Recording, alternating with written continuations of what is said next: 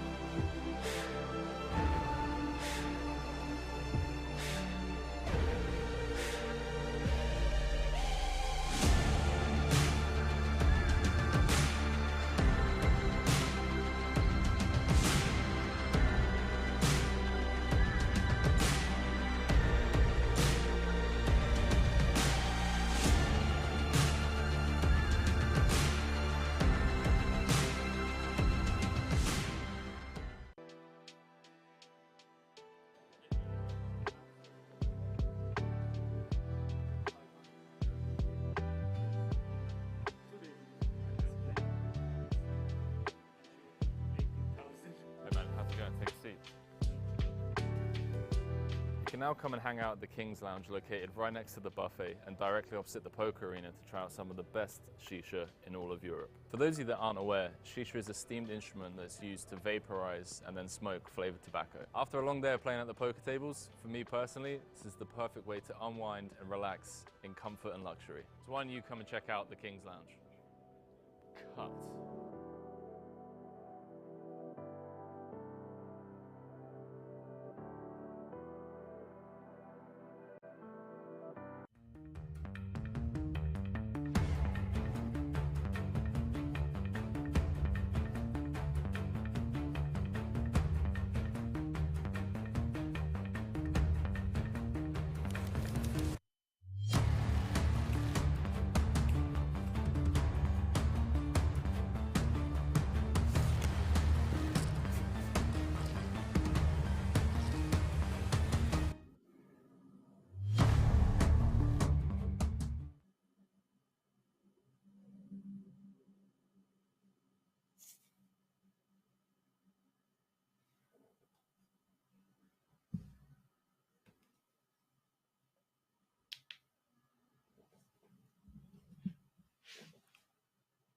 Hello everyone, welcome to day 2 of the Italian poker sport.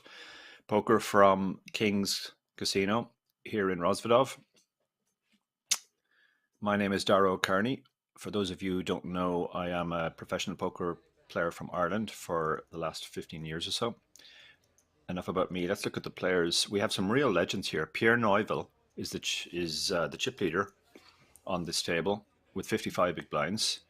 Pierre is a former WSOP Main Event final tableist, I believe the oldest, at least in recent years, ever. We also have Radu Pitic, who we saw on last weekend. Yeah, he did very well.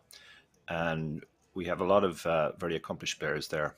As you can see, the stack sizes on the screen varying from Pierre with 55 big blinds down to Pershman, who has 9 big blinds. We have 3 stacks sub 20, 3 in the 20 to 40 zone, and then 2 Pierre and Petru with more than 40.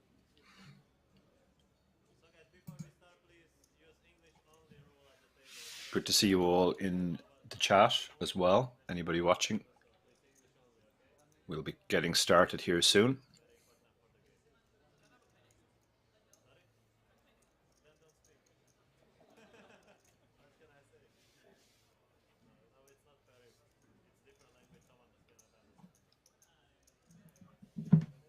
So as I said, my name is Derek Carney. I've been a professional poker player from Ireland for the last 15 years or so. Primarily play online, but also play quite a bit live. Actually, the last time I played in Rozvadov, if I remember correctly, Pierre Neuvel was at my table.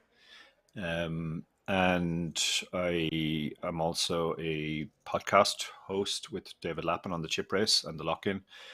I've written 3 books on poker strategy, a book on satellites, a book on knockout tournaments, and a book on ICM.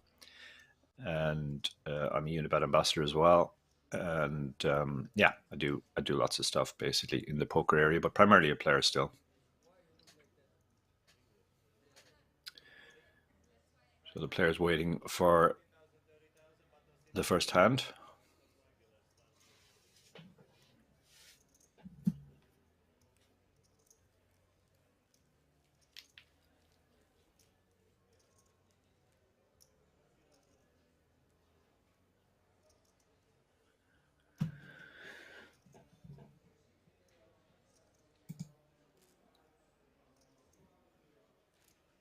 Those of you watching on YouTube, if you could click the like button, that would help us greatly. Let people know that we're streaming. And if you're watching on Twitch, click the follow or subscribe button.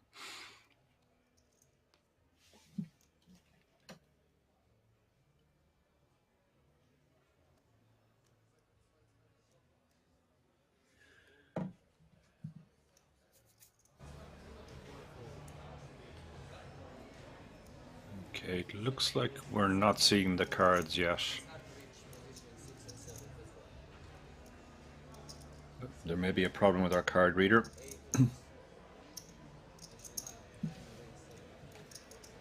So that will make the commentary more challenging.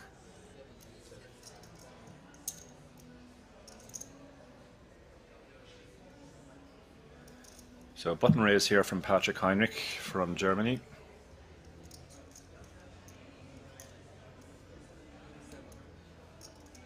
And Radu, who we saw last week, did very well in the big blind after Pierre folds his small blind. See, Anna Maria has some fans in the Twitch chat as well. Looking forward to seeing how she plays. You can see we started with a field of 2,549 players. Incredible turnout for this, and we're down to the last 122, so the last 5% of the field or so.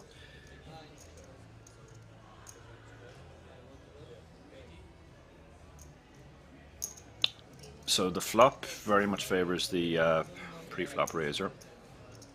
2 high cards. The big blind will usually have missed here, but he is continuing.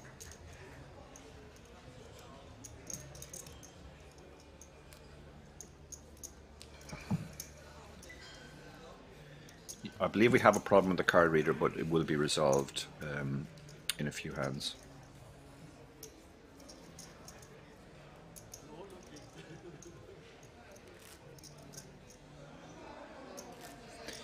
Yeah, Raju, indeed.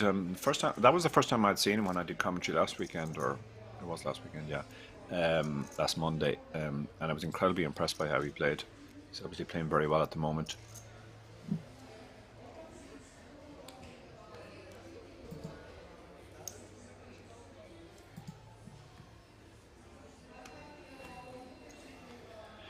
So Petru is going to fold. As I said, we don't have the card reader working yet, but that will be resolved in a few hands, I believe.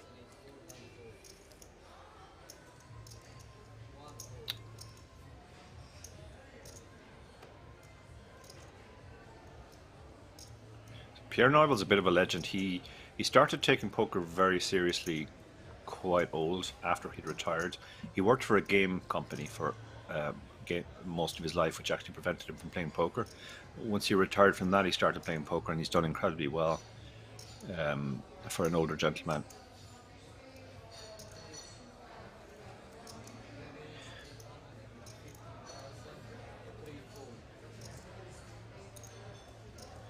So Radu has moved all in here.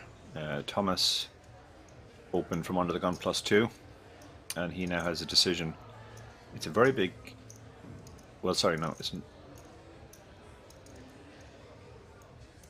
it's all of Thomas's chips. Yeah, Thomas has opened off on less than 20 big blinds. So Radu has essentially set him all in. Radu has 815k, but of course Thomas only has 435, and he lets it go. Nice pickup for Radu.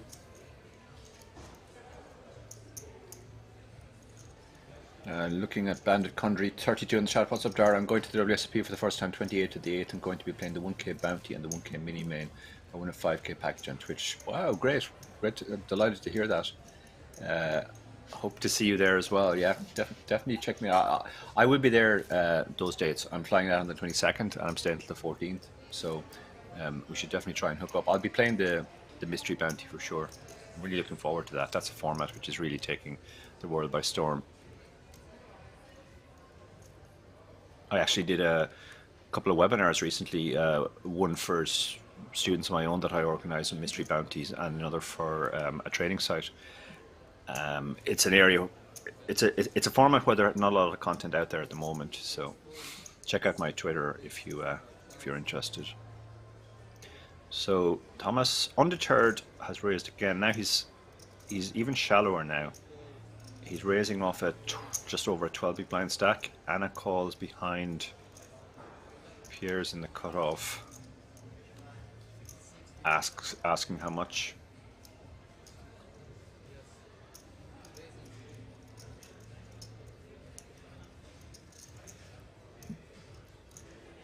I have a story about Pierre actually. A few years ago, I was at EPT London with my chip race co-host David Lappin. And he told me, there's this old guy at my table. He just doesn't seem to know what's going on. He's bewildered by all the chips and the action, and it's really sad. Like, I guess his grandkids must have dropped him off there, but he shouldn't really be there. And I looked over and I said, David, I think you're being fooled there. That's Pierre Neuville. Pretty big, solid winner. He's definitely playing a role. Pierre does like to act the sort of confused old man at the table, and a lot of people do buy it. Yeah, Lastastic, we're hoping to fix the cards in a couple of hands.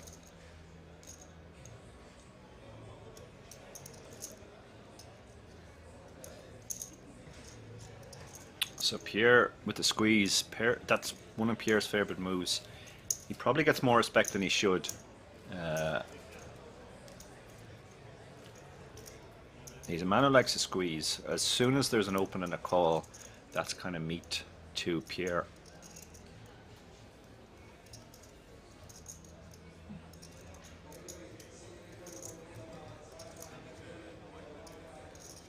He extends his chip lead. And he's not a man who sits on his chips. He will put them to work and try and push on for the final table.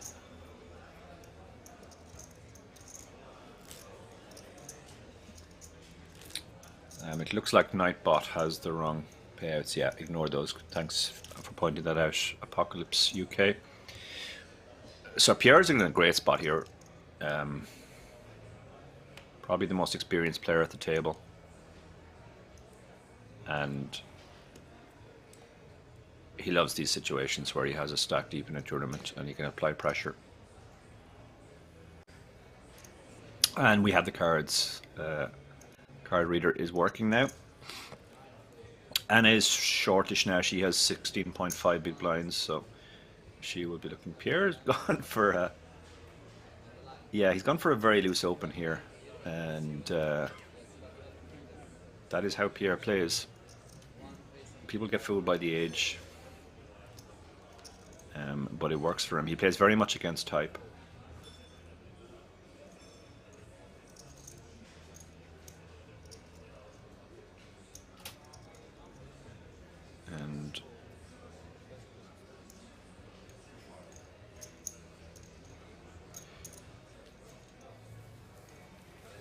Pierre takes it down, opening the 7-6 offsuit.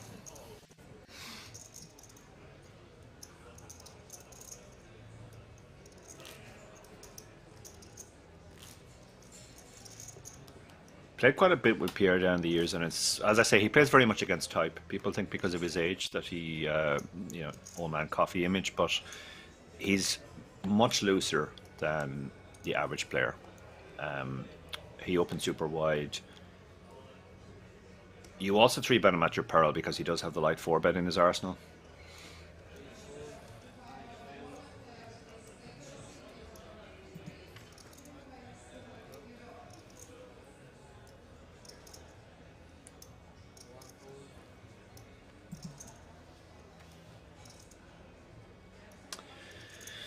So Radu is in the hijack with the ace-jack offsuit, just under 40 big blinds. Obviously he's going to open this hand. You can see players are dropping fairly fast. We're down to 115 now.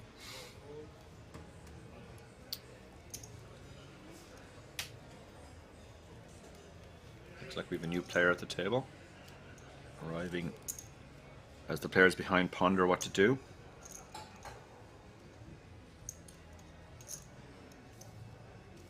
And I'm told the new player is Matthias Nachtigall from Germany, and he's bringing a stack of 1.6 million to the table.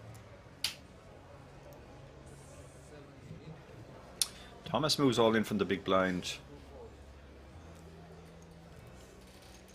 and Radu lets it go. Yeah, Thomas shoved 15 big blinds there. Even though ace-jack was ahead, he'll be dominated a lot by holding it. I think maybe Thomas was just tired of being pushed around a bit too much. He raise folded 2 hands earlier. Sometimes when that happens, a player goes a bit wide. King 10's a reasonable hand to shove, obviously, for 15 big blinds. But I think it was more likely he was going to do that because of the way that he had to fold the previous 2 hands.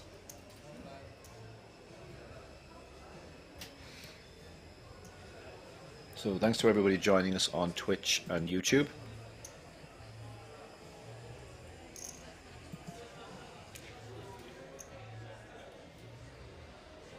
So the 2 short stacks in the blinds now. Thomas, who we saw take down the last hand, and Anna Maria.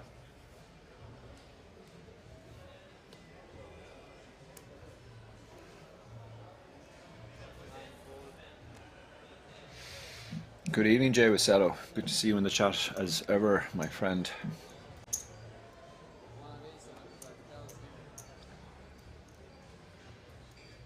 I think those payouts are still wrong in Twitch chat, so ignore them.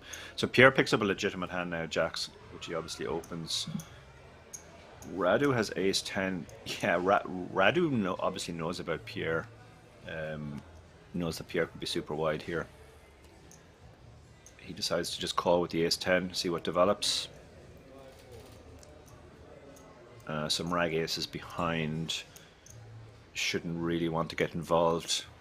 Once there are 2 players in the pot already, it's much more likely you're dominated if you have a rag ace. Oh, and Anna Maria has picked up queens in the big blind. What a dream spot. Quick all in. I can't imagine Pierre's folding here. Asking for a count. I mean, we can see he's in terrible shape, but Anna would be going with a lot worse pairs than jacks. Maybe even some hands that jacks dominate, like ace 10 suited.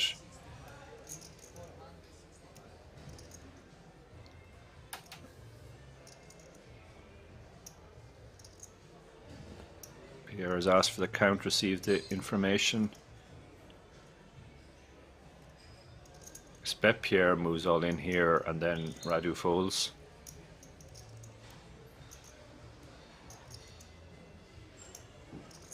He's given this a lot of thought. Yeah, he has moved all in. I mean, that's definitely the standard play. Quick fold from Radu too. No real decision for him. Pierre's going to be quite surprised to see what bad shape he's in. Ladies for the lady against Pierre's jacks. Also black against red. Incidentally, if we get any, if we get a predominance of one color on the flop. So Anna Maria, great chance to more than double up here. There's dead money in the pot as well.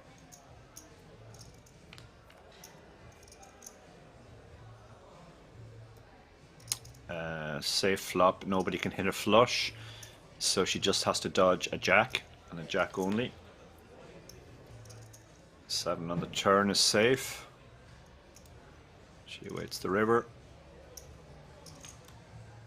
And the king is safe. Nice big boost for Anna Maria. More than double up. She moves up to 1.1 million. And Pierre takes his first setback. Standard hand. Jacks is too strong to fold to 15 big blinds. Anna's supporters in the chat will be very happy.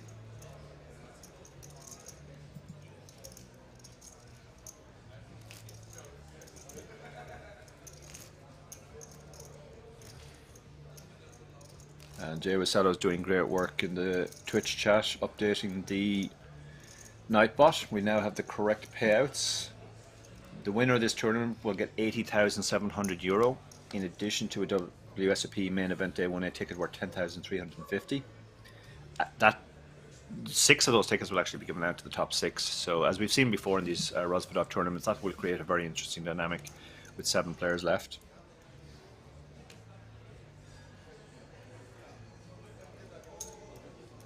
Down to 113 now, so they continue to drop pretty fast.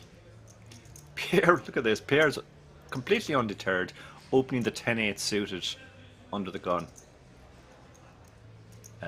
He's down to under 50 big blinds now. Radu. Looks like Radu raised. No, sorry, Radu called. So Radu called with pocket 5s. Again, Radu is not fooled by Pierre's tight old man image. He knows he's wider than most there in these spots. Gustav was a nice looking hand, but not after a open and a call. Anna Maria gets out of the way in the small blind, and the big blind quickly folds as well. So it's heads up, Pierre versus Radu. Radu flops his set. Pierre has absolutely nothing. He will continuation bet this though. He has more King X in his range. It's quite a hard board to hit. Obviously Radu has hit it really big, but Pierre is going to fire at least once. Radu probably just call now and hope Pierre keeps bluffing.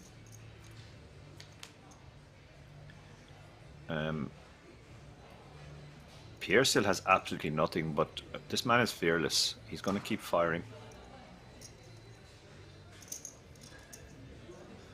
His range is so wide, Pierre, that he could legitimately show up with something like 6-7 suited here or ace deuce. But I mean, Radu just has to assume he has the best hand now and try and work out the best way to get the rest of the chips in. He might actually think Pierre has a hand now because of the second bet. He's decided to just call. It was a big bet from Pierre as well, designed to maximize fold equity. Pierre boats up, or sorry, Radu boats up, but Pierre gives up. Pierre figures he has something. And quick all in from Radu. The only thing Pierre could really hope to fold on the river was a missed flush draw. Pretending he has a decision here, but throws it away.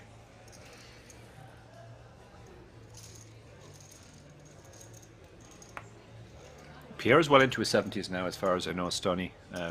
He was actually 62 when he started playing seriously. As I said, I think he worked for Hasbro or some other games company for most of his life, which meant that he couldn't actually play poker, at least in a casino. He's done quite well online as well. He was a real satellite beast back in the day, qualifying for EPTs, and he has a lot. I mean, if you hand him of him, you'll see he has an incredible live record as well. Thank you, Jay Wasadow, for updating the commentator Nightbot. But I think you've got it wrong. I'm not actually David Lappin. I'm the other one, Darrow Carney.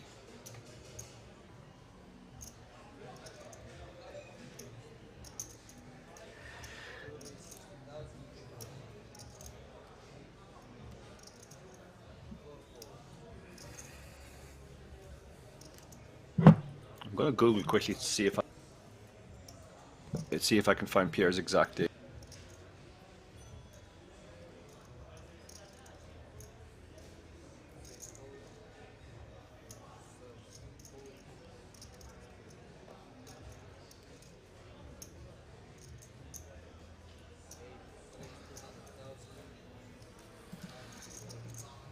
Yeah, Google knows the answer to everything. Pierre's actually 79 now, so he's almost into his 80s.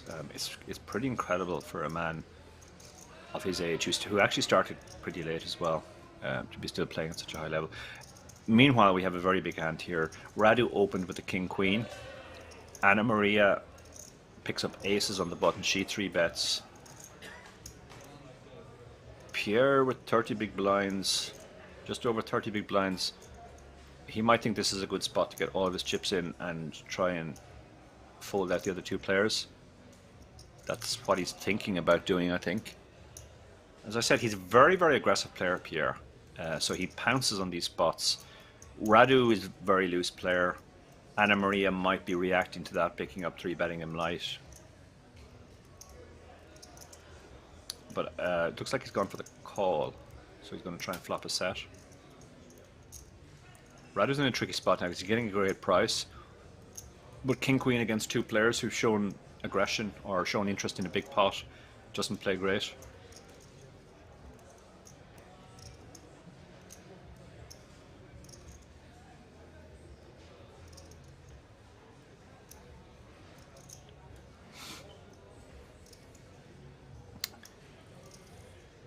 So Radu is a tough. Yeah, I actually like this fold. You're just going to be dominated a lot there, and even when you hit your king or your queen, you're not going to know what to do. King Queen offsuit is a hand which plays much better heads up than 3-way. Pierre has flopped a set. He puts on their sunglasses, which he sometimes does when he's in a hand.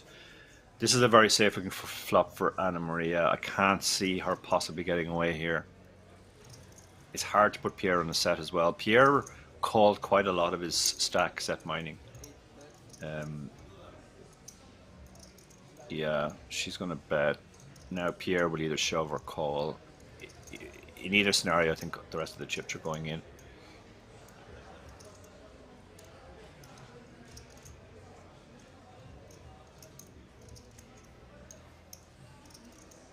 Looks like Pierre is going to just call and hope she thinks he's on a draw of some kind. Puts the rest of the chips in on the turn. So the pot's already 1 million. There's only 545 behind. Hard to see the rest of the chips not going in now. Pierre does check. I think Anna Maria just puts the rest of the chips in now. If he's on a draw, he's going to call now, but he wouldn't necessarily call the river if he missed. And he does call, and Anna Maria gets the very bad news that he's flopped his set. She's going to be left with absolute fumes after this. She can still hit an ace, of course, although I don't know, maybe there are none out there, none left. I didn't notice whether they were folded pre-flop or not. Saying she's 6%, so I guess her two aces are still out there. No luck for Anna Maria. Her ace is cracked by Pierre. So Pierre has definitely been up and down so far. He's played most of the hands. He's more or less back to the stack he had at the start. Anna Maria, I think, is going to be left with 40k, it looks like, if the graphics are right. So she is down to fumes. Just over one big blind.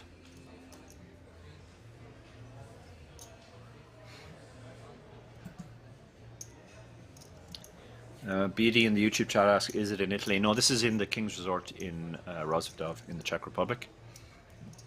They do host a lot of these tournaments, like I did commentary on the German poker championships, the French poker championships as well. This is the Italian poker sport.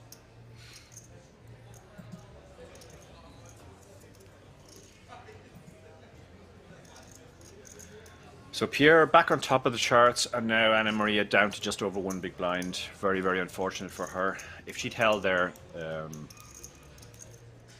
she would have actually been chip leader. That's how quickly, that's how big those pots are at this point.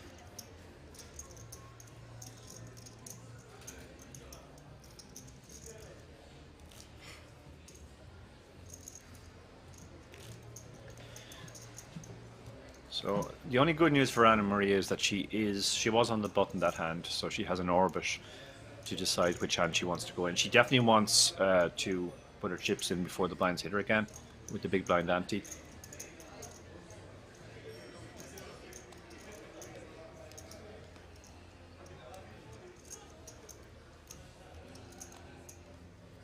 When you have that kind of one big blind stack, your best spot is actually to get in behind somebody else.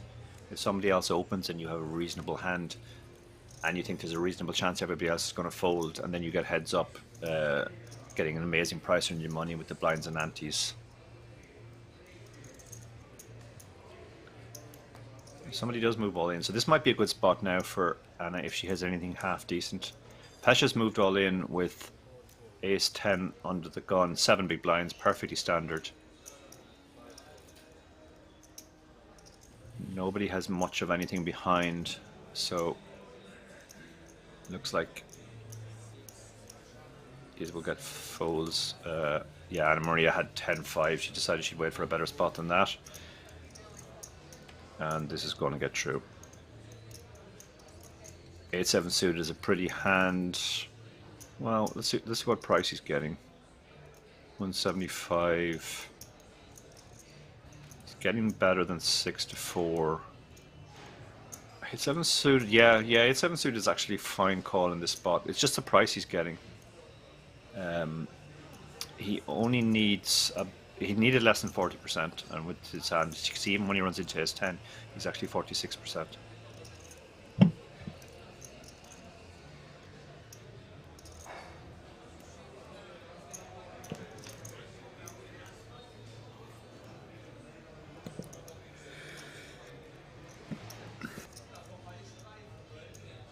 Safe flop for the ace 10.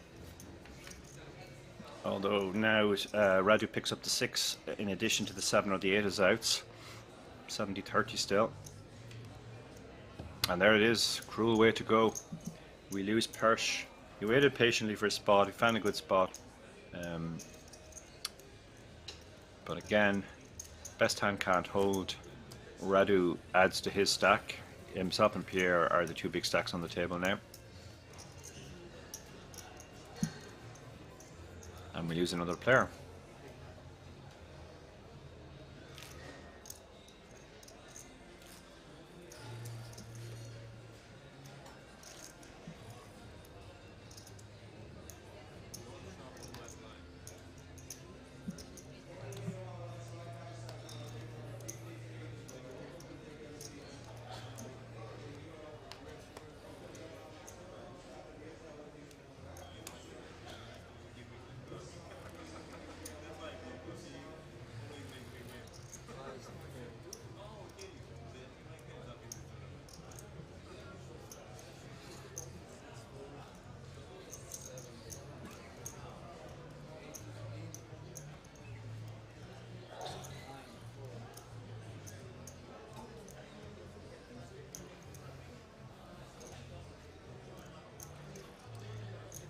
So Anna Maria finds her spot with the ace 5 suited in the hijack. Pierre is going to call on the button with a hand which plays very well multi-way. If the two blinds come in, he'll have position. And Radu decides he's not getting involved. Actually, no, Pierre has raised with the queen 7. He's basically knows he is getting a good price against Anna Maria if the blinds both fold. You can see there he's got 36%. With the dead money in the pot, he's created a very profitable situation for himself. He can win 40, 100, 115 for an investment of just 40.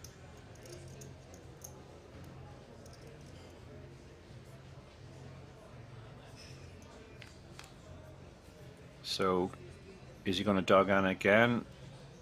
So far, so good. Some backdoors for Pierre in addition to the queen and the 7.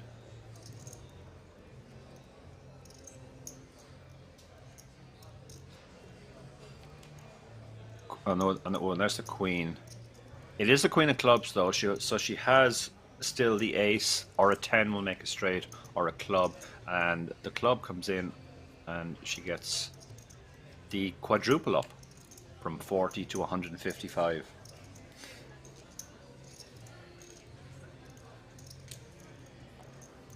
So the spin is on, up to almost 4 big blinds now.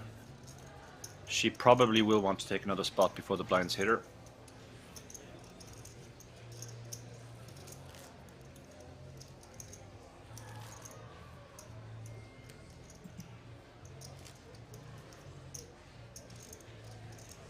Anna Maria seems to be a very popular player in chat, both on Twitch and YouTube.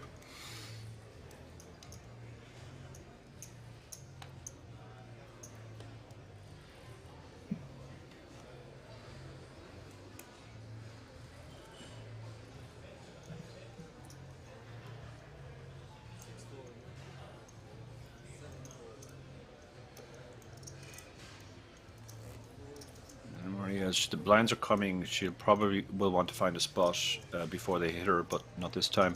Radu picks up ace king suited. He's been dealt quite a few hands so far. We know he's a very aggressive player as well, so players behind are likely to put him on a fairly wide range.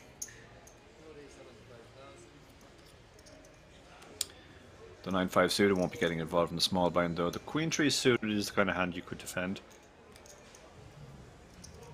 He has made a 2.5x, which changes things slightly. You would definitely defend this against a 2x open. I think even against a 2.5x, this hand feels like it's good enough.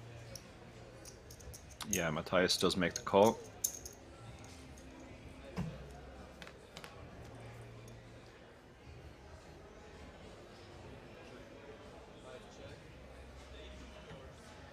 So both players miss, but Radu's hand, he has 2 overs, backdoor flush draw, backdoor straight draw.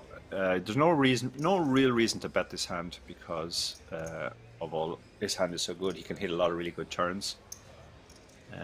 Now he'll want to start putting money into the pot and charge any draws or pairs that are out there. But Matthias will just give up now because he's absolutely nothing.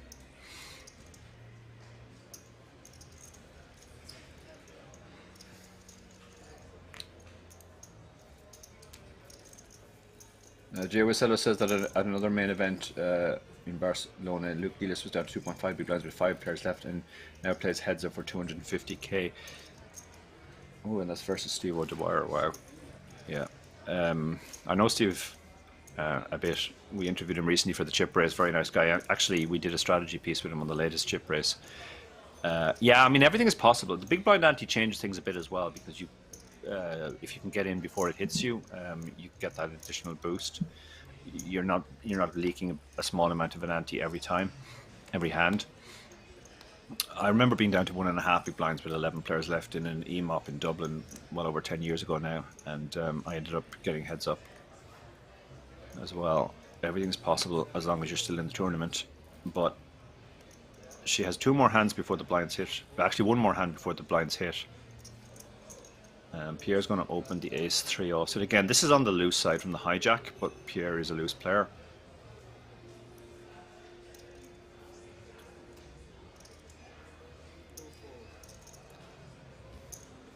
Patrick's going to call on the button with pocket 6s, which is fairly standard.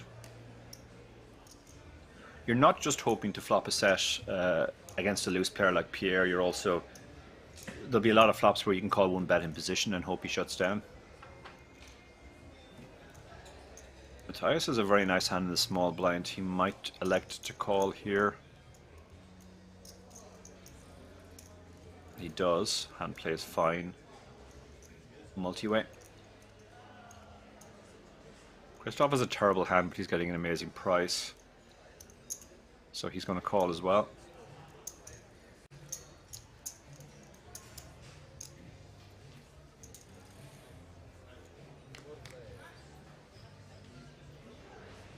He flops, well, kind of top pair. He has the 10 on 10-9-9.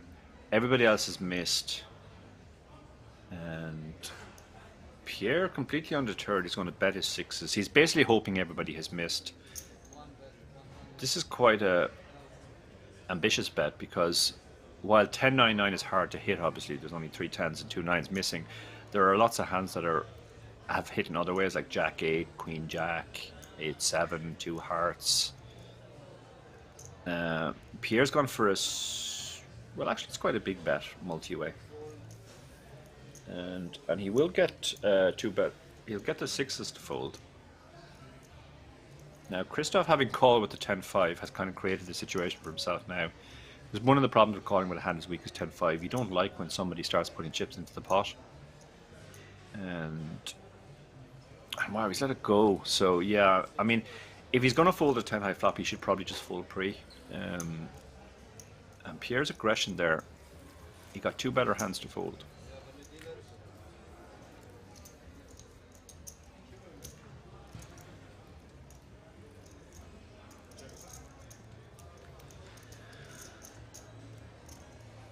So Pierre continues to pull away at the top through sort of brute aggression. He doesn't have to make hands to pick up chips, Pierre.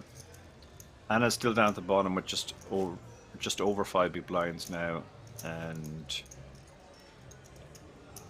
I believe she's under the gun this hand, so she would really like to find a spot to shove here. Otherwise she'll be putting in more than a third of her stack next hand.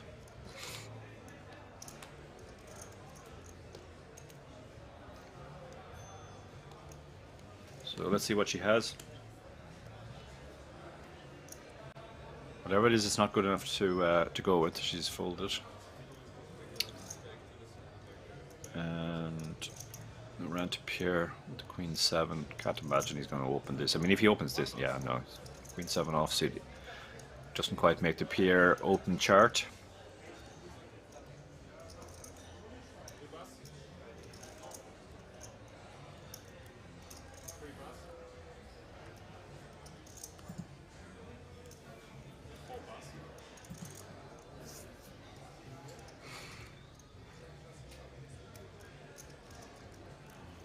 Tyus on the button, King 8. This feels rock bottom of the opening range.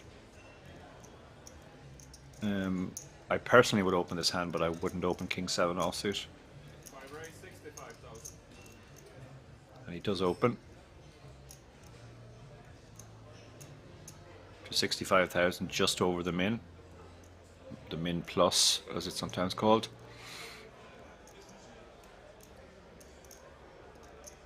Queens in the small blind. Do you shove? Do you 3-bet and hope the guy has a hand and that he 4-bets? Just over 20 big blinds. I think he can 3-bet here. He can make it like 200.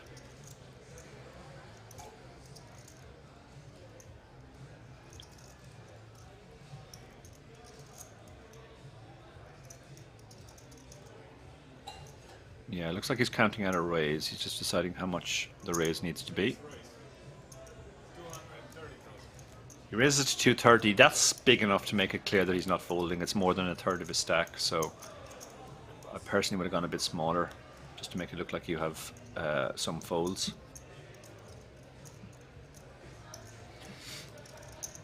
But he gets it through quickly.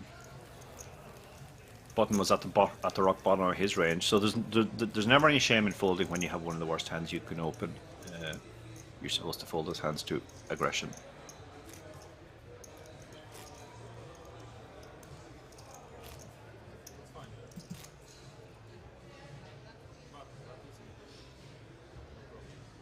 So thank you to everybody watching us on Twitch, over 200, and on YouTube, over 100. If you are watching on YouTube, if you could click the like button, that would be great. That helps us get the word out. We are streaming this, the Italian Poker Sport Day 2.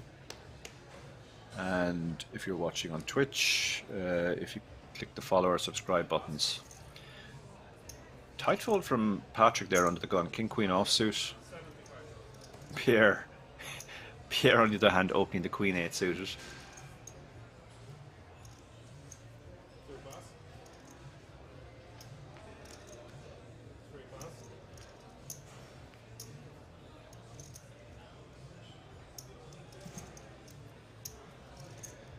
And Petru won't be folding jacks.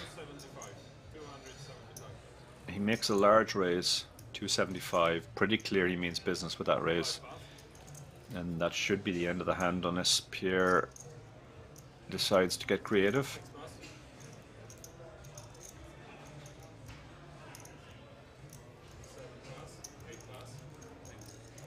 And Maria has to relinquish her big blind with 10-3.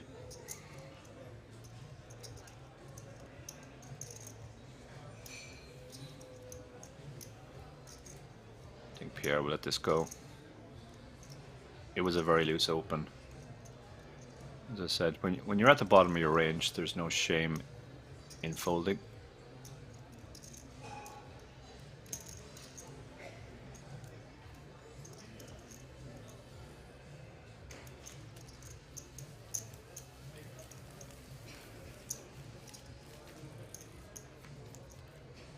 Sometimes players get frustrated when they're relatively short stacked and there are aggressive players opening ahead of them, but it does mean that when you pick up a hand that you can 3-bet, the reward is that much greater. You won't get as many opens in, but you will get to. You should find more good 3-bet spots. When you have a very loose player like Pierre who's prepared to open the King Queen suited, or sorry, the Queen 8 suited, you're going to get a lot of spots.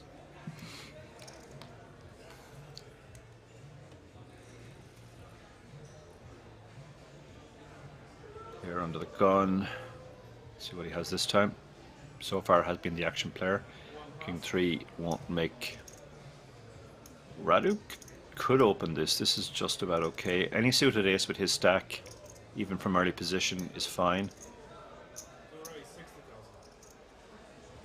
And he does open for a minimum.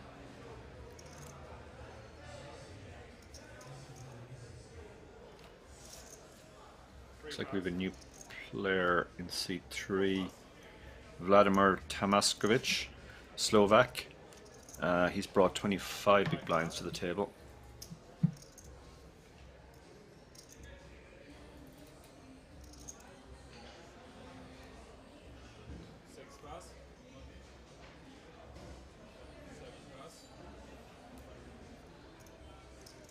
And Maria at the Queen 8 in the small blind. She's looking at her stack.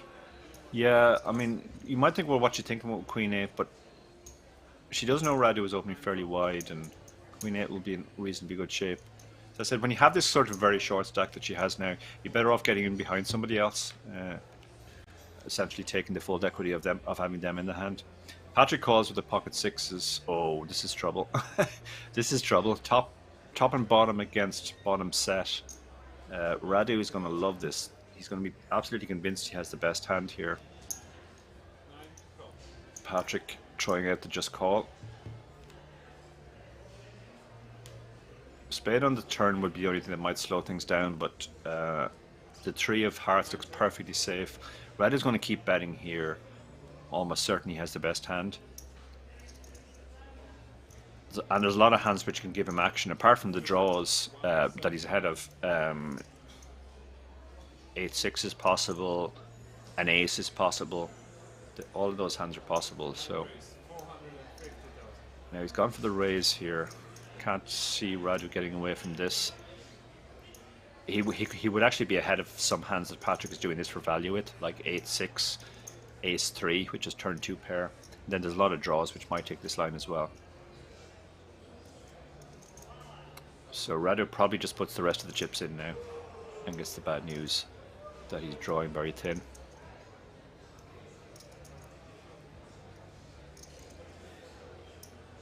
Yeah, he moves all in as expected, and there's going to be a call from Patrick. He's going to be delighted when he sees the hand he's actually up against. That is not a draw, which would have a lot more outs. The ace-6 just has 2 aces.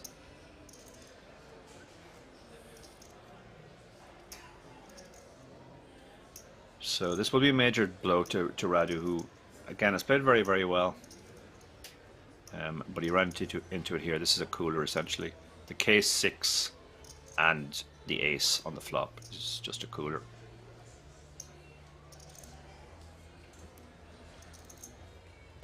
But he still has 2 aces he can hit. Ow! And there it is.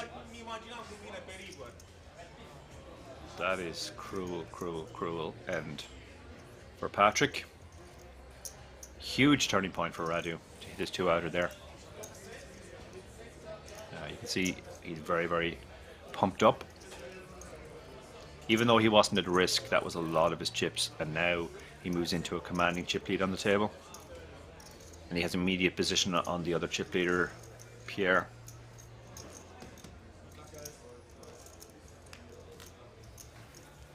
I mean, that is just a cooler. Both players were supposed to get their hands in before the river. But a big moment there for Radu hitting his 2-outer on the river.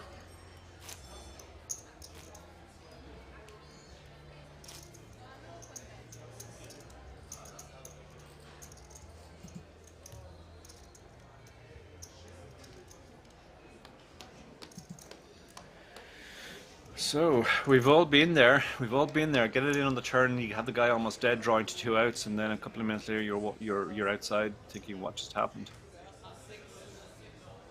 That's the game we play.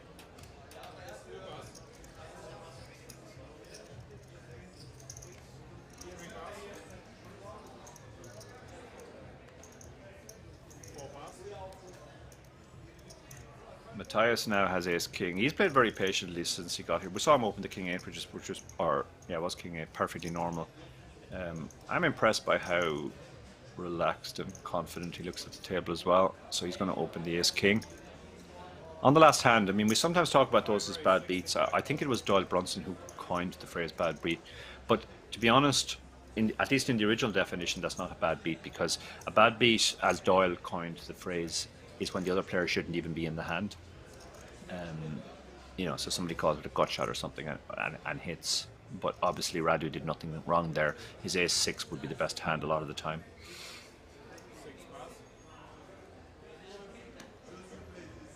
But nowadays we do tend to just use the phrase bad beat for any time we get unlucky.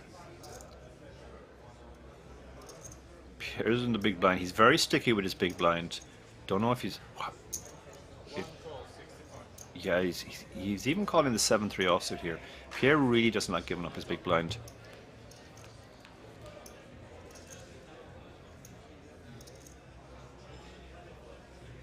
Now, what have we got here? The ace king has 2 overs, gut shot, backdoor nut flush draw.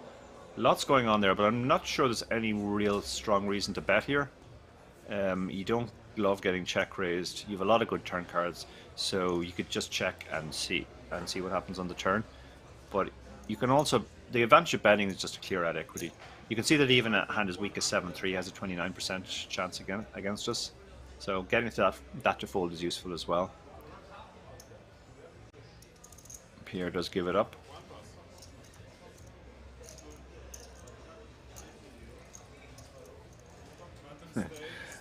Apocalypse UK says, I lost with 60%, such a bad beat. Yeah, you do hear people say it all the time, you know. They got in ace king against 10-9 suited or something,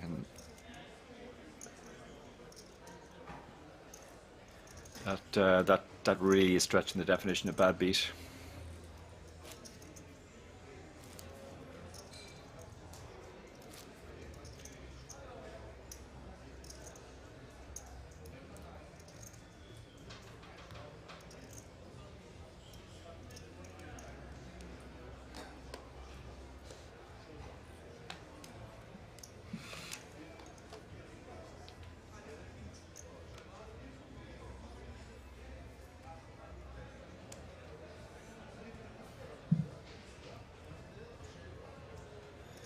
So Vladimir hasn't really found anything playable since he moved to the table.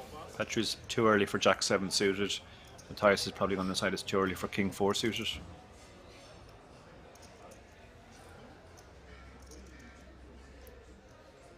He's looking at the players behind, and that's actually an important consideration here, because if you think you're not going to get 3-bet very much, then you can get away with opening a hand like King 4 suited. But if you're at a table where lots of people are 3-betting, this does feel too early to open the King 4 suited.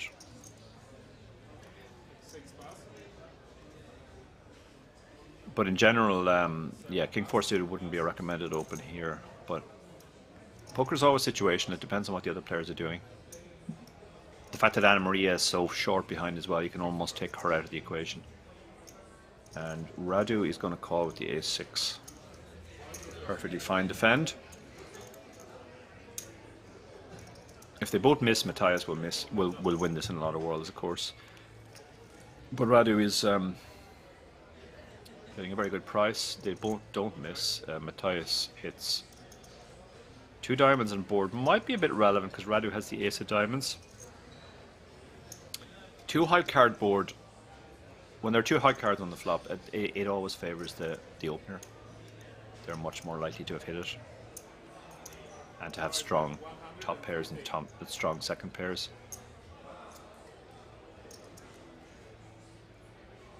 Now, Radu, his hand probably doesn't make a great just call, but it is a reasonable bluffing candidate, but he's decided to let it go. The reason I say it's a reasonable bluff is if a diamond came on the turn and his check raise got called, he could fire again and get a lot of hands to fold. If a queen or a 10, he could think about it as well, picking up a gut shot.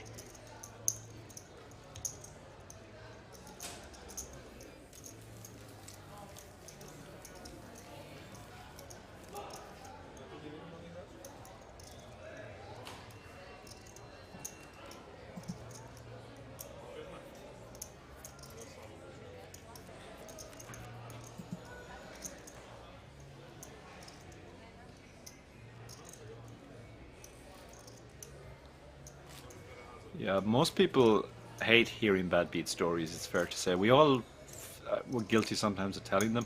But for the most part, nobody really cares. There was a guy who used to make money at the World Series, but he had a bad beat stall where you could go and tell him a bad beat, but you had to pay him $5 or $10 for him to listen or pretend to listen. I tend to hear a lot of bad beat stories when I play live, and to be honest, as soon as I realize it's a bad beat story, my mind tends to wander.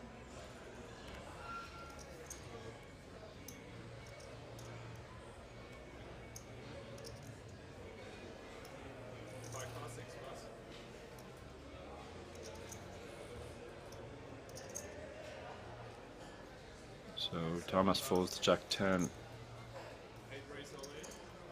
Yeah, and Maria has a suited ace, so she's obviously all in for 2 big blinds. The blinds have gone up as well. We've seen Pierre raise in these spots before just to try and create a good spot for himself. He has an above average hand, so he usually has a better hand than either blind. So he might decide to raise here and create another spot similar to the one he created with the Queen 7 suited.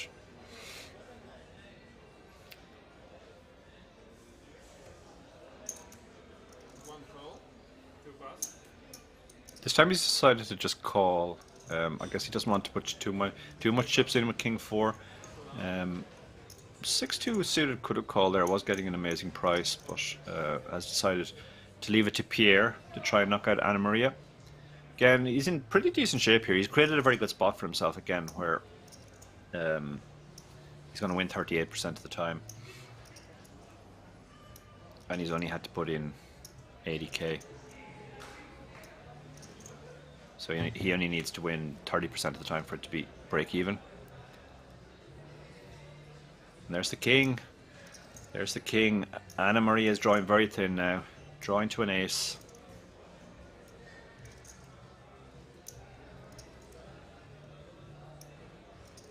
They're all out there as far as we know, so she still has 16%. 7 on the turn doesn't help. It has to be the river and the river only. Otherwise Pierre will eliminate her, and he does. Pierre hits, well, 3 pair on the river.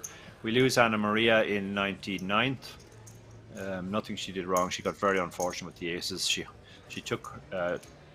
waited patiently for 2 decent spots, got it in ahead both times. Both times Pierre was actually the pair behind. Second time he sucked out. And disappointment for Anna and all her fans in the chat.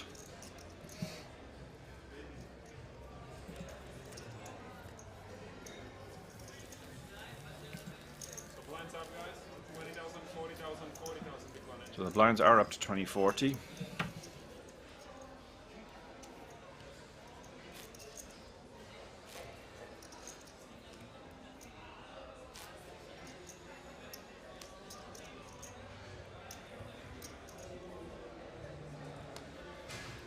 So we lose Anna. We will get a new player to take her seat.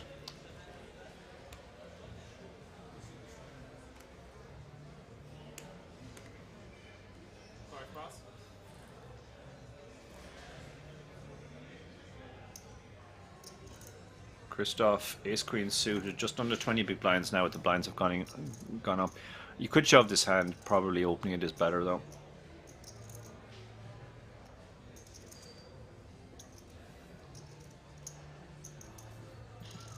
If you open this hand, you can get action from hands that you're in great shape against king, queen, maybe some suited queens, some worse aces. Thomas is down to 9 big blinds now with the blinds having gone up.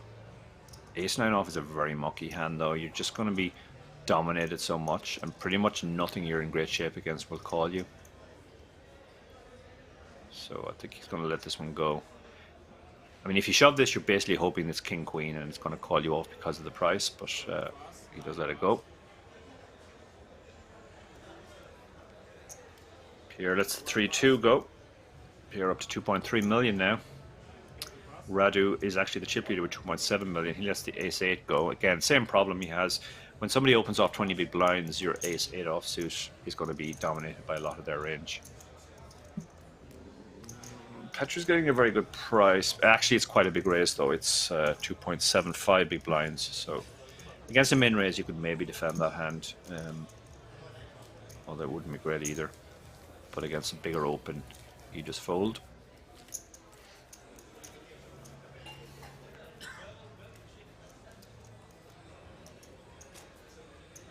Down to 97 players now. You can see of the 25-49 who started. So the bust out rate has been pretty fast.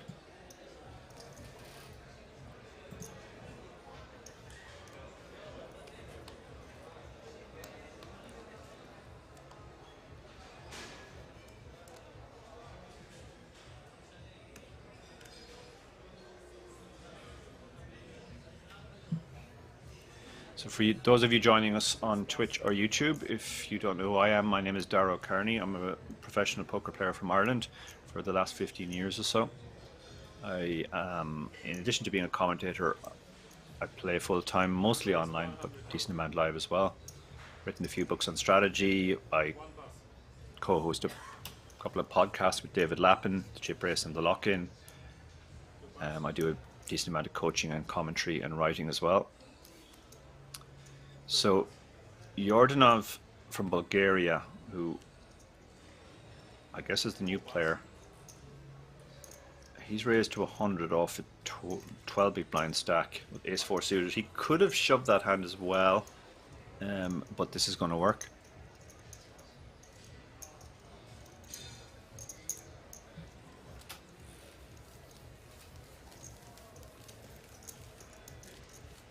So, a good start for him.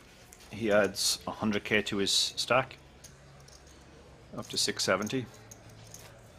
That hand you can go one of two ways. You could open like he did, and you're folding if you get 3-bet, or you can just shove, and you'll get a few more hands to fold when you shove.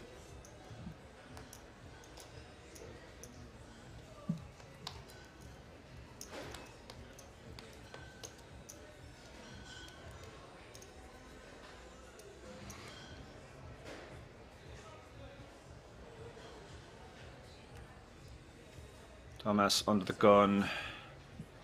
He's very short now. He's going to have to put 2 of those 9 big blinds in next hand. Yordanov picks up another hand. Again, this is a hand he could shove for 16 big blinds, but he's going to go for the open. In fact, he opened his very first hand, or maybe second hand at the table, and now he's opening again. Makes it more likely he's going to get played back at, but nevertheless, Queen Jack suited is strong enough to open. A lot of rag hands behind are being folded. Button waits until action is on him, then looks at his cards. Ace 5 suited. This is a hand which belongs in a lot of light 3-betting ranges, but Petra's going to let it go.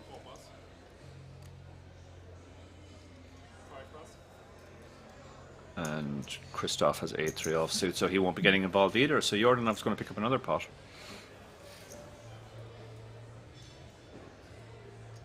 It's 200k to a stack. He must be thinking this table is great. Everybody is just folding.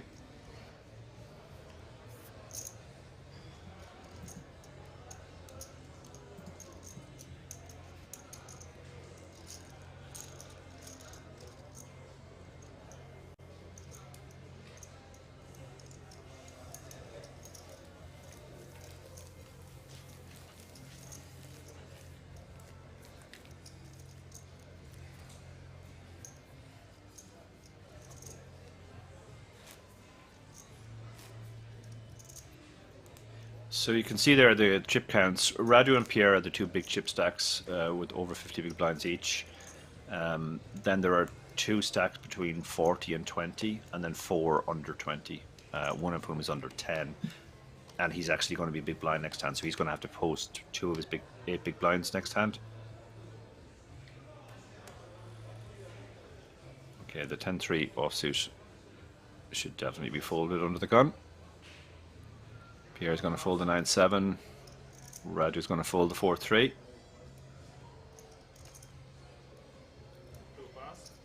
Queen 9 suited. This is a hand you could shove. 15, just under 16 big blinds. He decided to fold it. That's a very tight fold. He could have gone for a normal open as well.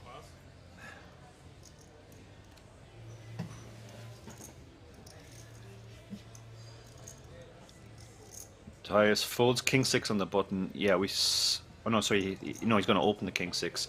So he's clearly looser than I am on the button. I said king 7 also would be the bottom of my range.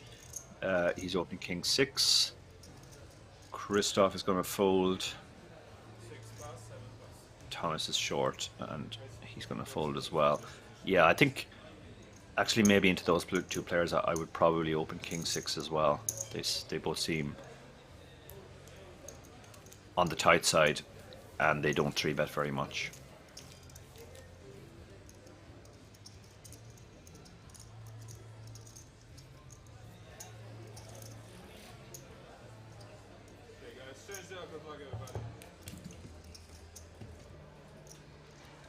So dealer change. We see the stacks again. Thomas had to fold two of his big blinds. Now he's down to 6 and he's in the small blind, so he really needs to find a spot. Even if he doubles up now, he's still going to be the shortest on the table. Great spot for Radu and Pierre, two very aggressive, capable players who know how to use a stack. Seated side by side, they're the big stacks on this table.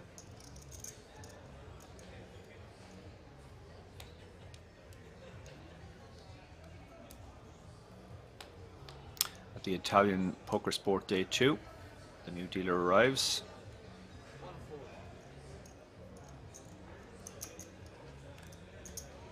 Pierre folds.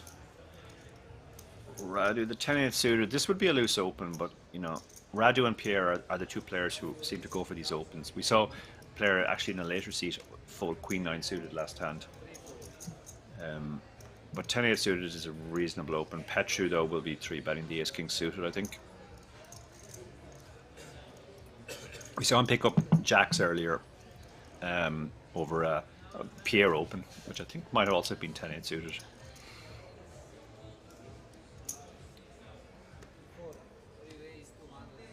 So he's gone for 265. Again, a bit on the big side. It's hard to get action now when you more than 3x, but you won't mind taking the pot down either. Christoph has a reasonable hand here, but he's not the type of man to call 4-bet shove the Queen 10 suited.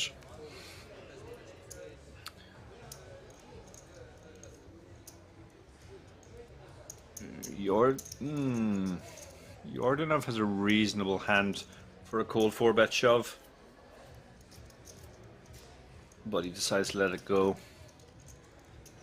and Radu will fold as well. Obviously you're getting the price against the Ace-King, but a lot of times you'll be up against 10s plus there, so even if it's one of those spots, even if you hit your pair, you don't really know where you are.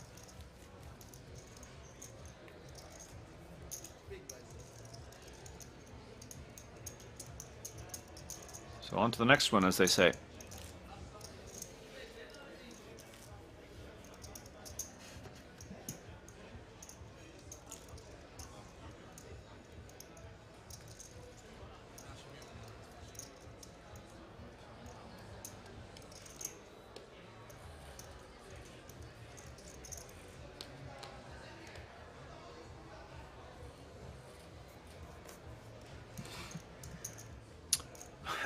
And rather having raise folded the last hand, picks up aces, and this is the dream after you've just raise folded, because you might think, well, people having seen you raise fold the last hand are going to go a bit wider. You see, we're down to 94 players, so we're losing players quite fast on the outer tables as well.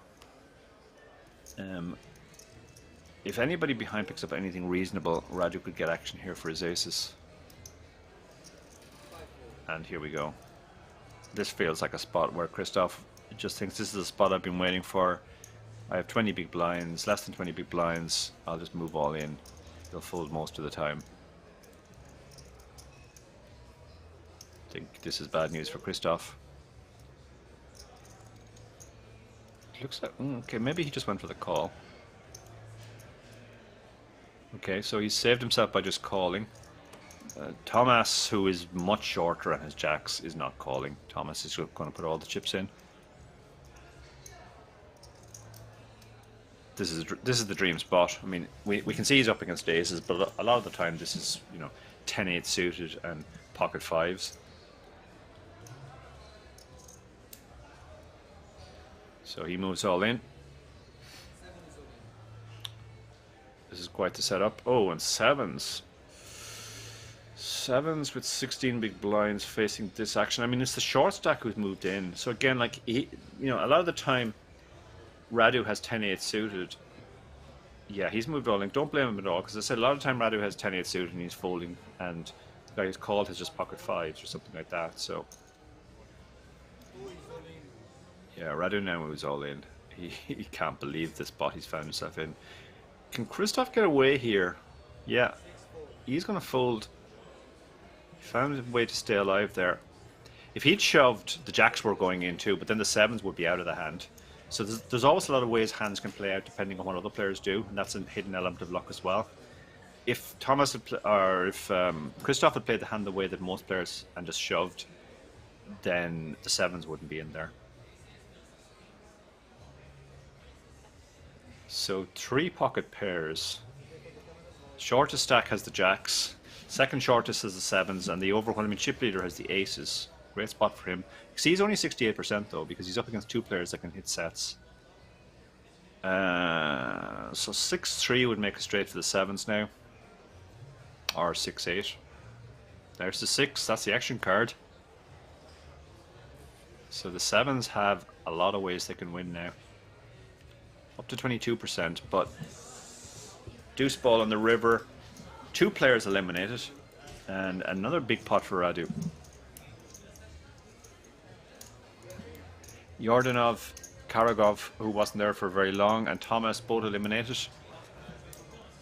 Remember, it's not too long ago since Radu hit a 2-outer, which would have left him quite short. Now he's a massive chip lead on this table. Probably one of the chip leaders in the whole tournament, I imagine. So we're going to need more players.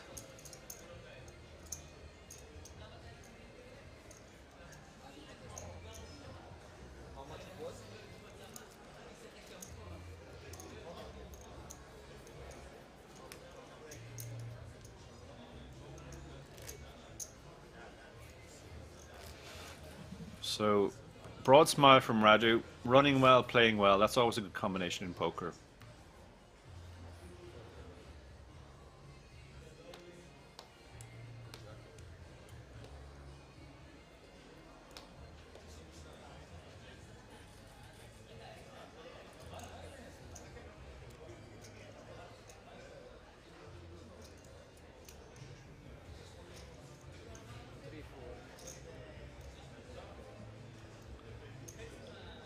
So Petru, the other Romanian on the table, he's got King Jack offsuit in early position. This is very, very early, but it's a reasonable hand to open. You're basically just hoping to take the blinds, but you don't mind getting called either, seeing a flop. I've played in Romania a few times. It's fair to say the Romanians are poker mad, and there's a lot of very, very good players from Romania. Christoph has just called again with the 10s. He really doesn't like putting all of his chips in. And the disadvantage of this is now he allows the King Jack to continue. If he'd shoved, I think the King Jack would have folded through the 15 big blind shove. The advantage, of course, is we saw what happened last time when he managed to survive. They are heads up. And the 10s flops is set. That's a very bad flop with the King Jack. When there's lots of those middling cards, that they just connect with the calling range so much. As a general rule, when the board has high cards, it favors the opener, and when there's middling cards, it favors the flatter. So it's going to be hard for Christoph to get action here.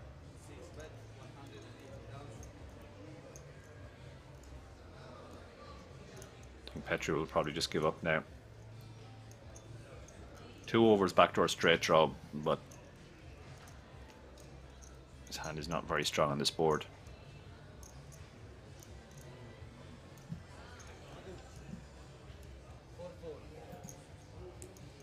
And he does let it go. Very disciplined.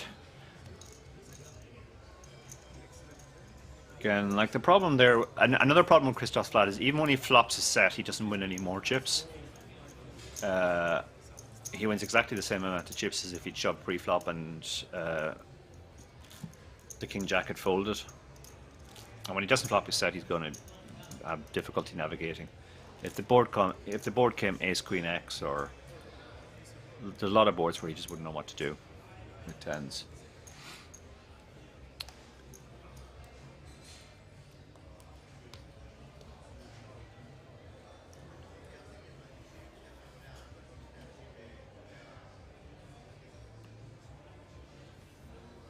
King 7 suited folds under the gun.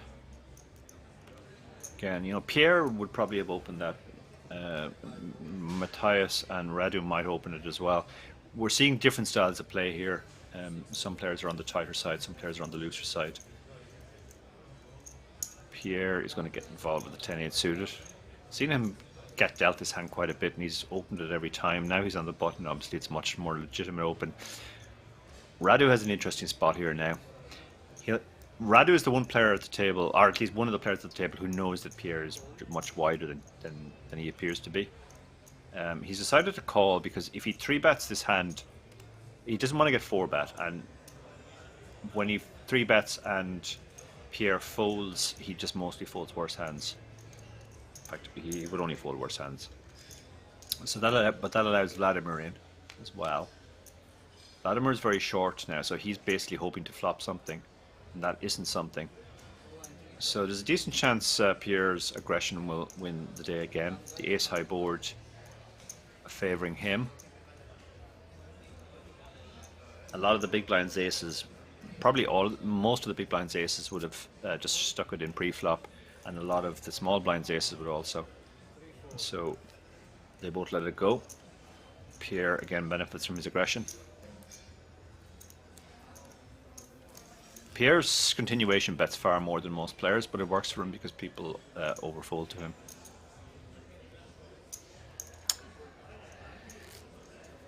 So Jay Wasello with the payouts in the chat. You can see this was a €250 buy-in tournament, and these players are playing for a first prize of €80,000 and €80,700 plus a seat worth €10,350. So over €91,000 is the value of the first prize. Second prize is worth over 55,000. So for a very modest buy-in, all of these players are given and now have a chance of a very big payday.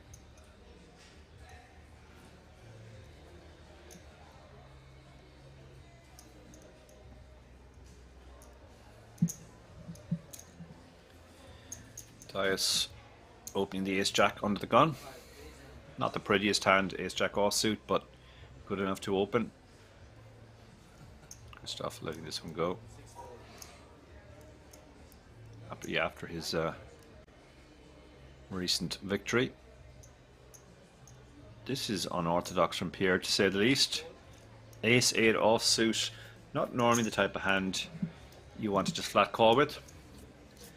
Radu could squeeze here, could just flat. He's up against two of the bigger stacks on the table, so he may not want to inflate the pot. Yeah, so he has just gone for the call, play it in position on the button.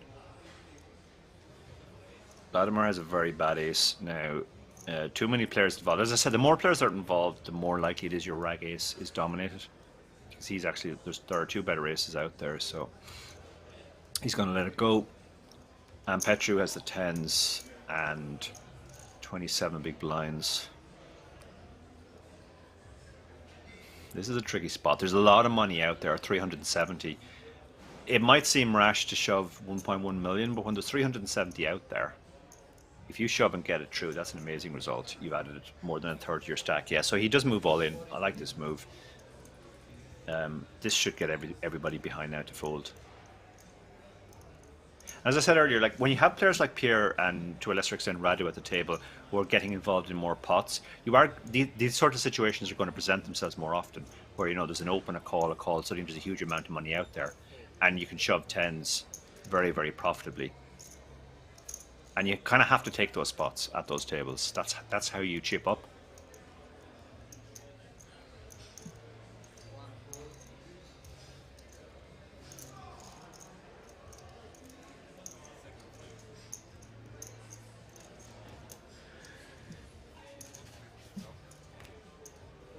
And yeah, they all fold. Great pickup from Petru. He's played his stack very, very well as well. He's been patient, but he's taken the spots when they've come. And he's prospered because of that. Apocalypse UK says, is it strange that the more players are in a hand, the less likely ace-5 is a call, but the more likely 8-7 suited is a call? Yeah, absolutely. Because the thing with ace-5 is when you hit either a pair, you're not going to be good. Now, with 8-7 suited, you're not trying to hit a pair so much either, but you can hit a lot more. You can hit a flush, you can hit a straight, you can hit a very strong draw. So that's the type of hand that does better multi-way. The more players, the better, in fact. Same is true to a certain extent of small pairs as well, where you're just trying to hit your set. But hands like high card, low card just suddenly become terrible because you'll be dominated far more often. Tom Mountain 18 says, I thought it was Dara, a great commentator and some great books. Thank you very much. That's a very kind comment. So again, like Pierre 2s, this is not an open in GTO world, but in Pierre's world it is, because he doesn't get 3-bet that often. He gets to c-bet a lot and people fold to his c-bets too much. So Pierre gets away with opening wider than most players here. And you can see players are mucking their hands fairly quickly. Now they do have just mucky hands. Matthias has the kind of hand you can definitely defend though, 8-3 suited. Pierre's raises are on the big side as well. Like he's open to more than 2.5 big blinds. That's basically designed to get more fold equity. And that's why the 8-3 is folding there.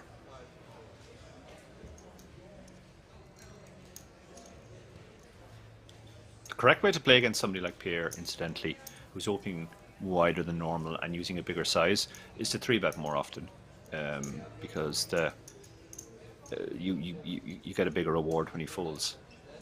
You don't necessarily want to call too much because he gets to play in position with the betting lead.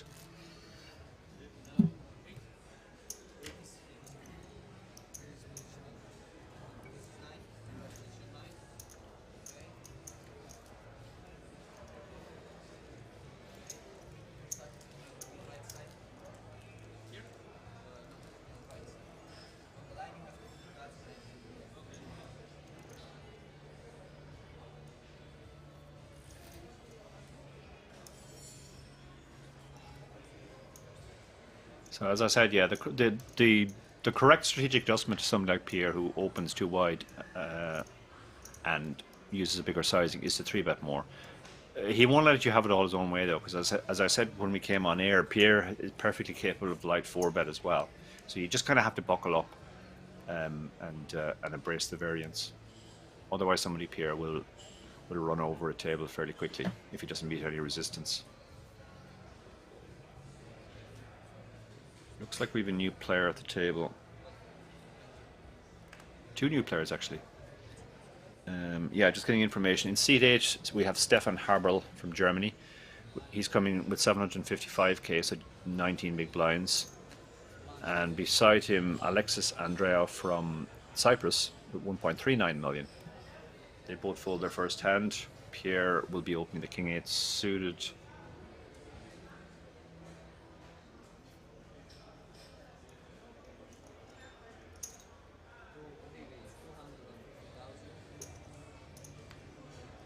Yeah, Radu 3-bets.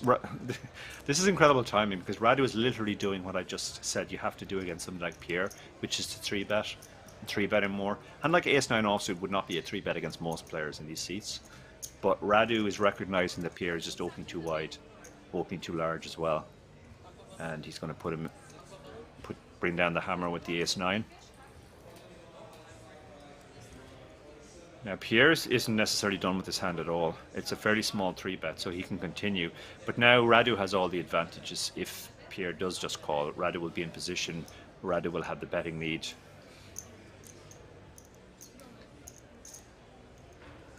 Pierre does make the call. Might seem a strange call, but he's getting a very, very good price there. Over 3-1. Now, they both missed. I expect Radu to win this with a bet. One high card. That's going to be a hard board to hit. Yeah, he's going to continue here, and I think Pierre will just give up now. He has some backdoor straights with the 8. Well, maybe Pierre is made of sterner stuff than I am.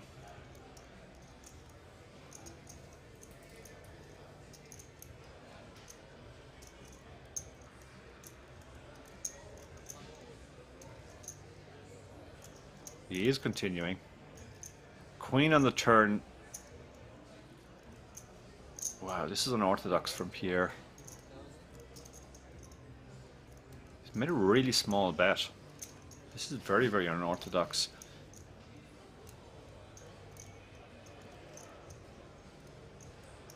Check call on the flop and then lead the turn when the top card pairs.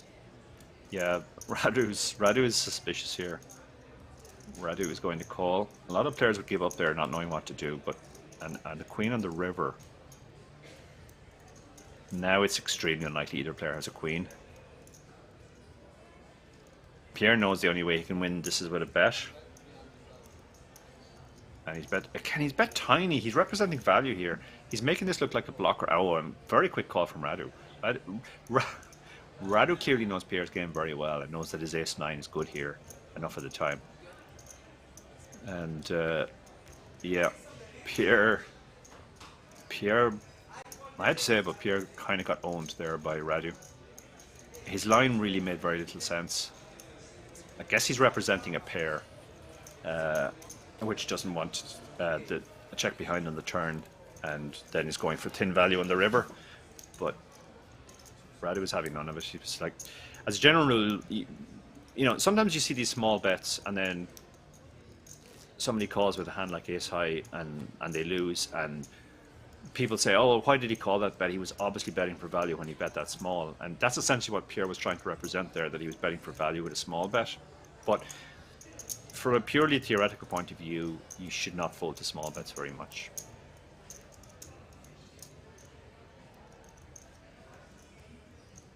So that's quite a big momentum shift. I mean, there were small bets, but there was a lot of chips went into that pot, and they moved from the second largest stack at the table to the largest. So increases Radu's position in the tournament and at the table. Pierre now down to 1.5 million. So he's now dipped below 40 big blinds. Vladimir, I don't think he has any move here except all in. Pocket nines, 11.75 big blinds. Petru has a tricky one here. I guess it's a fold though. You're just going to be dominated too much or playing one card. So yeah, let's go. Queen 10 will be going in the bin as well. That'll be dominated a lot. Queen 6 is definitely getting folded.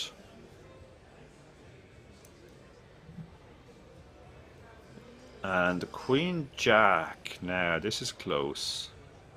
This is very close. 430 to call, 570 to pot. So the pot will be exactly a million. So you need 43% to call. If you're up against a smaller pair, I mean, on the screen it says 26%, but that's because queens and jacks have been folded. Normally you would be getting the price against every hand that doesn't dominate you. But he decides to let it go. You might see from the top of the screen there that we are down to 86 players, so we're continuing to lose players on the outer table as these players play down towards that final table.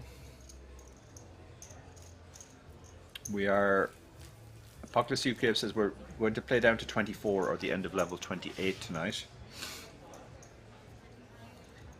If we get down to 24, we'll come back tomorrow, we'll have 3 tables, and we will play down to a winner. If it goes too long, we might have a few more players than that. But for the moment, the pace of elimination has been quite fast.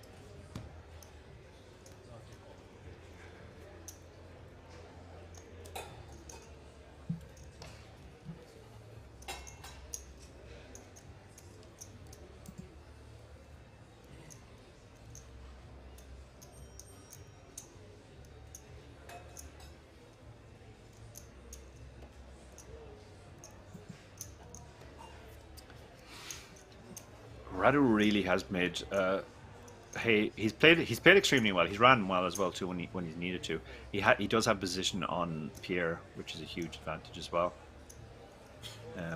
But he's up to 4.5 million now, over 110 big blinds. Matthias pocket sevens, 35 big blinds, and the cut off fairly easy open. If everybody behind was short, say 10 big blinds, then you would probably just shove this hand. But there are some deeper stacks behind, so he's going to open.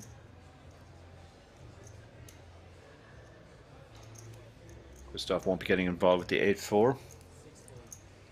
He's played very patiently so far.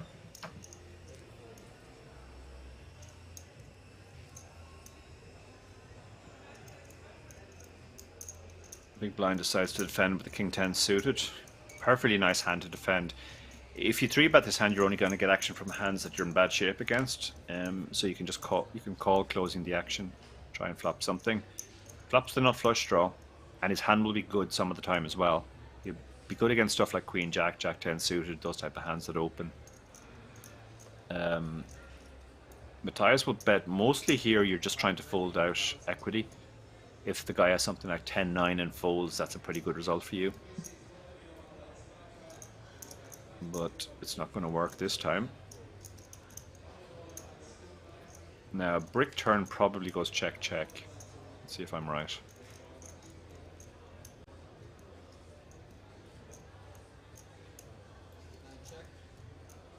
Sevens are kind of in the same spot here, that the only real reason to bet is to fold out equity, but he does check. Now, Alexis still has the best hand a decent amount of the time here, if he's up against something like Queen Jack. Looks like he might have gone for a small blocker. Yeah, he's gone for a small blocker. He basically doesn't want to face a big bet. So he's gone for a small bet. Matthias probably just calls now. You're ahead of a lot of hands. Not much point in raising. Only the better hands will call your raise. So he does just call. No, sorry, he raises. No, he calls. Sorry, the plus 305 was how much the pot was. So he calls and wins. Yeah, both players play their hand perfectly there.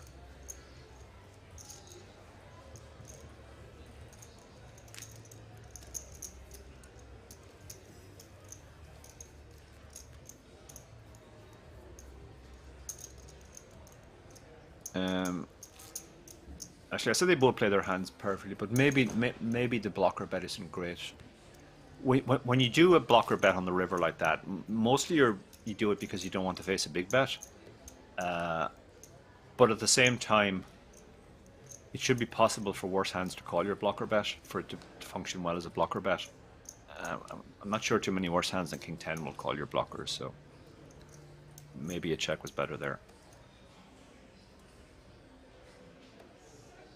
Radu, the ace-7 suited, yeah, he's going to open this up. Any suited ace from any seat when you have this kind of stack.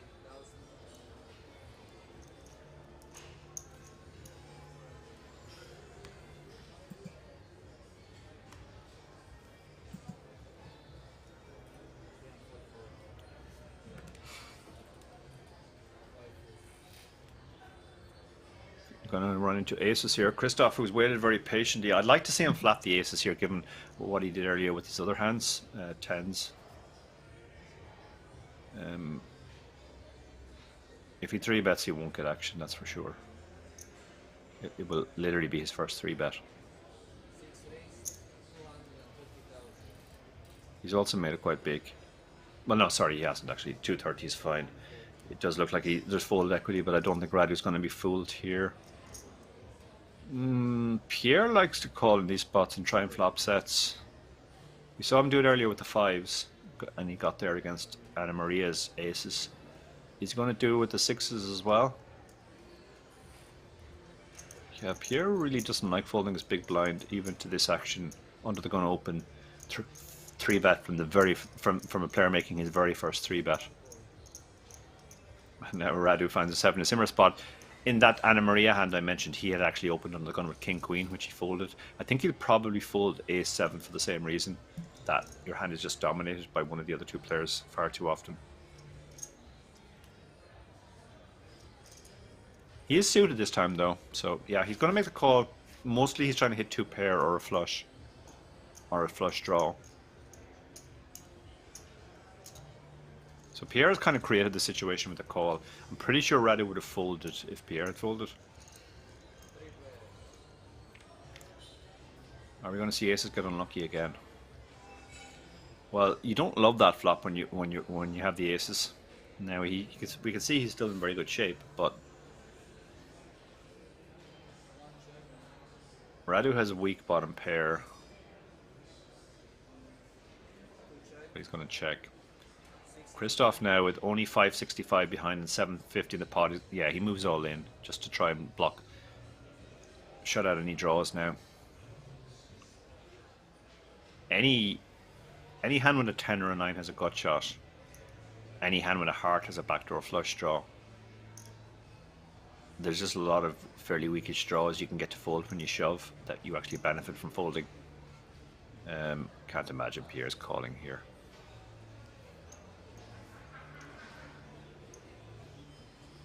No, Pierre folds. Yeah, Radu's in it.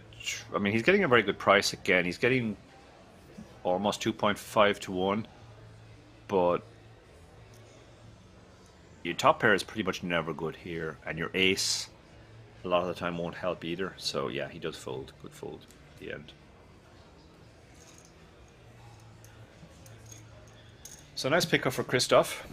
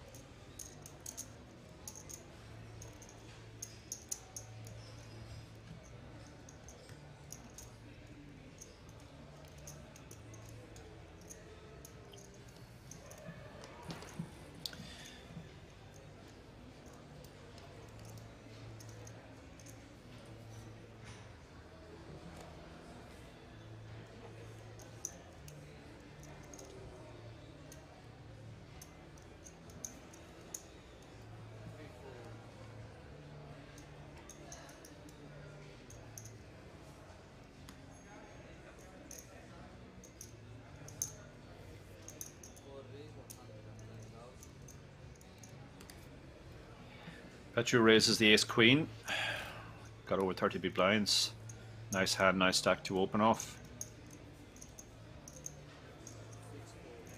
Down to 83 players now. We are playing down to either 24 or the end of level 28 tonight. Radu with the queen 4 suited. Yeah, this is the type of hand you could defend, but again, against the bigger open, against a min raise you would probably defend this, but against the bigger open you fold. And we avoided Romanian on Romanian violence there.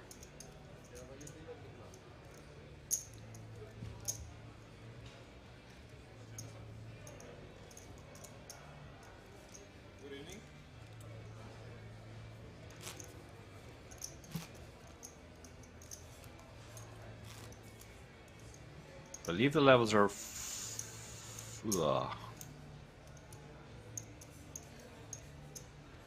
question. I've been asked how long the levels are. They're either 40 minutes or an hour, I'm not too sure.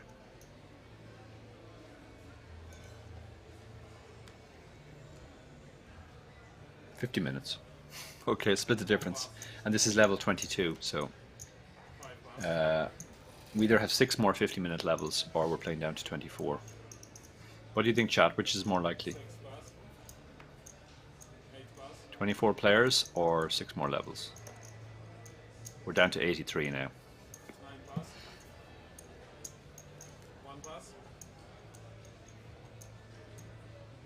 Radu, king 3 in the small blind. How you play this hand depends very much on the big blind, both his stack and his tendencies.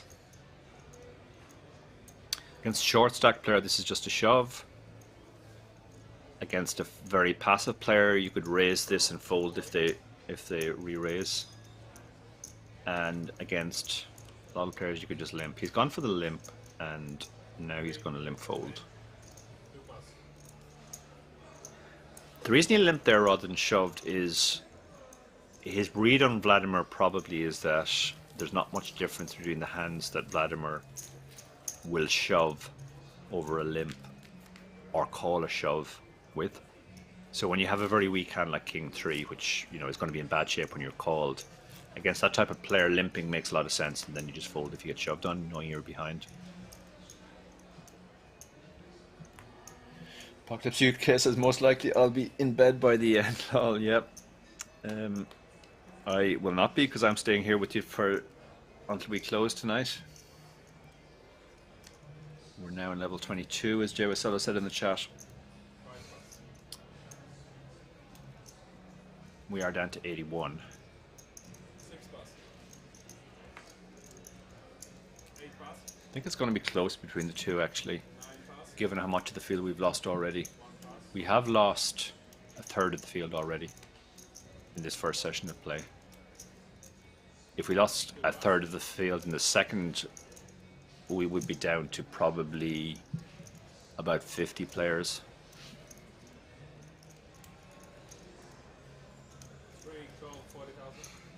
And then it would be touch and go whether we could get from there to 24.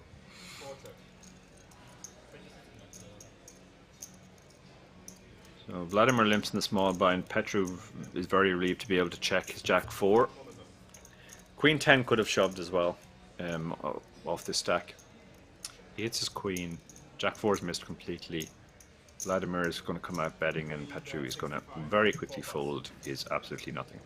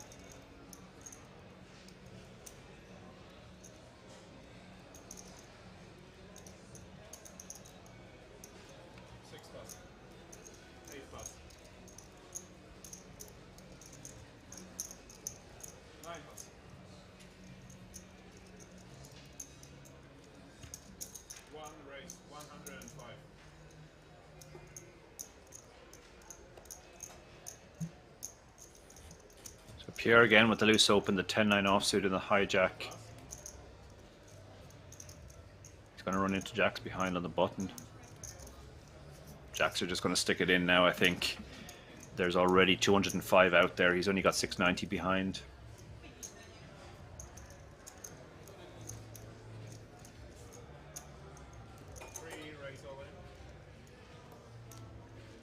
He does move all in. King 10 in the small blind won't be interested facing that action. Queen 4, no interest either. And the 10-9 folds. This is the one downside to Pierre's style when you're opening as wide as he is. He's going to have to fold a lot more when this happens. More of his range than most players, and that actually encourages other players behind you to do that more often then. While we wait for the next hand, let's look at the payouts. First prize is €80,700 plus a seat, WSOP e-seat worth €10,350. That's all. The first 6 players will all win a seat in addition to whatever payout they get. The 89 players, the players all remaining now are guaranteed €874 for their 250 investment yesterday. That WSOP Europe 2022 will be here in the King's Resort in Rozvadov. It runs from Wednesday the 12th of October through to Thursday the 3rd of November. We're actually down to 79 players now, so they are dropping quite fast still. We may actually get down below 75. 75 was my prediction for the end of this session of play. I think we might actually get there and beyond.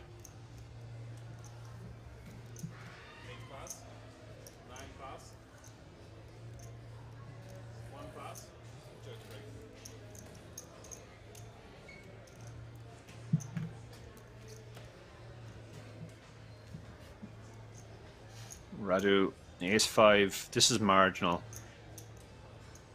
In this setup with that chip stack, I think it's a perfectly fine open.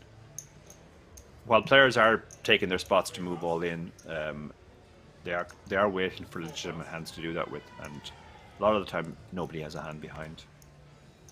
7-6 suited is a pretty hand in the small blind, and it's a min raise, and he is super deep. Might decide to just flat here. You can also throw in a light 3-bet some of the time as well. But he does go for the call. That sets up a spot for Christoph now where he can call fairly wide. You don't want to call too wide here. Like we saw an earlier hand where, because of the price he was getting, he called with 10-5 off and hit a 10-high flop and still check folded. 9-7 is a better hand, as weird as that sounds, than 10-5, because there are more ways you can hit other than just a pair. You can hit a very strong draw as well. So he's going to call. And King 8. In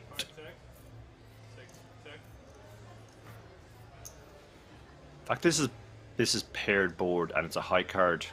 Radu probably will just fire at a small bet here.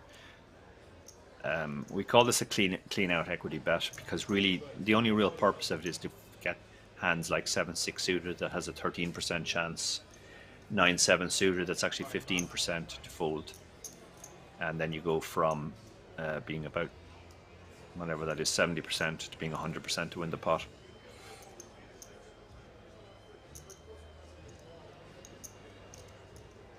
Christoph hasn't immediately folded. It's a tiny bet as well, tiny bet. He just bet the one big blind there, but it was enough to get the job done. On paired boards you can bet really small because players will still fold. So we are going on a 12-minute break. We will be back after the break and I will join you then.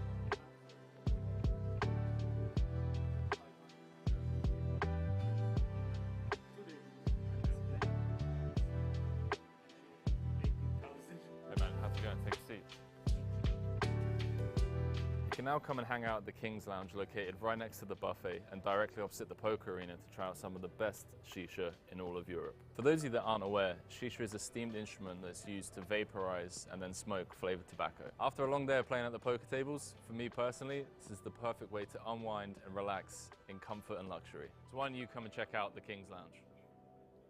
Cut.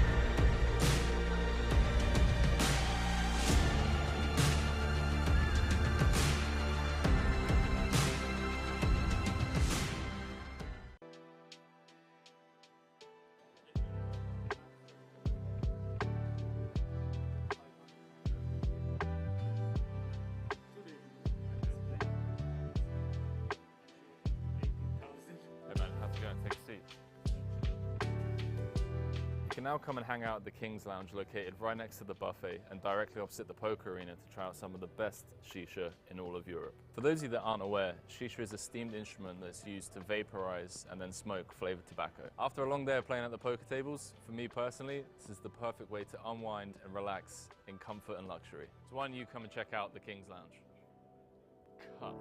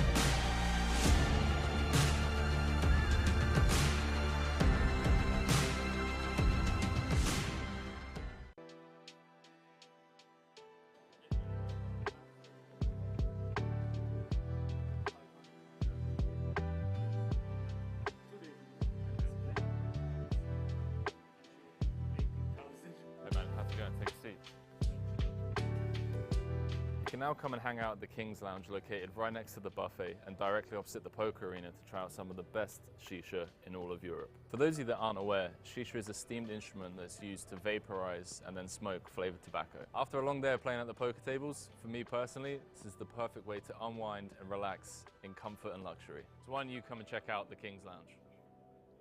Cut.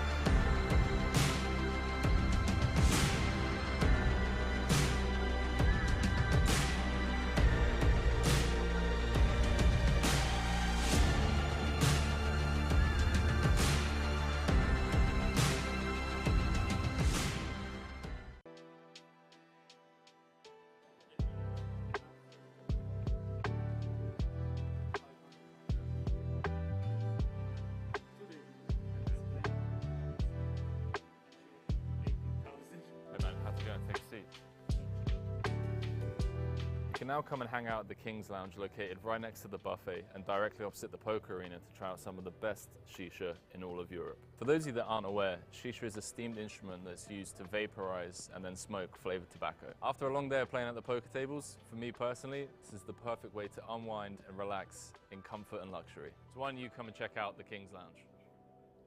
Cut.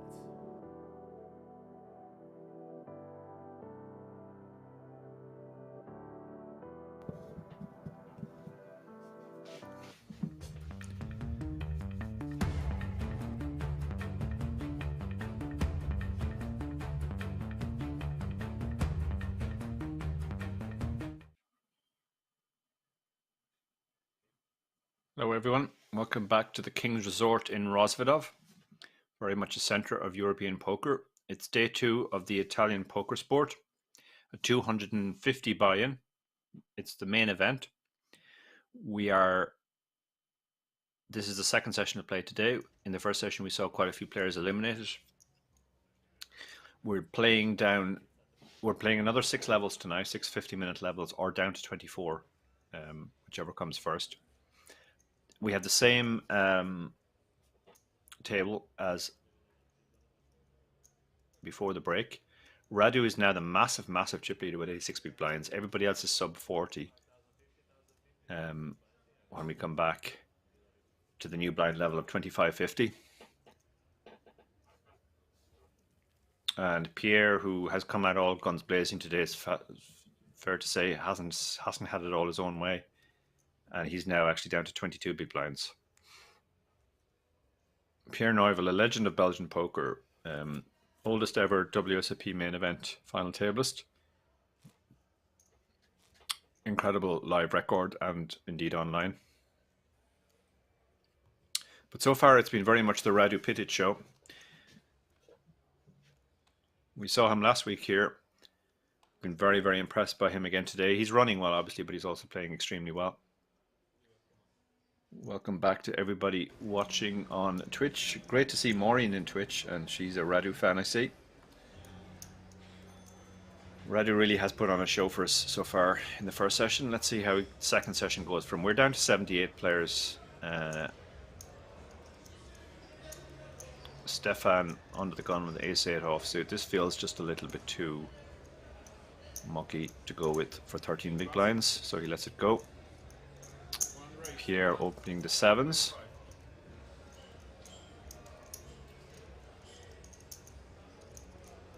Maureen says, hi there. Yes, he got third at the Dash Masters last week. Yeah, I did commentary on some of that on some of the last day, and he played incredibly well. I wasn't surprised to see him finishing as high as third. And he has an absolute commanding chip stack now. His only problem is that everybody else is in. So many people all the other players are sort of 20 big blinds or less. So each hand you're playing their stack rather than your stack. But it's a great position for him nevertheless. Matthias with the ace jack suited on the button. Yeah, call feels like the play here. You 3-bet this hand, you're only getting action from hands you're not in great shape against. Christoph has played very snug. He's going to let the Jack 7 go. And Peso 7, who I think is a new player. The kind of hand you could definitely defend here. Plays reasonably well 3-way. You can flop flush draws, straight draws, as well as your pairs. Now, flopping a flush draw would obviously be pretty bad for him, because he would be up against a nut flush draw from Matthias, but he's going to continue.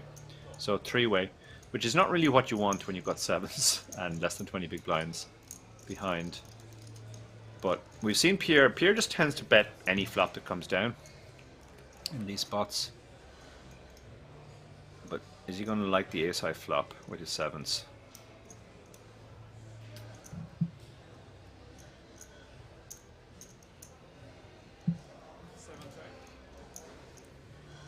Yeah, Pierre's fearless. He just fires here pretty much always.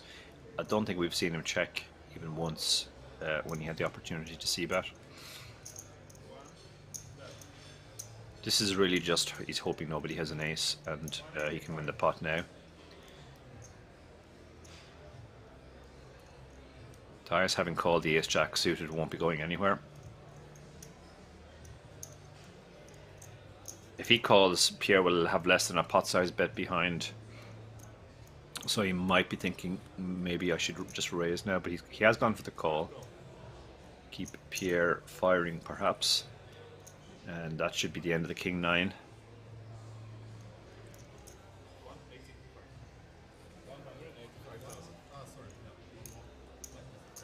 Dias makes the call. There are some interesting turn cards. A 6 or a 9 or a spade would give Pierre additional equity. 5 doesn't help his cause.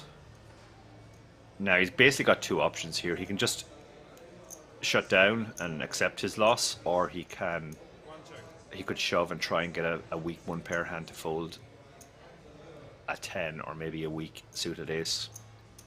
But he does. It looks like he's waving the white flag. Dias is a tricky enough spot now because Pierre has just under a pot left behind. Pierre shouldn't have too many draws. His draws probably just stick it in on the turn, try and get the fold. So he has to ask himself, what's the benefit of betting now? The major benefit of betting is just to fold out equity. If Pierre had something like King Queen that had a gut shot, it's unlikely Pierre has a stronger draw than that, but Pierre gives up. So very much Pierre's style to just sort of always bet the flop, but then if he gets called, kind of recognize, okay, well, I have to give up now.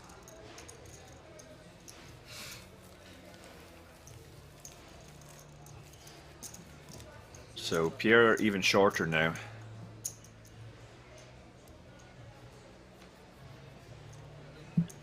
See, actually Pierre, who started the day as chip leader, remember, on fairly significant chip leader on this table, is now second shortest. Just been steady flow of smallish pots that he's lost. Radu has gone completely in the opposite direction. He started second or third in chips, but has just basically pulled clear. Matthias, I've been very impressed by Matthias as well since he came to the table. Not at all surprised to see him as the second biggest stack now.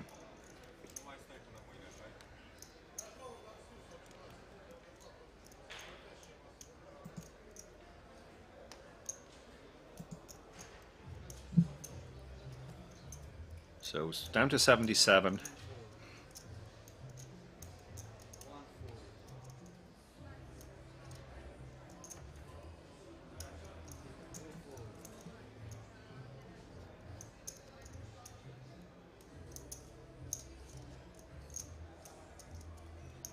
Vladimir with the ace king, 18 big blinds.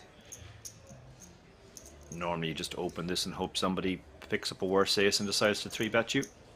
Or maybe a king queen. That's what he's gone for. He's gone for the open.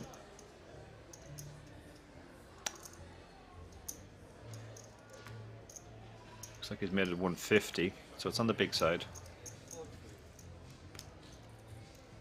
Gonna fold out most of the hands behind. Gustav is not getting involved with the Jack 4 offsuit.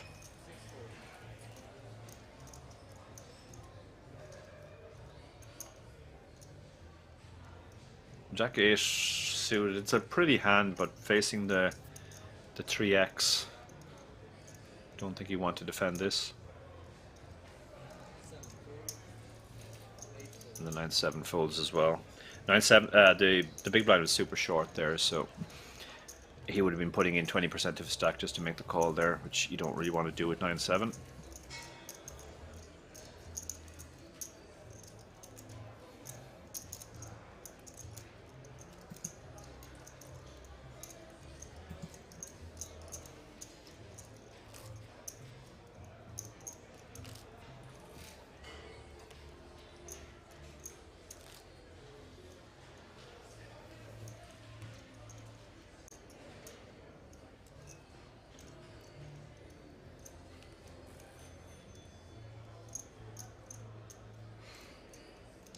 So the blinds are 25-50. Most of these players at the table now are sort of 20 big blinds or less, so they're looking for a good spot to try and get a double up. The one exception to that is the man in the screen now looking at his cards, Raju, who came third early this week at the Dash Masters. But he lets the Queen 5 offsuit go. Even though he's massive chip leader, the fact that everybody else is sort of 20 big blinds or less means he can't open too wide because he will get shoved on quite a bit. Fours. It's a fairly early seat, but he's going to go ahead and open. 125 it looks like. And he's mostly hoping they all just fold, or just the big blind calls.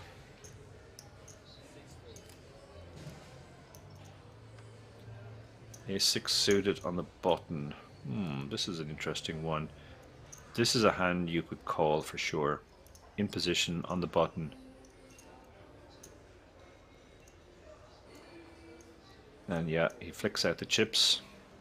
The green one and the white one. Again, Jack 8 suited in the small blind. This is just a little bit too mucky. I mean, he would be in amazing shape if he stuck this in. He might very well get them both to fold, but this is sort of best case scenario. That's because we can see the cards and we can see it's two less than premiums. And he's having to think about it. There's just a lot out there. There's 375 out there. Even if he got called by one player, he'd probably have 40 to 50%. That's what he's thinking about here. This type of hand does very well when there's dead money in the pot. And even if it goes multi-way, you'd prefer to have a hand like Jack 8 suited than say Ace 8 off. The S2 suited is definitely going to call in the big blind. That's a hand because of its suitedness and the fact that you're closing the action, you get to see a flop. So the Ace6 has hit a pair. The 4s has hit a reasonably safe flop. You're not too worried about the 6,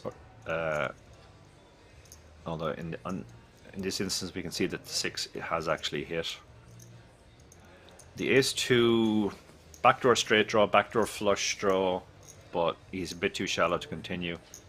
Your ace might not be good if you hit, so that's the benefit of calling on the button as well. You'll win a lot of the times the other two players miss. Chance of hitting any flop with an unpaired hand is about 32%.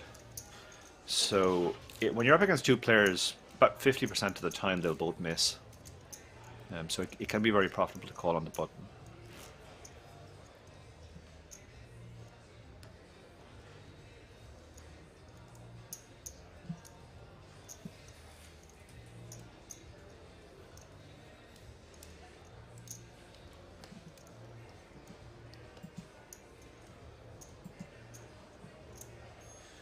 Radu under the gun. Can't really understate how impressed I've been with this man. Both tournaments that I've commentated on with him playing. He's loose but not crazy, and he plays really well post flop. Yeah, the fives is a loose open, but he's at a table where people are not 3-betting very much at all.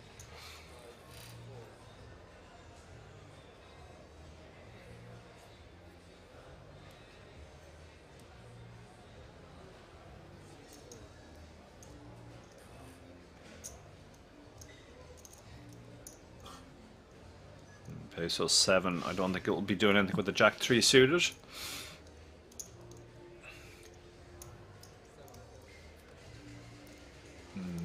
Nutella, who appears to have changed his name during the break. On the button. Queens. Here we go.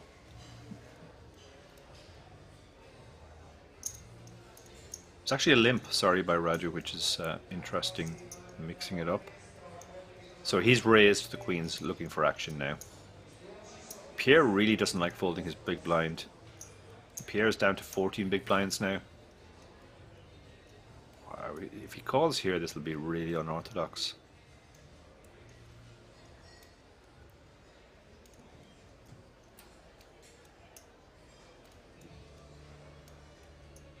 Looks like he's considering calling. Yeah, he has. I mean, yeah, Pierre makes these very unorthodox calls, and now that, similar to the last pot we saw when Radu eventually called with a7 suited, the fact that he called makes it much more likely that Radu's going to call, because he's set mining against two people now. The queens have set it up. Very, very hard to get action now when you've got top set. If ever there was a spot for checking your set, this is it.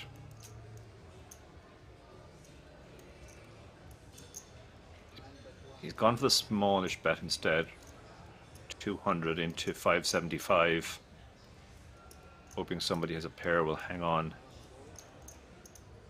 But that should be the end of the hand. And it is. So down to 75. We are playing down to 24 or end of level 28. This is level 23, I believe. 50-minute levels.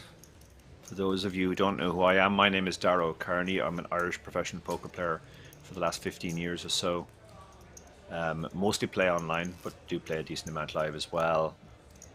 And in addition to playing, I also do a bit of commentary, obviously, which is why I'm here. I do some coaching. I've written 3 poker strategy books.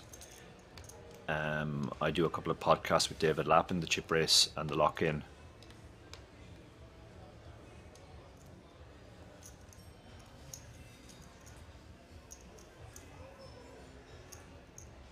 So Vladimir, 20 big blinds. A lot of them are in the sort of 20-ish big blind zone, which is awkward enough zone because you don't want to be opening too wide, and because every time you open and have to fold to a 3-bet, it's quite a decent amount to your stack.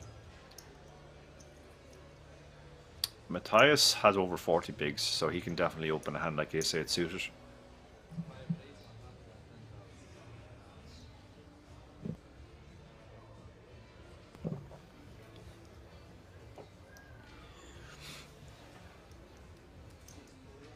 Queen 9 suited. It's a pretty hand. This is the type of hand that you would typically turn into a light 3-bet a lot. It's not quite strong enough to call, but if you 3-bet it, you can get a lot of better hands like ace-8 suited, for example, to fold. And if you get called, you have some sort of playability. But he's not going to 3-bet on this occasion.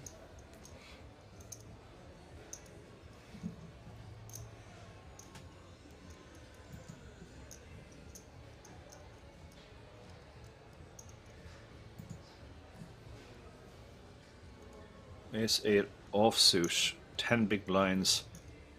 Yeah, he moves all in.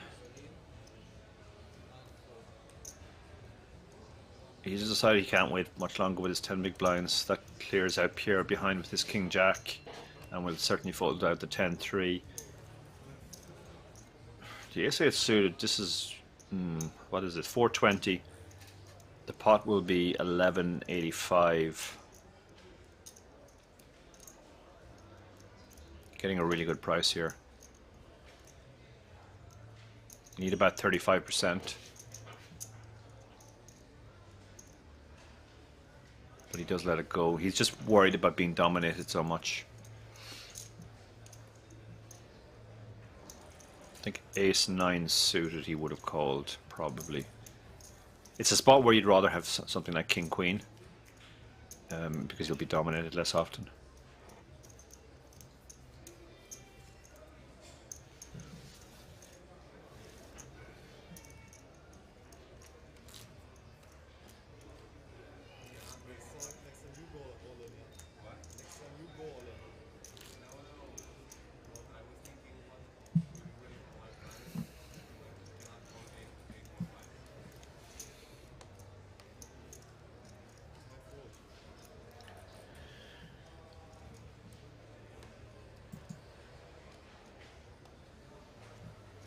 Shout out to BDB in the YouTube chat. It says, love it, Dara, enjoy the pods a lot. That's great to hear. Thank you. We love to hear that people are listening to our podcasts and enjoying them. That's why we make them.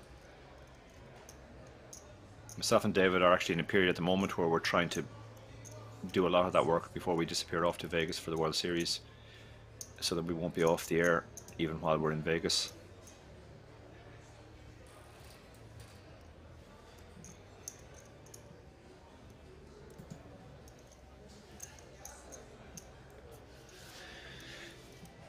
So having picked up, nice pickup last time, because he didn't just get the blinds, he obviously got the open as well. He's moved all in as well. We don't know his cards yet. King 10 offsuit. This is marginal, yeah. This is a hand he doesn't want to open and get 3-bet with, so he's decided to put his chips in first. By doing this, he'll get better hands like King Jack to fold. And on this occasion, yeah, he can get Queen Jack suited to fold as well. He'll probably have a think about it. But I think in the end he will decide maybe it's just a bit too much to call.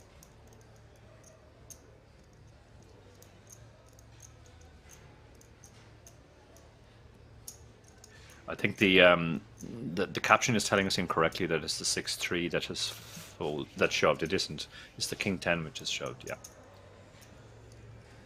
And yeah, he does make the fold in the end, and that's the power of the shove there. If he hadn't shoved, if he just raised a normal amount, the Queen Jack suited would either have shoved itself or called. But by shoving, he gets it to fold.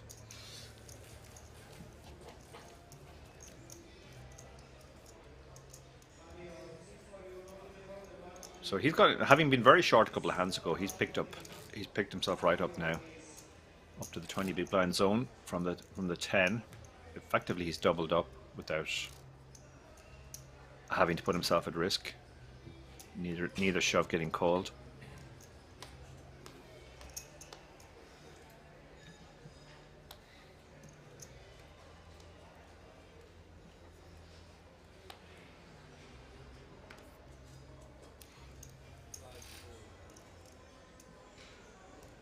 Don't know what Matthias folded, but it doesn't matter. Christoph will be folding the 7-4 suited. King 6 will be going in the bin as well.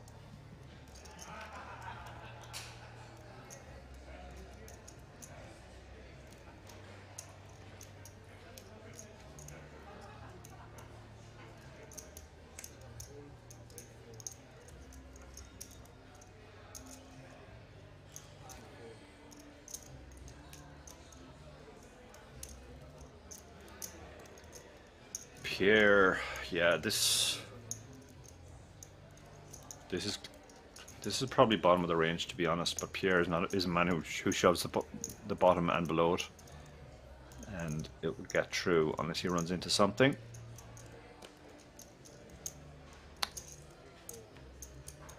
Queen 9, I don't think we'll call either, even though it's just over 10 big blinds.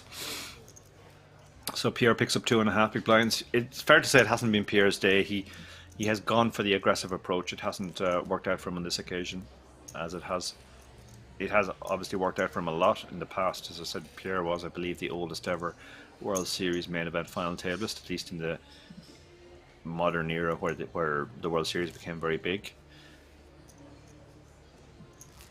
He is now 79 years old, but still a terror at the table and plays a very aggressive style.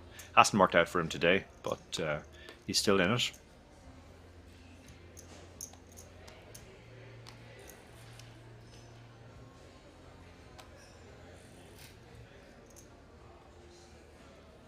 Christoph at the other end of the loose spectrum. He's played probably the tightest of any player, but it's kept him in it too. He avoided getting turfed out when he picked up 10s, and other players had bigger pairs at the table.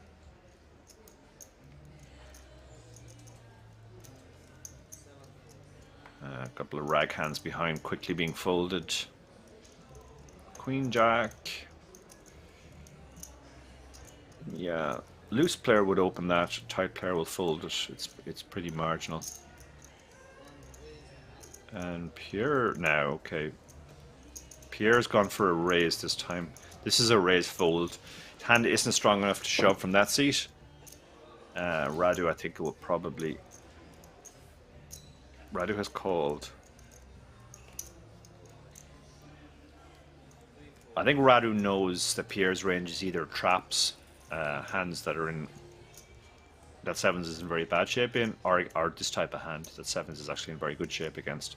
So he doesn't 3-bet because the traps he would just be in terrible shape against, but he would have to call off because of the price. So he's going to play the pot in position, see what Pierre does. Pierre hits his deuce, which is... this could be a problem for Pierre. He might think his hand is good now.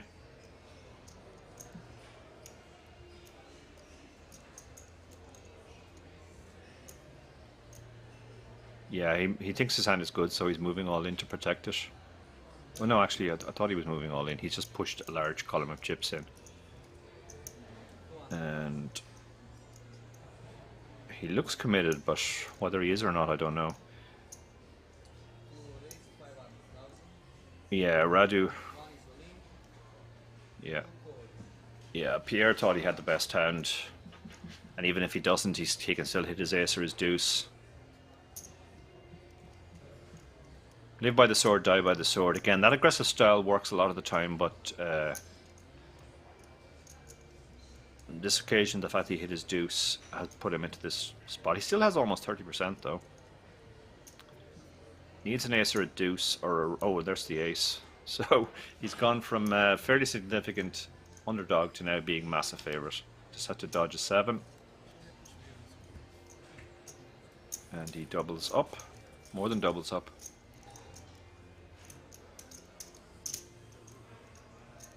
So live by the sword, die by the sword. On this occasion he lived by the sword because that is the benefit of the aggressive approach. Even when you get it in and you're behind, you still have a chance.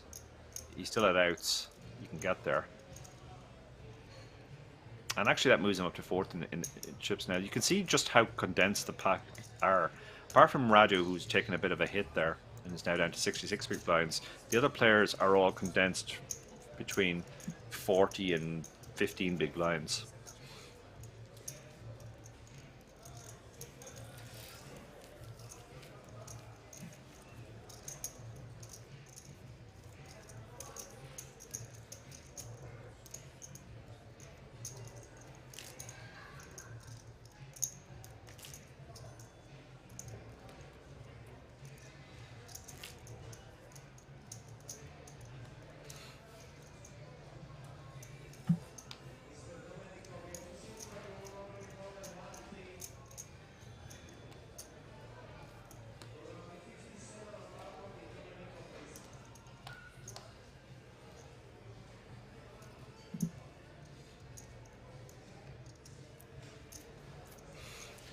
Down to 74, continuing to lose players on the outer tables.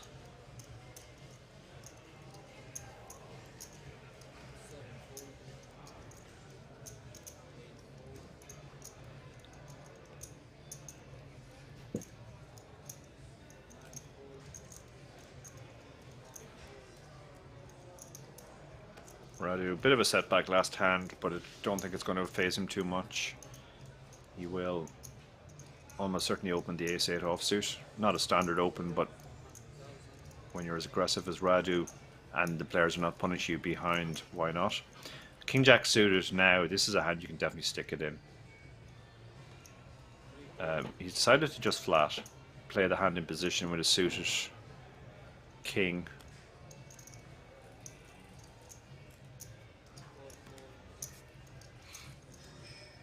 Could have just shoved there as well. It's probably the more standard play, but flatting is fine too. 8-4 suit in the big blind. He's going to make the call because of the price he's getting here. He's mostly hoping to hit better than a pair. We saw him calling in a similar spot earlier with 10-5, and even though he hit top pair, he ended up check folding. He has absolutely nothing here, so that's going to be in his interest in the hand. Radu might fire one here. This is a hard board to hit, so there's a decent chance both of his opponents have missed. He's going to find out quickly that's not the case. King-Jack suited will be continuing. It's a very dry board, not many draws there at all, so when your opponent calls, you're pretty sure he has a pair. Probably a 9 or better.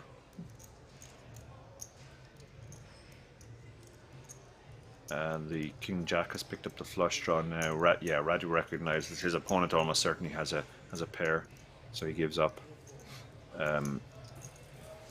Vladimir decides to end the pot there by moving all in.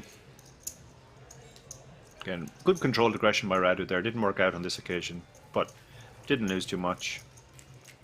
It would have worked a lot if the other two players had missed.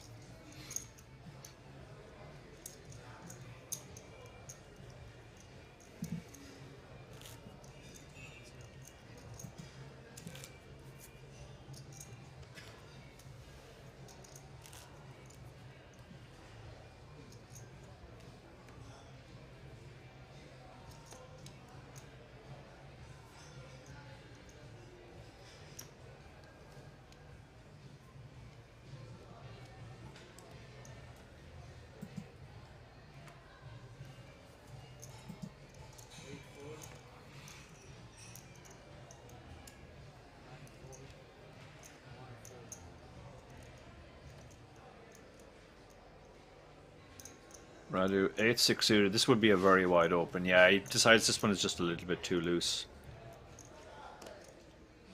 Vladimir picked up an... Wow, that is a very tight fold. King-Jack in the hijack. That's a man who's decided, okay, I won the last pot, I'll let this one go.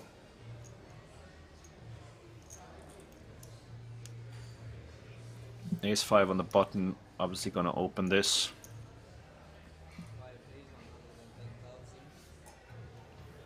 Opens to 110.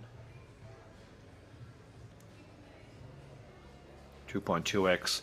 Jack 10's a nice hand, but he's hamstrung by his stack here. Less than 20 big blinds.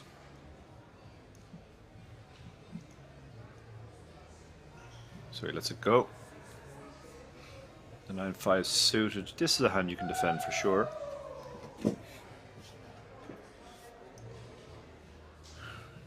Unlucky to be dominated. You won't be dominated with this hand too much. You're suited. You're somewhat connected. A lot of flops you can hit apart from the ones that give you a pair. So he makes the call.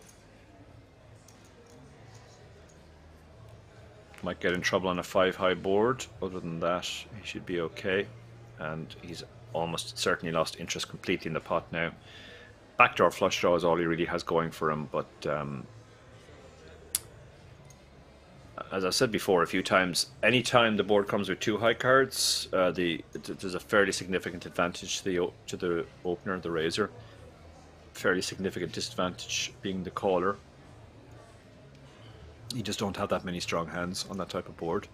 Whereas when where it comes middling cards, say between a 6 and a 10, that tends to favor the caller. He will just give up here. Yeah, and he does. Down to 72. Continuing to lose players all the time on the outer tables.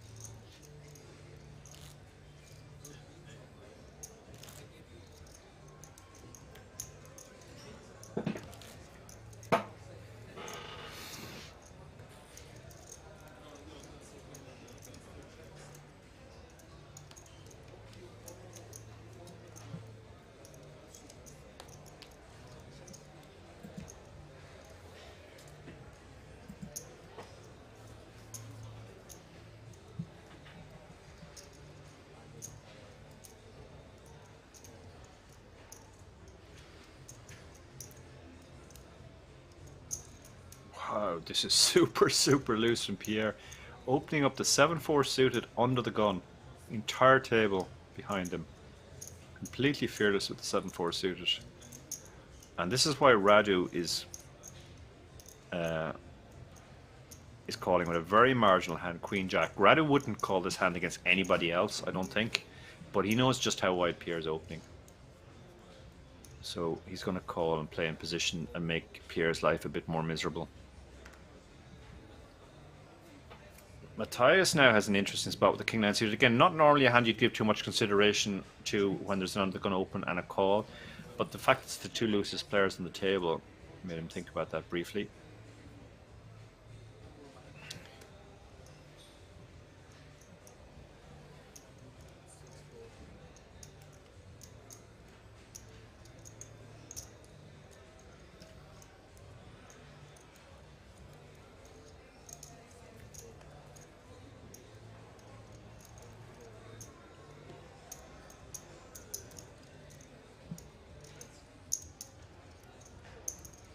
Alexis calls with a King Jack as well.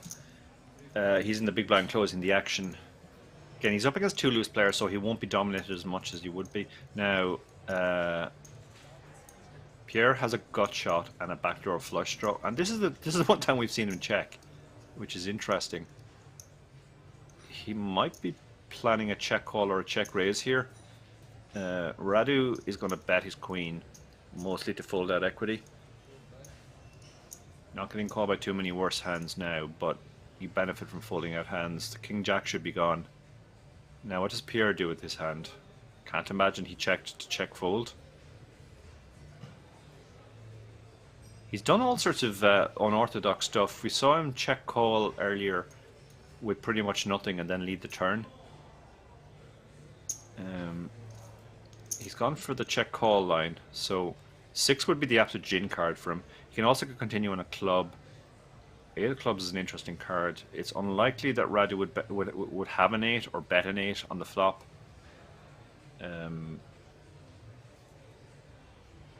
Pierre is checked. And Radu is checking for pot control now, yeah. So he's going to see the river. Now Pierre's going to have to bluff if he wants to win the pot, but I think Radu will almost certainly call.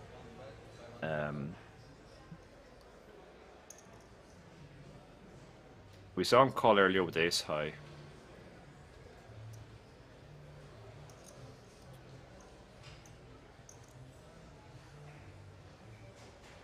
I mean, it's a tricky spot because it is just a pure bluff catch, and Pierre can definitely show up with an 8 here, and if he has a queen, it's a better queen, probably.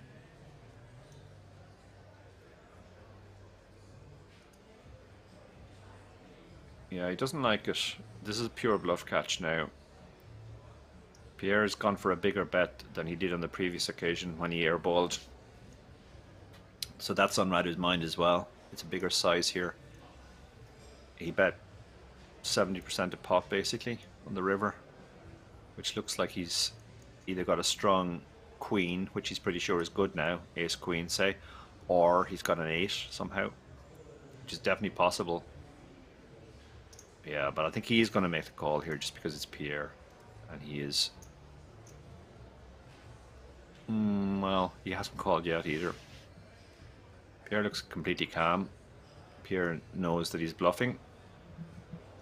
He's just waiting to see what his opponent does.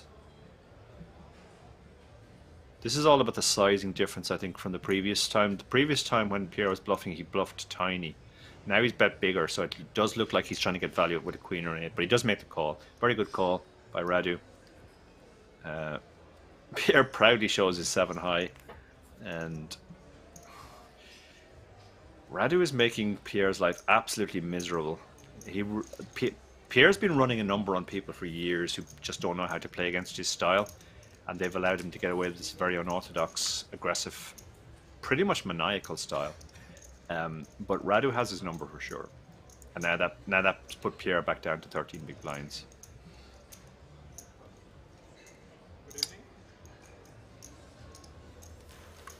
We're on a pay jump now as well. It's a fairly minor pay jump, it has to be said. Most of these players will be eyeing the money at the top, but nevertheless, every pay jump is welcome.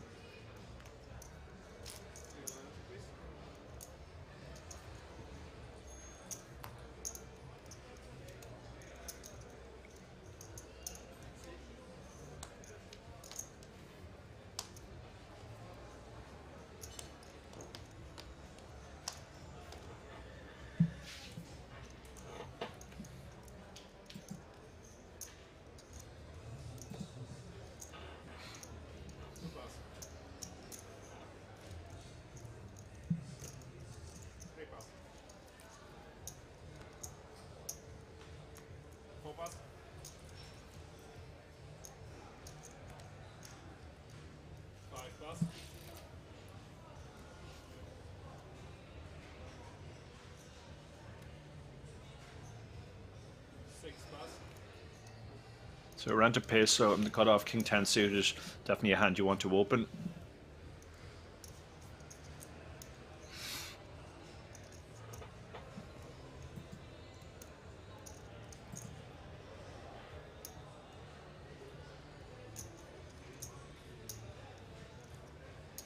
And we actually sorry, we're through the pay jump now because we're down to 71, so they're all guaranteed over 1,000 euros for the first time in the tournament.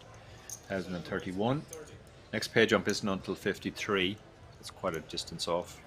King 10 suited opens 2.6x, large open. Ace 4 suited is the kind of hand you would like to shove from the small blind. But he's decided to let this go. Maybe a little bit put off by the big size. Pierre is not a man who folds his big blind. Come on, he's got a suited 9. Definitely not folding this. He might only have 5-10 behind, but he's going to play this pot with a stack to pot ratio of about 1.5. He's going to try and flop a pair and go from there.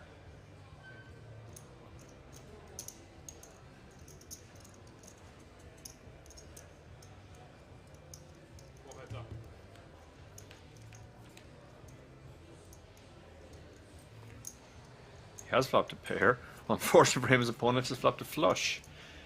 So yeah, you don't really love your bottom pair on a monotone board. He's checked. He's going to see what his opponent does. Tiny bet here might induce Pierre to shove. One thing you don't want to do here is bet big. Yeah, he's gone for a tiny bet, and that's going to keep Pierre interested. Yeah, he's moved all in. Snap call, I imagine, and he's going to get the very bad news. He's in horrendous shape here. 3%. He needs to hit a runner house. And Riley shows his hand.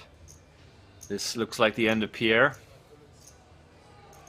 He's been in tighter spots before, but this is a pretty tight one. He needs to hit a house, and he's now drawing dead. We lose the legend of Belgian poker, Pierre Neuville, 79-year-old internet kid. Live by the sword, die by the sword. He really swung wildly today. I don't know why they're counting the stacks. They're not even close. Yeah. That's the end of Pierre Neuville in this tournament. Not the last we've seen of Pierre, I'm sure, in the world of poker or even this venue. He does love coming to Rozvadov. As I said, the last time I played in Rozvadov a couple of years ago, Pierre was at my table.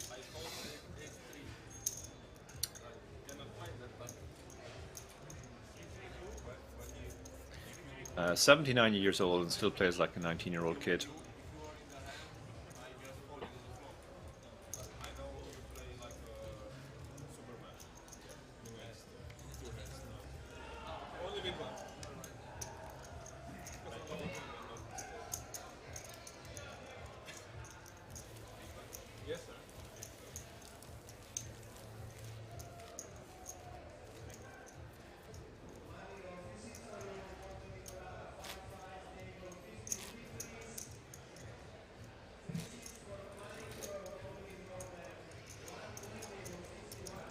So we will have a new player arriving, no doubt, to replace the departed Pierre Neuville. For now, we'll continue 8-handed.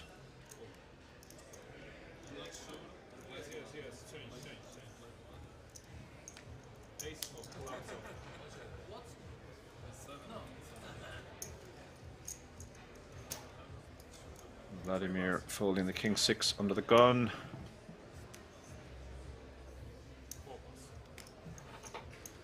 Thank you to everybody who's kept us company here late into the night.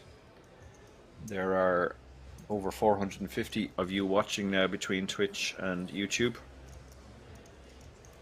Christoph with the jacks, 20 big blinds. This is a hand you just want to open and hope somebody shoves on you.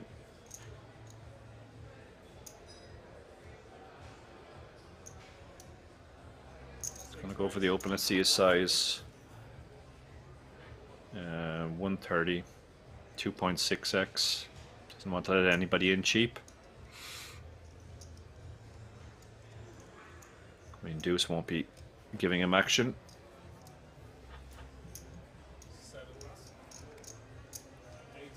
He's hoping basically to run into a smaller pair here behind that decides to stick it in. Radu again. He might defend against a smaller size. I don't think he's going to defend to this size. Nope, I'm wrong. He's going to defend. Suited jack. The fact that Christoph is quite straightforward post-flop might be a factor in that decision.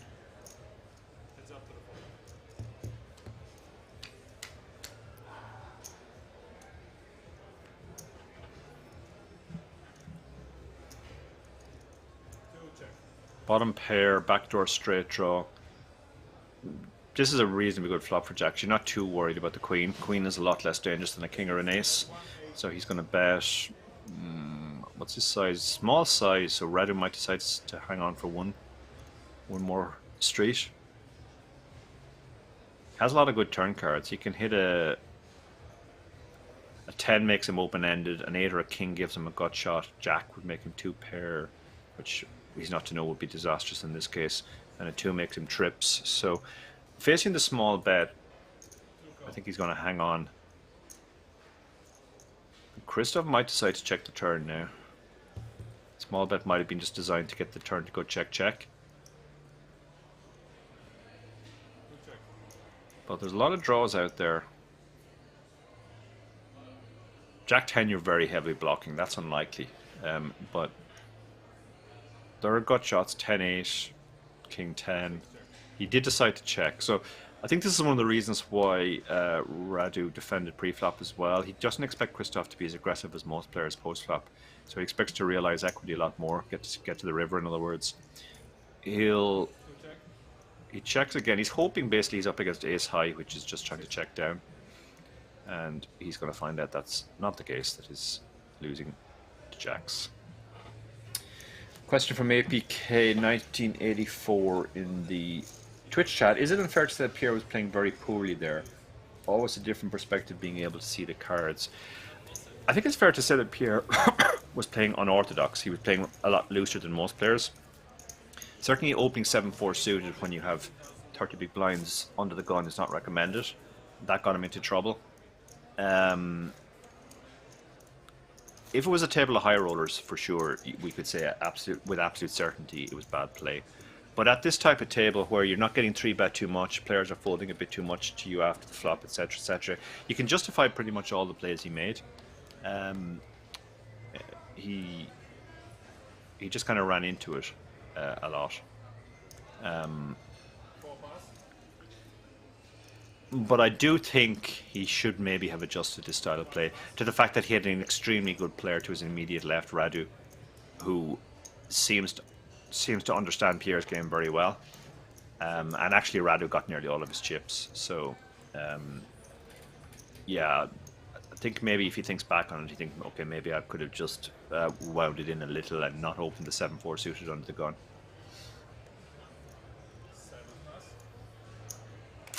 Pierre's death was more. Kobe Medium asked what was the hand that knocked him out. I mean, the bust out hand was whatever. He defended 9-2 and hit a pair, so he decided to go with it super shallow.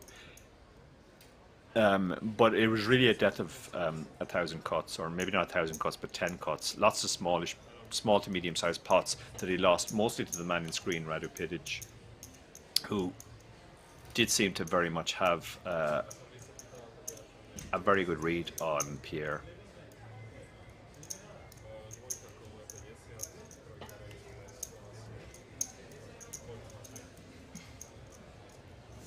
It's hard to criticize Pierre because there are definitely tables, and I played at some of those tables actually with Pierre, where that style, that ultra aggressive style of Pierre has worked, and he's ended up with half the chips on the table. Because a lot of people are fooled by the appearance of the 79-year-old man. They think even though he's playing a lot of hands and showing down some fairly marginal ones, they still give him too much respect.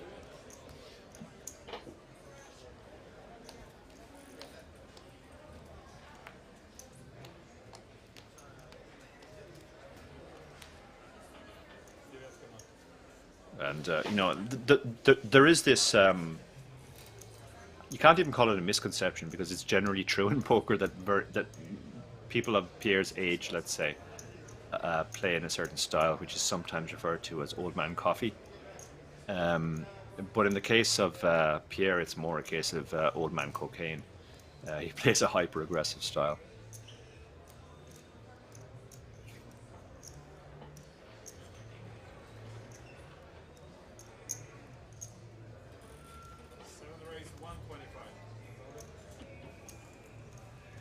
Yeah, I agree. When you with Tall Mountain, when you are older, and I'm in that category too. There are a lot of tables where you can really go way wider than you're supposed to, because people give you too much respect. when they see the grey hair. So what do we got here? Peso's opened the 10s, it's perfectly standard. Radu has called on the button with King 7 suited. That's a hand you could also 3-bet. It's the right type of hand to 3-bet light. Radu has done very well by just calling in position, and because he plays very, very well post-flop. Now, Petru has played these spots brilliantly. I think Petru will stick it all in here. That's what he's tended to do in these spots. Yeah, he's moved all in. He's done this quite a few times when he's picked up a reasonably premium hand over this kind of action, raising a call. 400,000 out there. So if this gets true, he adds 35% to his stack.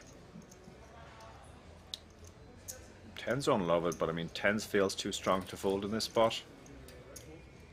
Slightly worried. He's going to be worried about the fact that he's got Radu behind him and Radu covers him. If this was just against the big blind, I think he'd have called already. But he really doesn't like the fact that he's got Radu behind him. So if he does fold, that will be the reason. Not that he's worried about... Well, he obviously is somewhat worried about Petru because he's moved all in. But your 10s are strong enough to call a 22 big blind shove. But actually less than 20 big blinds because it's up to 60k now. But with somebody who covers you lurking behind, who will sometimes take this line with kings, aces, queens maybe, to trap. He's really not loving this.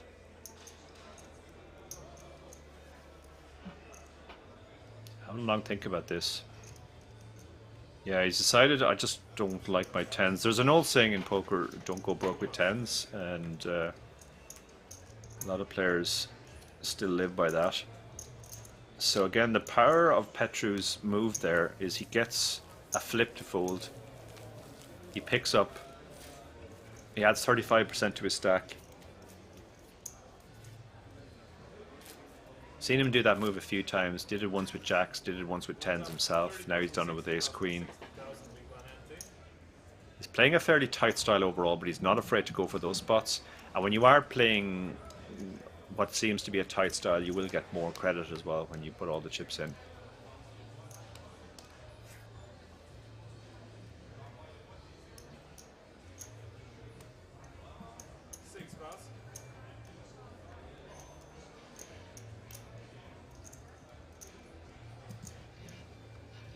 Down to 68 now, so we're continuing to lose players at a reasonable clip on the outer tables.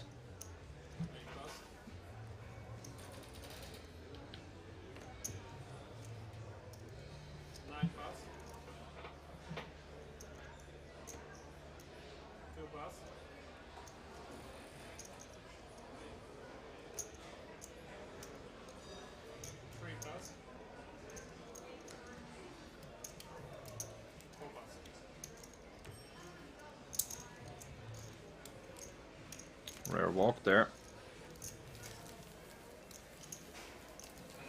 Walks are always gratefully received when you have the 8-6 offsuit.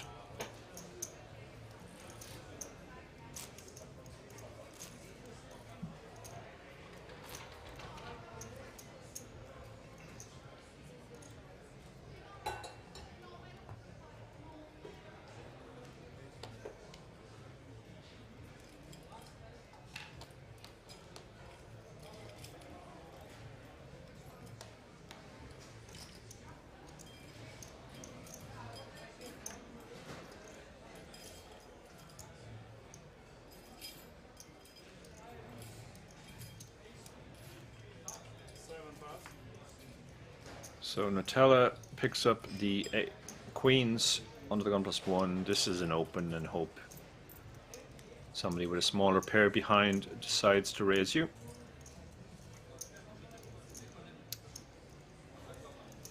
Just under 15 bigs, so he's gone for the open. Made it 150. Ace-9 is the kind of hand that might have played in later position, but isn't going to play next to act. 7 deuce definitely isn't going to play. Ace-4 on the cutoff again, just not quite strong enough.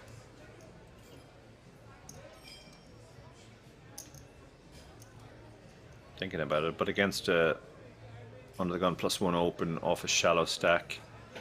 Ace 4 doesn't really qualify. However, Ace King does. I think we're going to see a flip here. He's got 23 big blinds, so he can shove it in himself. He can raise and call off the shove when it comes.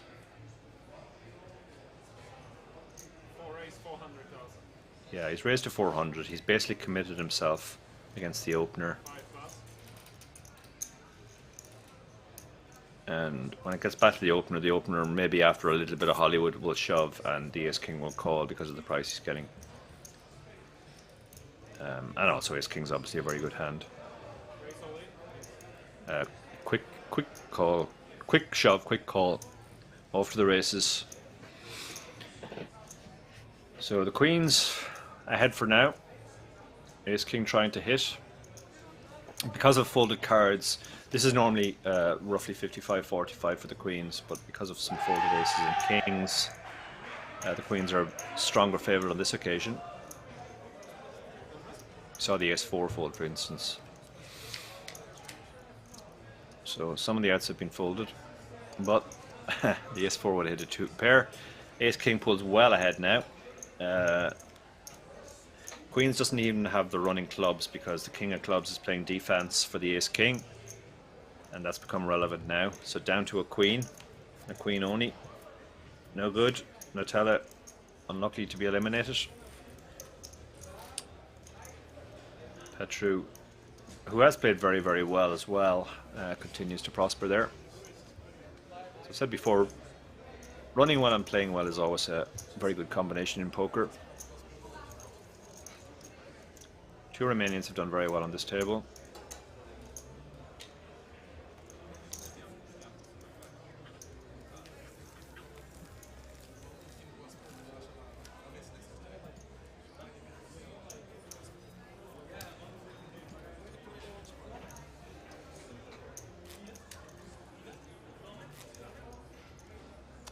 So we're down to 7 now, so I expect we're going to get some new players fairly soon.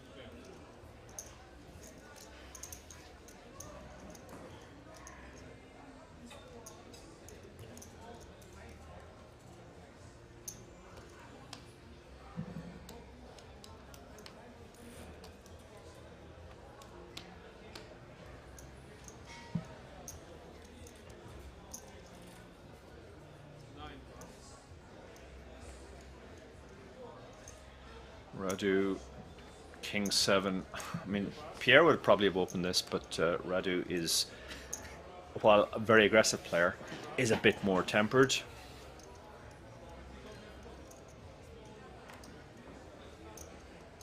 Shout out to Arcane231 in the chat, in Twitch chat. Great to see you, sir. Dias is going to open the Jack-8 offsuit on the button. This is not a standard open by any means. I think Jack-9 off is the bottom of the GTO range, but Matthias has opened wider than normal into both these players. Christoph in particular is playing much tighter than GTO, so... But Ace-9 is going to get him interested. 20 big blinds. This is a reasonable spot to shove.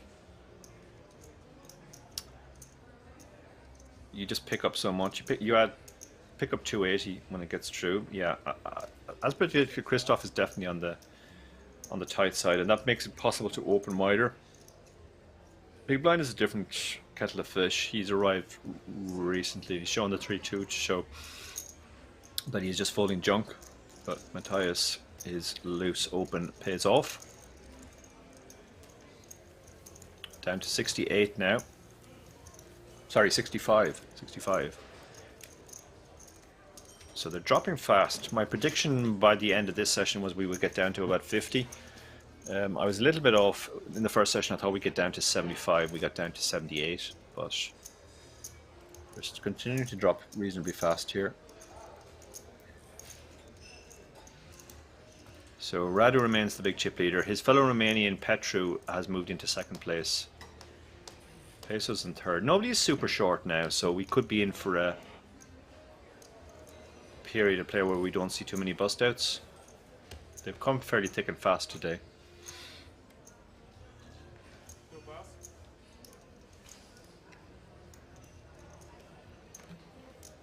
Hand 57 of the day.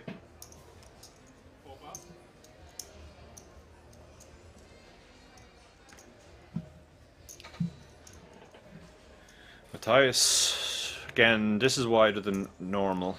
I think ace-5, ace-7 is the bottom of the GTO range here, but Matthias has profited from these loose opens. He has a very tight player to his immediate left, Christoph. Looser player in the small blind, but the small blind's a difficult position to play from. But I think he will be playing the ace-jack.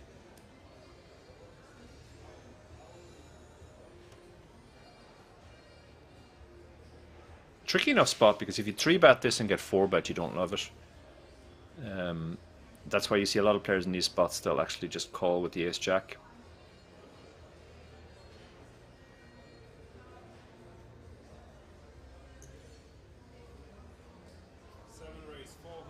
But he has gone for a raise. Against the looser player, he just doesn't want to let him see the flop for free, and also the raise forces out the big blind. Raises to 430. I think that'll be the end of the hand. Matthias had something like an ace-4 suited. He could think about the light 4-bet shove here, but shows the ace and folds.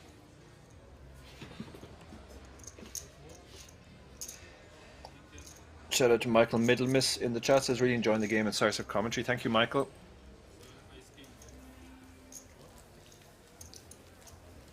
Bit of afters there. He showed the ace, looking for information, I guess, and also to show that he's not just opening any two. But usually when players do show the ace like that, it's obviously a very bad ace.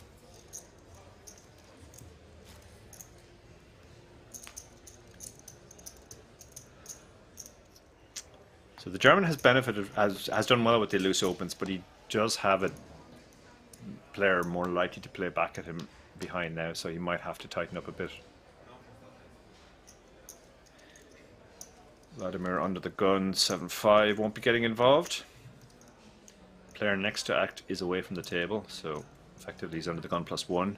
7-handed, which is actually fairly late, but obviously 7-5 is not a hand you're going to play. This is a hand, yeah, he might have opened that if he hadn't got 3-bet previous hand. Christoph is definitely going to open the 10s here. He's had 10s a number of times today. We saw him actually get away from them when jacks and aces were out there by playing them rather unorthodoxly. He just flatted the open and then was able to get away when there was a couple of shoves behind.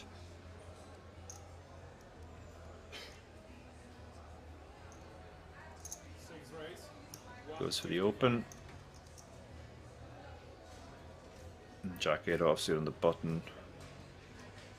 Okay, so that it's not getting involved. Alexis won't be doing anything with the 9-3 suited. Chip leader in the big blind. Ooh, Queen 9 suited. That's a very nice hand. He defended Jack 2 suited against the same player earlier, so can't imagine he's going to fold the Queen 9 suited. It's a bigger raise. Over 2.5x, but he's going to call. And again, Christoph plays quite straightforward post flop, so against that type of player you can also defend wider. Now Queen 9 suit is probably a defend against anybody, but certainly in the Jack 2 hand. Now Christoph is loving this flop. No overcards to his 10. The 2 6s there shouldn't really have improved his opponent either. So he's going to bet.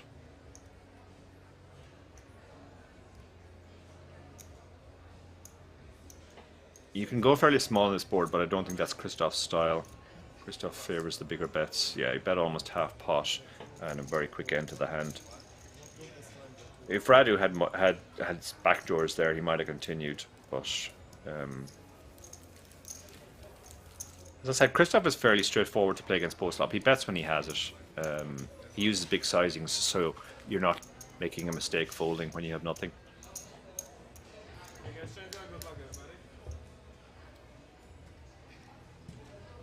Radu's still top of the charts there, and both Peso and Petro have escaped past the 40 big blind mark as well, so they have quite a bit of play. And as I said, nobody's super short. The shortest there is Alexis with 16 big blinds. So nobody is in a mad rush. We are 7-handed, so we will be getting new players fairly soon.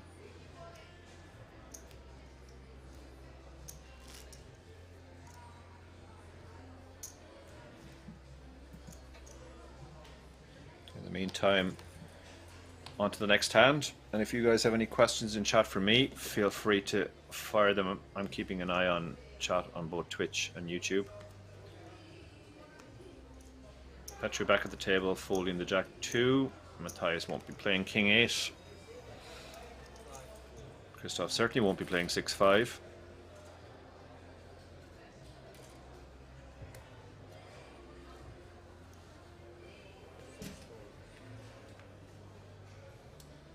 Okay, so shouldn't be playing 10-4 either. Cut off. And Alexis, I don't think is going to be playing the 9-5 that we saw flashed behind on the button. So blind on blind action. Radu in the small blind with the ace-3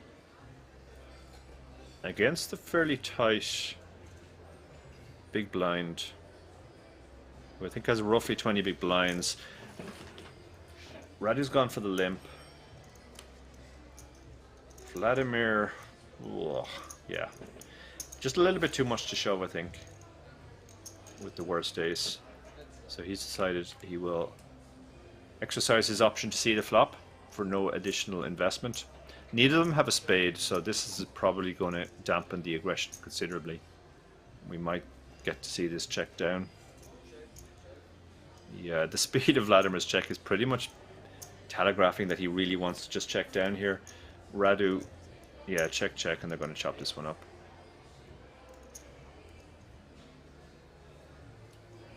And the ace. We're both quite happy with that outcome, I think it's fair to say.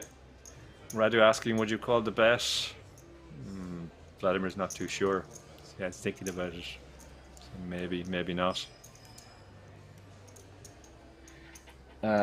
Arcane asked, when am I going to the WSOP? My flights actually got cancelled, so I had to reschedule, but I'm flying out the 22nd now, which is day 1A of the seniors, so I don't think I'll get in time there in time to play day 1A of the seniors, but I will definitely be playing day 1B of the seniors the following day.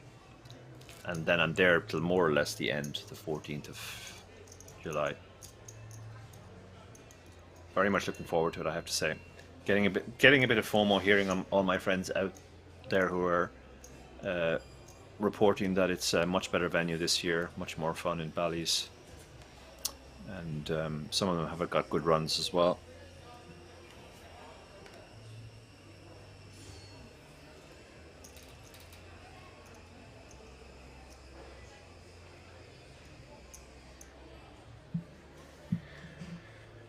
So, you know, Christoph's not the type of man to open a rag king in early position. Down to 63 now. Lexus is waiting for a spot to try and get a double up. This isn't it, obviously, with the 8-4 offsuit. Radu with the suited ace on the button will definitely be playing. His fellow Romanian in the big blind, and a tighter player in the small blind who won't get involved without a premium hand.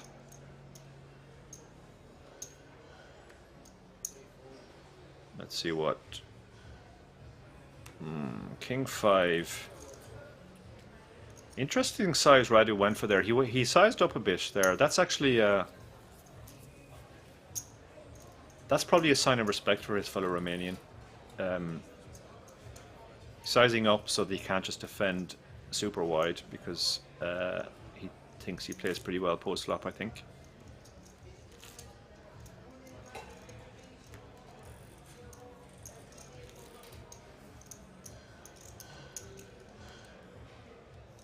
Has been using the smaller size against some other players, but on that occasion went for the bigger size.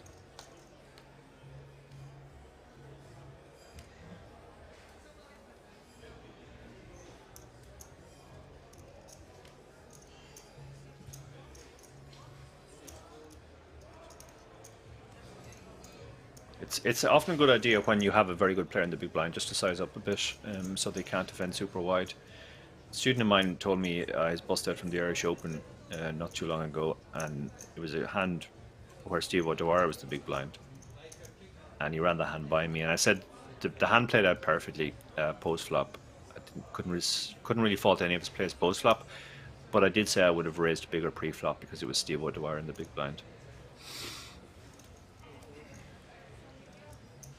Vladimir has picked up aces on the button. This is the dream spot for him.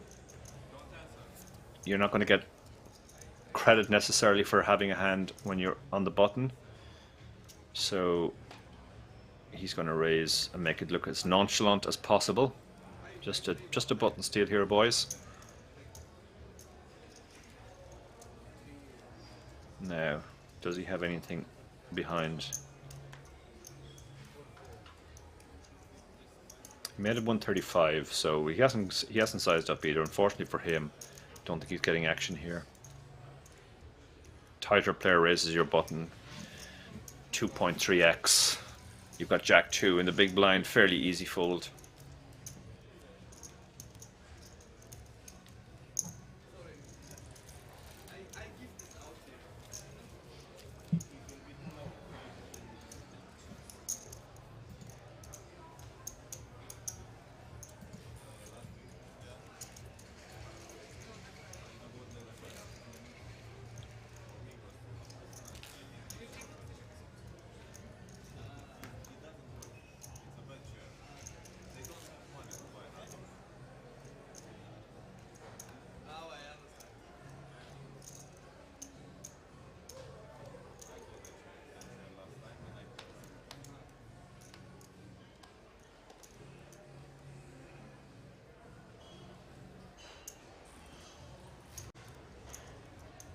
Looks like we have a new player. Seat 8.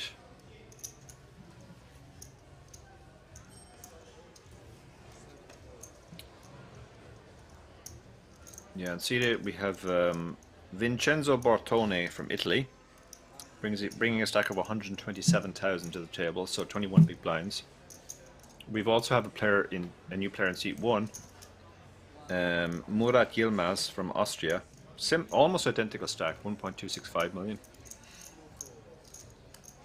and right into the action with pocket eights. Gone for a large raise. That's very large, 3.75x.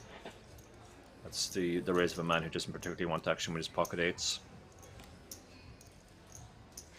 Jack 2 off again for Matthias, and Christoph. I mean, yeah, it's a big raise. You've got Queen 7.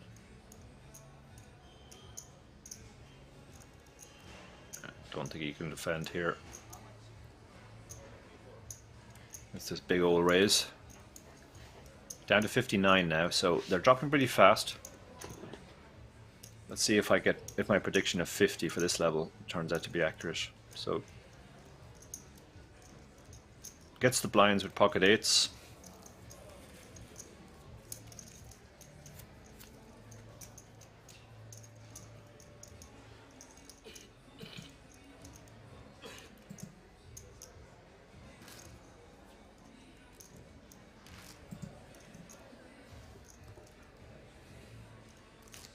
Always nice to win your first hand at a table.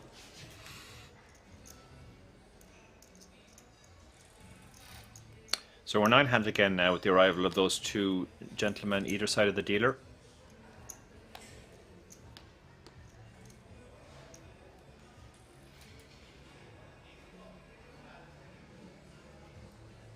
Seat 8 and seat 1. Seat 8 the first to act on this occasion. Queen 2 suited doesn't qualify. Alexis won't be playing the Jack 9 in early position. Quick fold as well from Murat. Radu is definitely opening the King 10 offsuit here. Kind of hand he's been opening all night. It's on the loose side, but it's fine at a table where you're not getting 3-bet very much. Ace 8 suited. This is an interesting one there. It's tricky because you've got a lot of players to act behind. The open is loose. Yeah, he's gonna It looks like he can't get calling chips, so he's going to just call and see what develops. The A7 suited is an interesting spot as well. Yeah, I like that fold. As I've said a few times, when you have a fairly weak ace, it plays much worse three-way or multi-way in general than it does heads up. You're just going to be dominated far more often.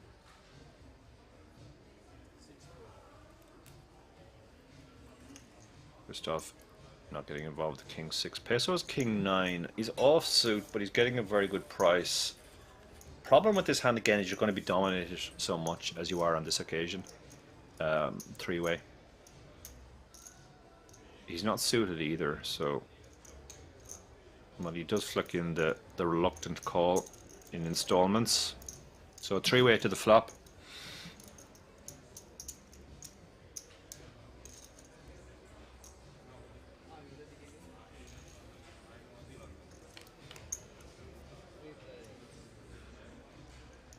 The flop's monotone, and that should really dampen the aggression. Anybody without a club really doesn't like this flop too much, even the ace. Radu has a club, and it's quite a decent club. It's the third nut club, because we can see the ace and the queen on the board. So he's behind only the king and the jack. He has a gut shot as well. Yeah, this is a reasonable spot to throw out a bet and just try to take it down. And even if you get called, you have some prospects. The ace-8 doesn't love it now because it's a weak ace and you have no club.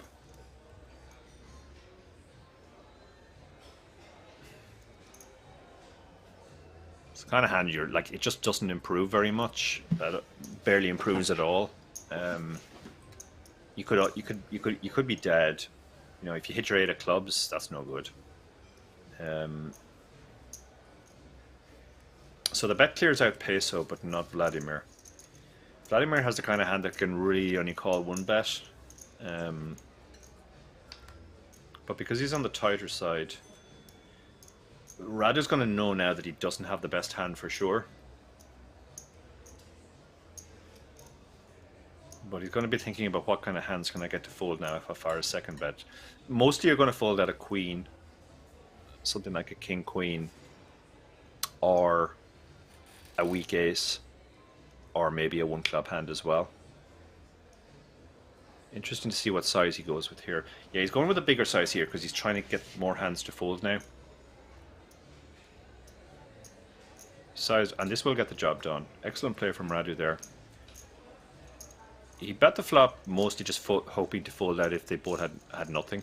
He got the message on the flop that Vladimir had something, but not something super strong. And he sized up on the turn and got the fold.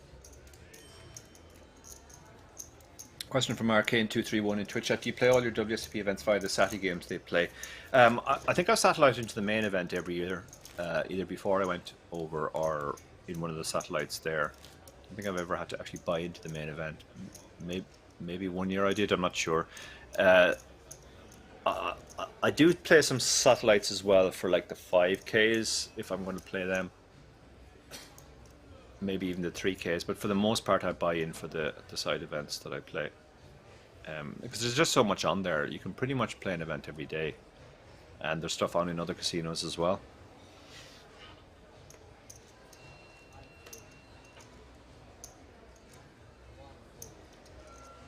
But the main event satellites are amazing there. They're really very good. There's a couple of years where I've won more than one seat. And they pay you out in Lammers, so you can use them for other events, or you can sell them to your friends who are buying in.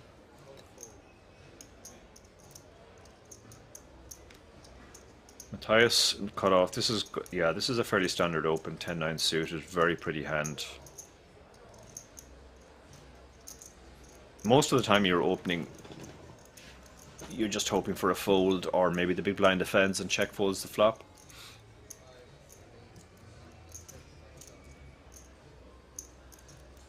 He has a major advantage in that Christoph beside him is so tight that it's not quite, but he almost has the button when he's in the cutoff.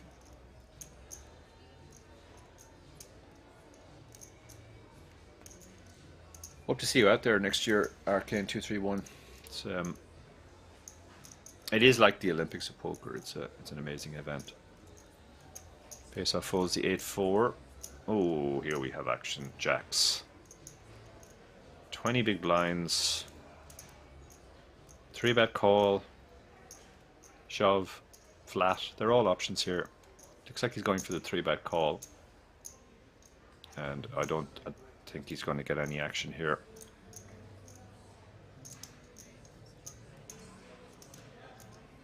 Has gone for the 3-bet. What size is used?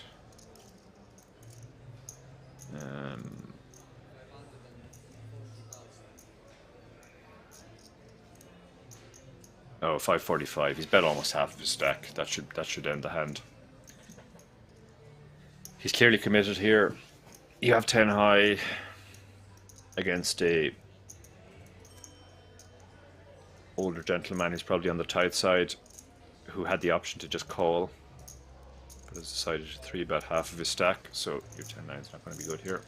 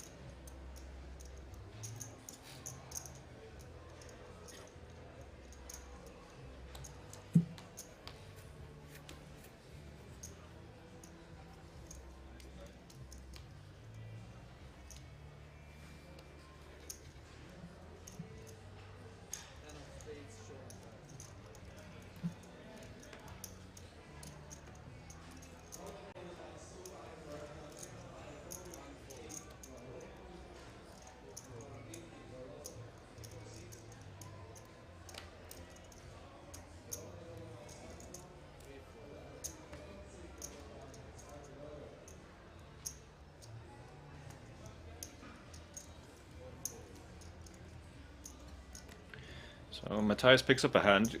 It's always nice to pick up a hand like this just after you've raised folded the previous hand, because people might think, well, you raised folded last time, you probably don't have it this time either.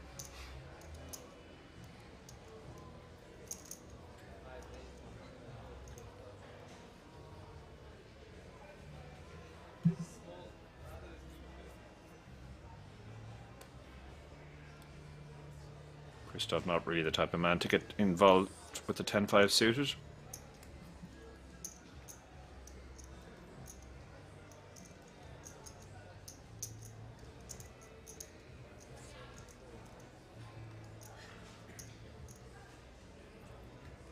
Okay, so shouldn't be getting involved with the Queen 3. It doesn't on the button. Small blind folds as well. So around to the big blind. Oh, look at this. He's picked up the aces. And hard to see this not going all in. Unless he decides to just call because he's afraid he might lose his customer. But no, he's not going to. Quick shove, quick call, and Matthias is going to be very surprised to see he's behind here. Yeah, the lip is like, oh, right, wow. You have one of the 3 hands that's ahead of me. Aces against jacks. The suits are covered as well. No 4 flush possibilities for Matthias.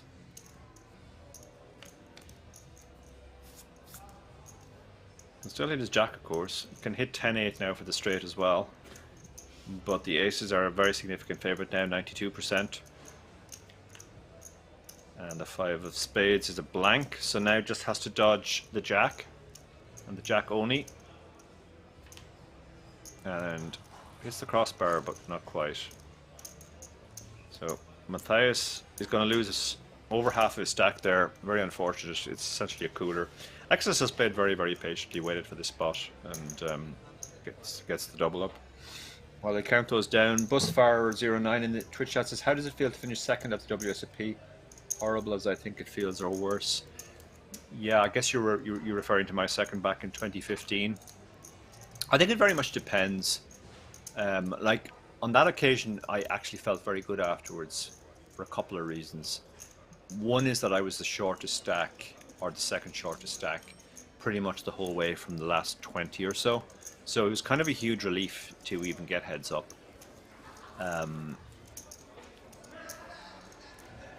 So it kind of felt like second was well beyond what I could have realistically expected, having come into the final table 8 or 9, for example.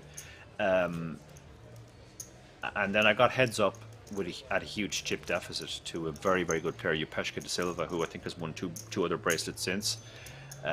So I didn't exactly think it was a great shot. And then the third point was we actually ended up doing a chop. We played on for quite a bit heads up, and I moved the stacks back a little bit closer to parity, but I think I was still a 6-1 dog. When he suggested we chop the money, and I got slightly more than I should have. So I felt very good about that as well. So overall I felt really good at the time. I think about a year later it kind of hit me that maybe that might be the best chance in my lifetime to win a bracelet. So there was a bit of post-regret, but yeah, at the time I have to say it felt pretty good. Other times I've come second in biggish tournaments, I definitely felt devastated afterwards because I thought I had a legit shot to win, but I never really felt like I had a really good chance of winning that tournament.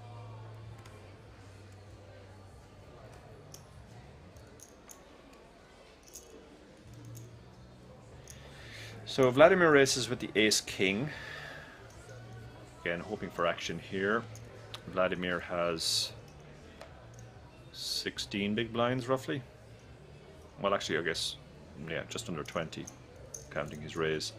Lexus in the small blind just got the double up. There's no real reason to get involved with the ace-7 here, I don't think. Pocket twos, that's an interesting one. The raises come from early position, and it's a 20 big blind stack as well. So shoving against a late position raiser would be attractive. I think he can just call here and try to either hit a set or maybe call one bet on some boards.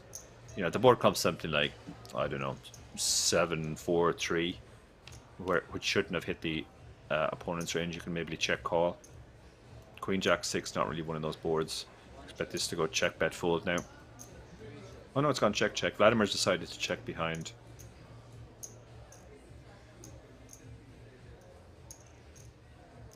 Vladimir does these quick checks when pretty much telegraphing he's trying to get to showdown. So Murad, I think, might bet now to try and protect his hand. No, it's gone check check again. They'll both be pretty optimistic they have the best hand now. And it goes check check. And Vladimir, right grin from him, he knows he could have obviously got his opponent off with a bet post flop.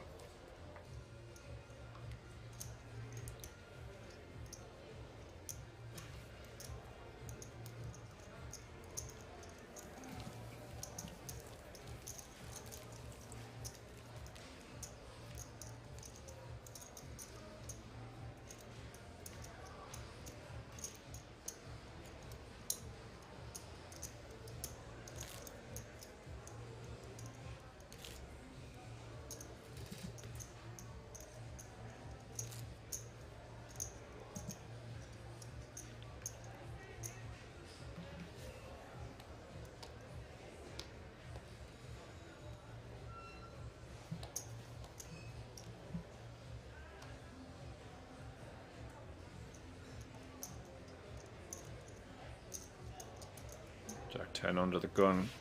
Can't imagine he's going to play this. We're down to 58 players now. Oh wow, I'm wrong. He's decided to play this one. That might be a little bit of impatience now. Sometimes when a player loses a hand he thinks he could have won, they get a little bit frustrated and impatient. We've seen him fold some stronger hands than that in later position, and now he's decided to open this one. So I think that's probably a bit of frustration / impatience. A6 suited though. Christoph is not the type of man to get involved with these hands that much. But on this occasion he is. He's going to call.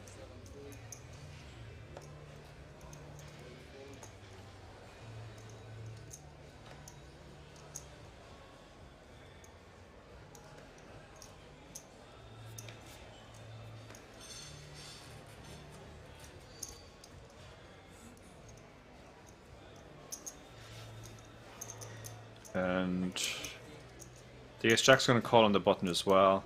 This is the problem when opening a hand as weak as Jack-10 in early position. You just have the whole table to go through, and when you get called, you're kind of in no man's land. Murat's getting a really good price now, and he has a sort of a decent middle connected hand. Shouldn't get him into too much trouble post-flop, but can hit some very strong flops. 9-7-5, 7-5-4, but he's decided to let it go. And we have the chip leader in the big blind, and he's picked up ace-king. Wow. Yeah, ace-king isn't going to play great four-way, so I think we're probably going to see a raise here. As it happens, against the specific hands he's up against, he's in great shape. But often you'll have a couple of pairs in there.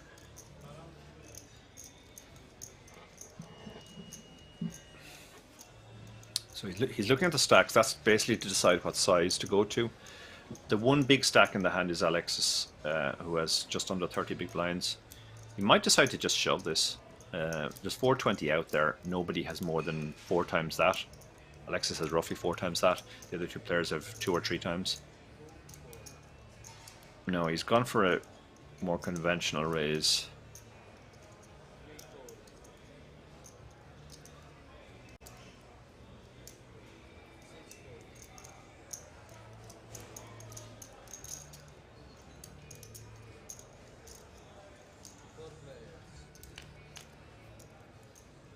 In fact, he did decide to just call in the end, very much disguising the strength of his hand. Jack-10 hits 2 pairs and immediately moves all in. Ace-Jack won't really be able to, I can't see Ace-Jack getting away here now because there are a lot of draws there. King-Queen, hearts, 8-9 suited. You've top pair, top kicker. I think the Jack-10 is going to get called here. It's half his chips, but it's a gross spot because you're sometimes dead against a set, and even when you're ahead, your opponent probably has lots of equity with a very strong draw. Like something like King-Queen you're flipping against.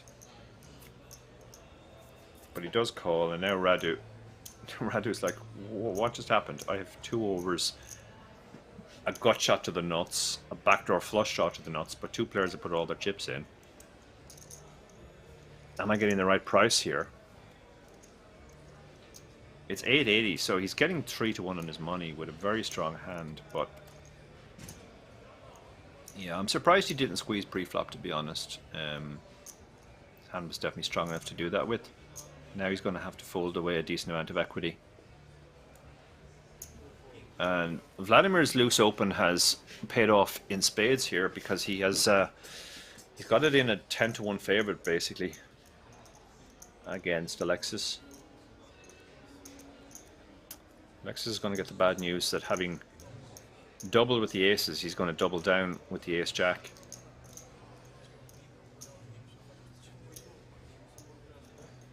Oh, C9 did raise. Sorry about that, Joe. So he did raise. Another jack on the turn.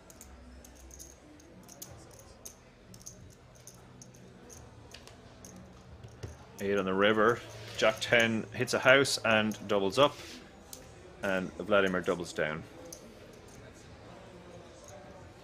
Busfire says, thanks for answering so honestly. I'd probably just cry all the way to the hell room because of the reasons you mentioned.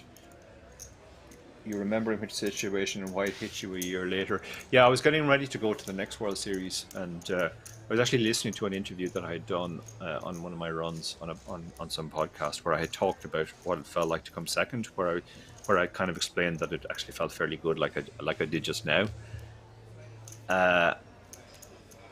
And then I described the final hand where I got it all in with a pair against Ace King and got counterfeited.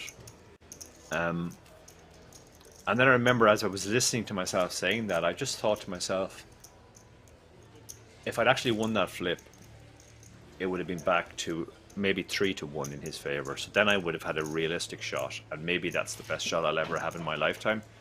So that was kind of why it hit me. It's just that the Hold'em fields are so big. There's thousands and thousands of runners that even if you play a lot of events, you're not going to make that many final tables, and you're certainly not going to get heads up all that often in your life. So yeah, it was kind of that. It was like, yeah, I would have actually had a legit shot if I'd won that flip.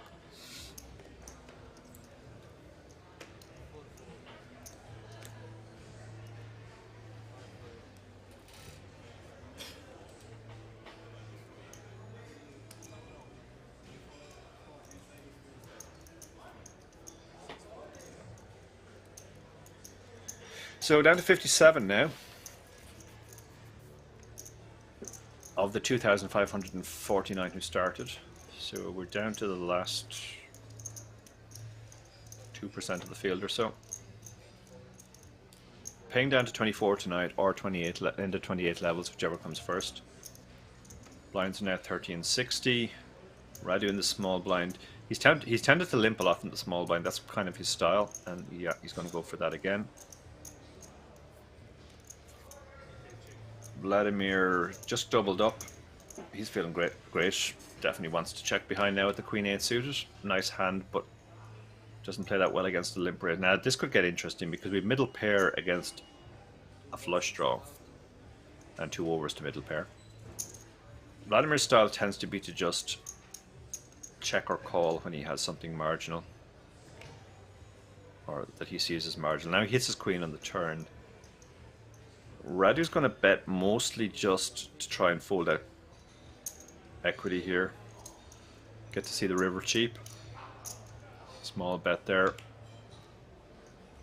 And now, interesting. He bet really quick there.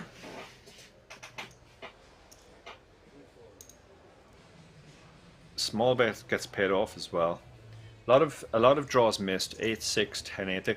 The quick bet there was interesting because he hit the nuts and he just really quick bet, which you generally don't see with the nuts. Usually when players hit the nuts or close to the nuts, they take their time to decide on the size as well. And I think that may be what got him called there, in addition to the small size.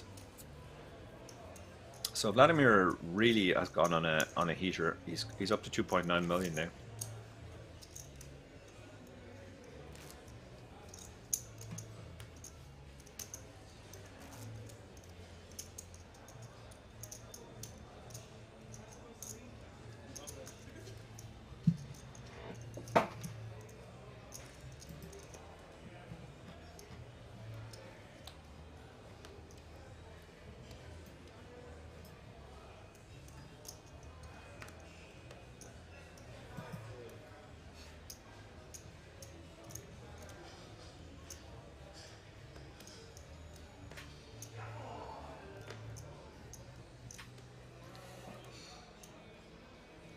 WSOP says it's almost the break now, so we'll see if my prediction of 50 was overly optimistic or pessimistic.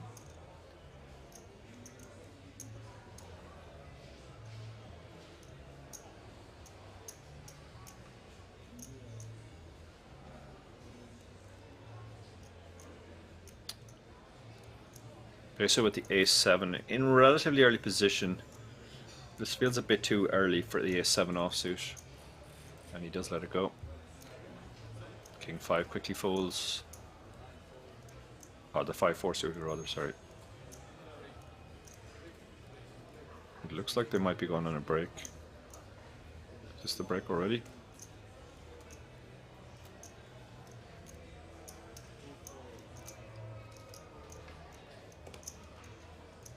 Vladimir in the small blind, Queen 9. Type of hand you'd normally limp.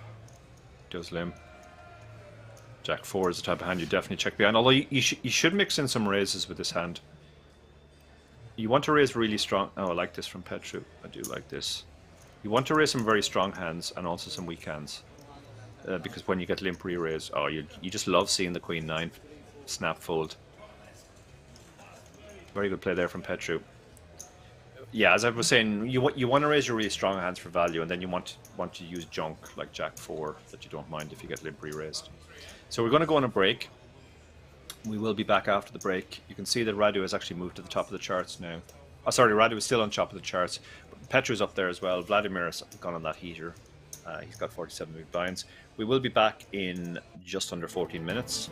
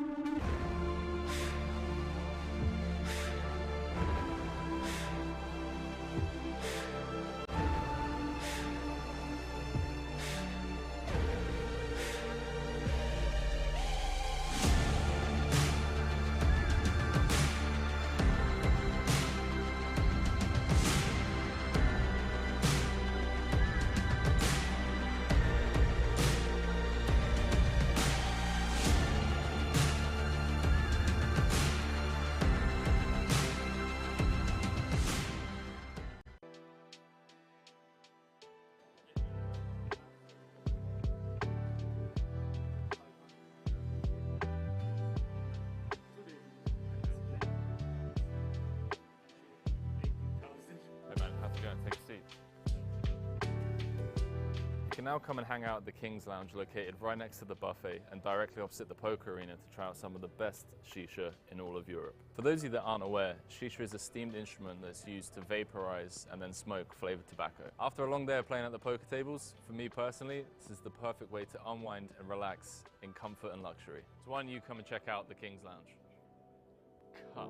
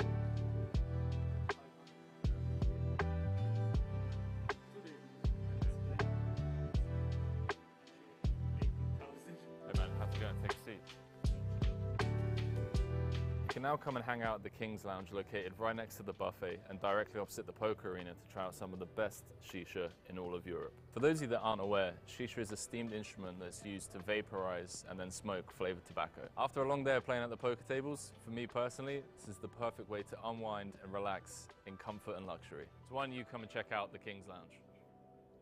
Cut.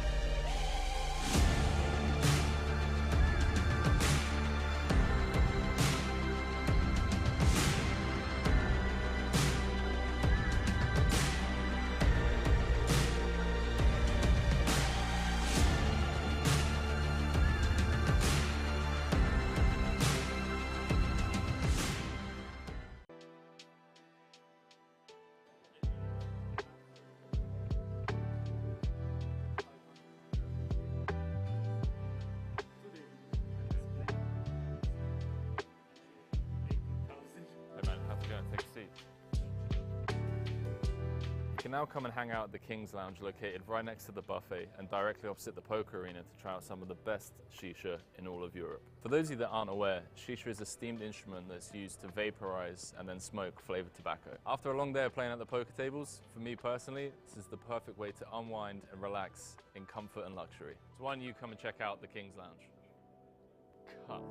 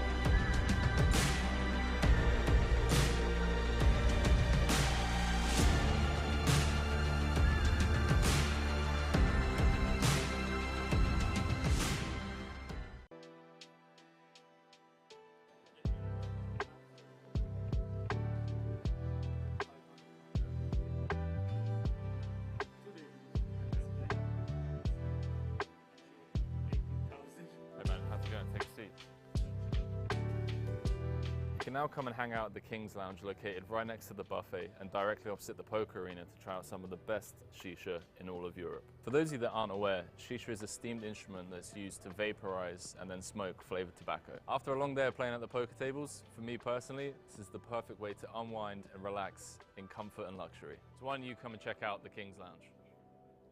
Cut.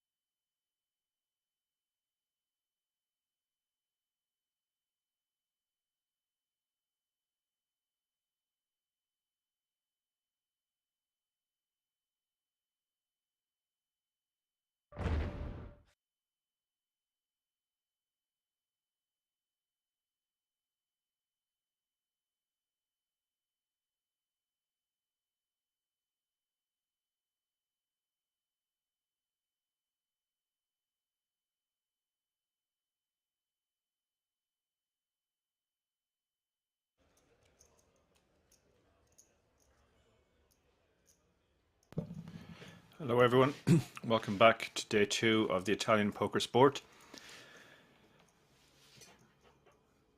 We still have the feature table we had before. You can see there the stacks are spread out from Radu, who will have 41 big blinds at the new blind level of 80k, all the way down to a couple of 10 big blind stacks, Alexis and Matthias. 3 other guys are between 10 and 20, so it's starting to play a bit shallower now. It's fair to say we can expect the rate of bust outs to maybe increase. My name is Darragh Kearney. I'm a professional poker player from Ireland. I've been a professional for about 15 years now. Play mostly online, but also a decent amount live. I also do a bit of commentary, obviously, which is why I'm here, filling in for Fintan Gavin, who's unavailable this weekend. I've written a couple of, actually 3 books on poker strategy, one on satellites, one on knockout tournaments, and one on ICM. I do some coaching, done some training for some coaching sites, and also write quite a bit. And I host a couple of podcasts with David Lappin, the Chip Race and the Lock-In. Enough about me. The players that we're more interested in right now are the ones on the table. 57 players left. We are playing down to either 24 or the end of level 28, whichever comes first. Then we'll be back tomorrow to play down to a winner, and I'll be here then as well. Thank you to everybody who stayed with us late into the night. Almost 200 of you on Twitch still, and over 100 on YouTube. 250,000. So Murat has raised up with the ace-5 suited and the hijack. Gone for a large size again, which has been his want. We saw him raise fairly large with the pocket 8s as well. So when he decides to play, he puts in a big raise.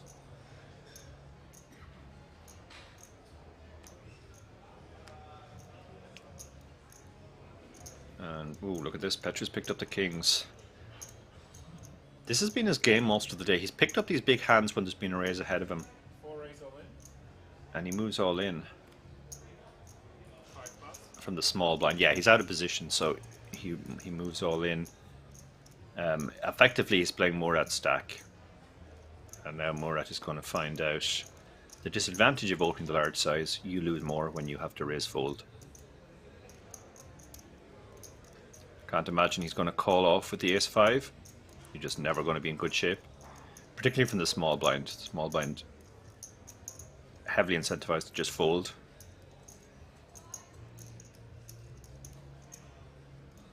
So expect him to eventually get over the grieving process that he's going to have to fold, having put in $250,000.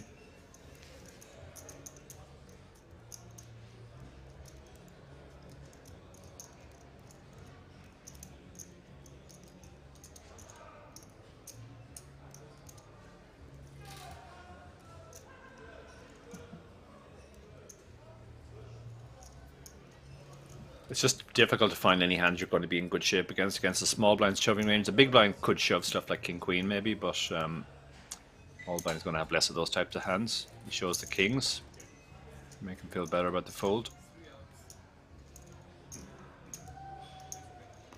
Nice pickup for Petru there. 450k in the middle.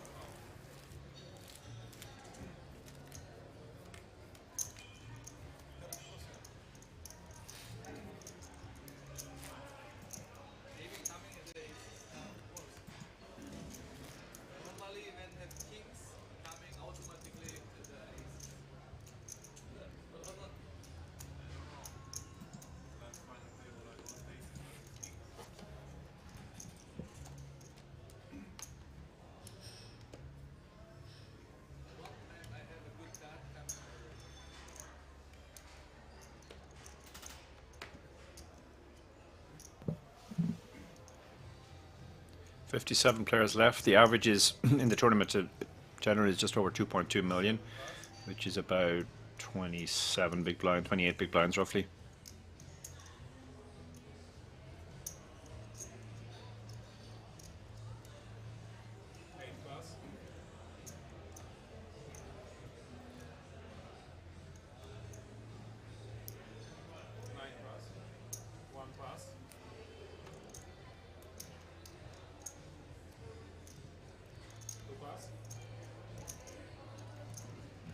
A lot of rack hands being folded down to the button. Petru probably not getting involved with the queen 3. So blind on blind action.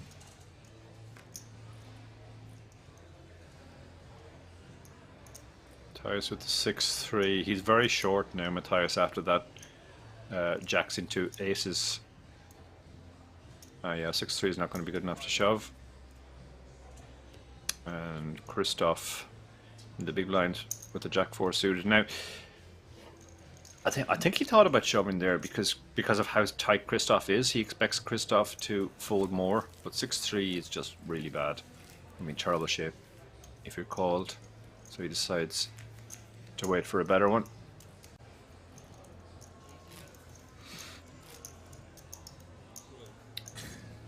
Jay Wasello, as ever, on the ball in the Twitch chat, says we're playing down to 24 or the end of level 27. Sorry, I think I said 28. And we're now in level 25. So either 3 more levels or down to 24. Whichever comes first. Still 57 players left.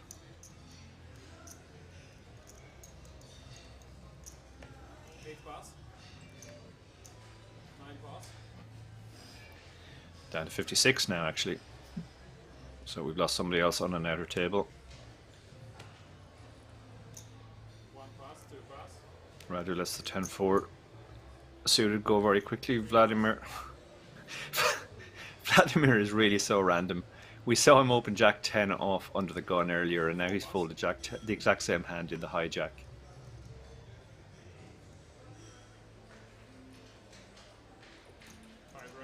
Oh, Jay Wasello's corrected. It's actually level 28. Yeah, okay. Thank you, Jay Wasello. So we play till the end of level 28 or down to 24.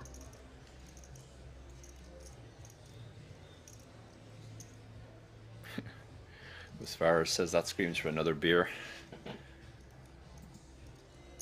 6 pass.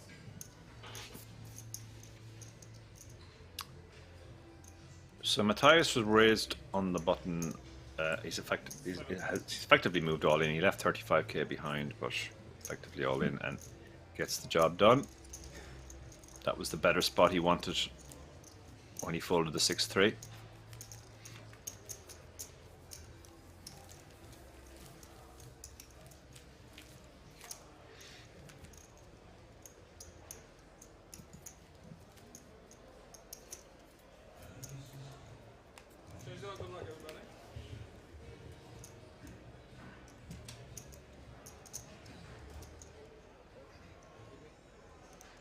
So Radu is the only player with more than 40 big blinds. Vladimir and Petru are in the 30s.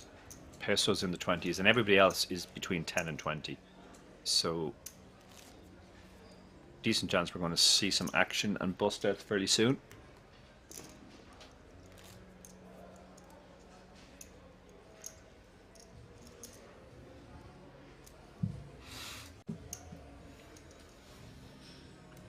This Italian Poker Sport Day 2. 250 buy-in. They will all secretly be hoping, or not so secretly hoping, for the first prize of €80,700 plus a WSOP Day 1A main event ticket worth 10,350.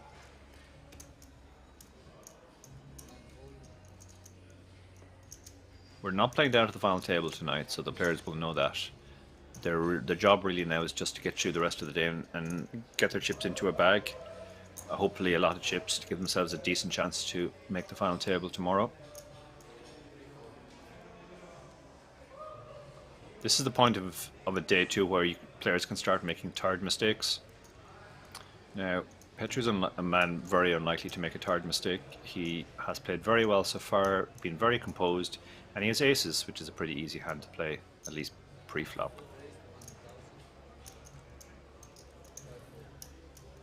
Goes for the open. Christoph, yeah, Queen Jack. A lot of players would flat here. Well, he only has 15 big blinds, I guess.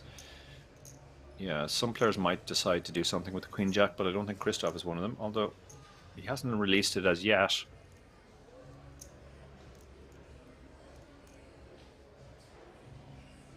But he does let it go.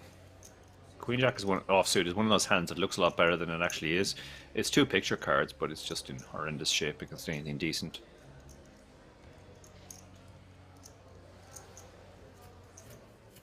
Big blind is short, but doesn't have a hand he can play. The 8-3 off, so the aces just get the blinds. He does a rye grain. Maybe he's shown now to... he showed kings earlier. He's decided not to show the 8. No, he has. He's told the dealer to turn them over.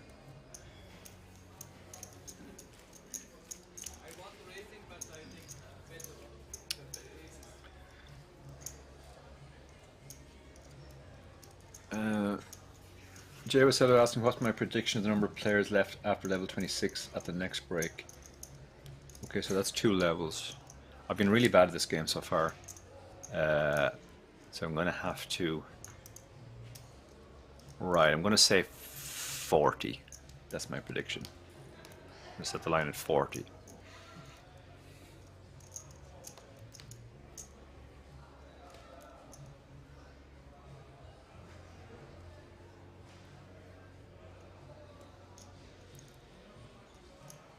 Under the gun, 9-5. Well, yeah, he's not Pierre Neuville, so he's not going to open that.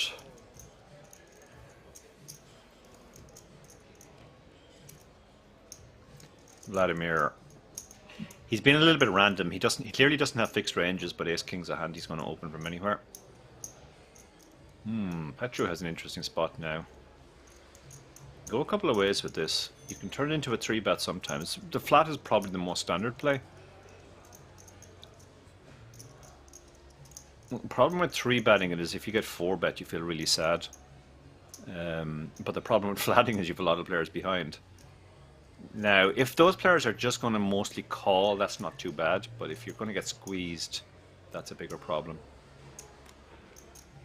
So what does he decide to do here?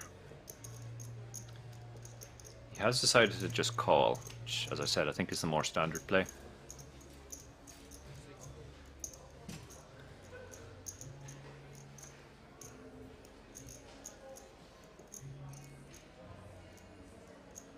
We have 2 short stacks in the blinds, so they are the kind. That's another reason, the stronger reason to just flat with the 8s as well. Because if one of them shoves and the opener reshoves, you can get out of the way. But if one of them shoves and the opener folds, you have a very easy call. So, but they are going to be heads up to the flop. Now Vladimir does play very straightforward post flop. It says he doesn't tend to bet when he doesn't have it.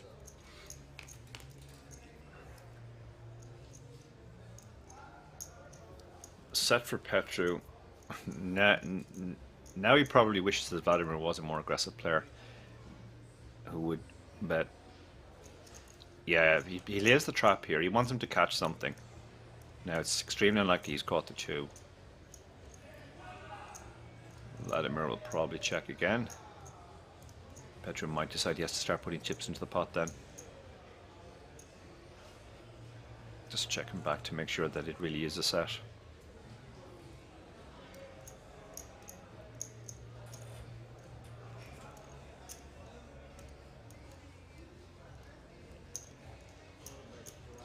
Small bet, snap call, snap call.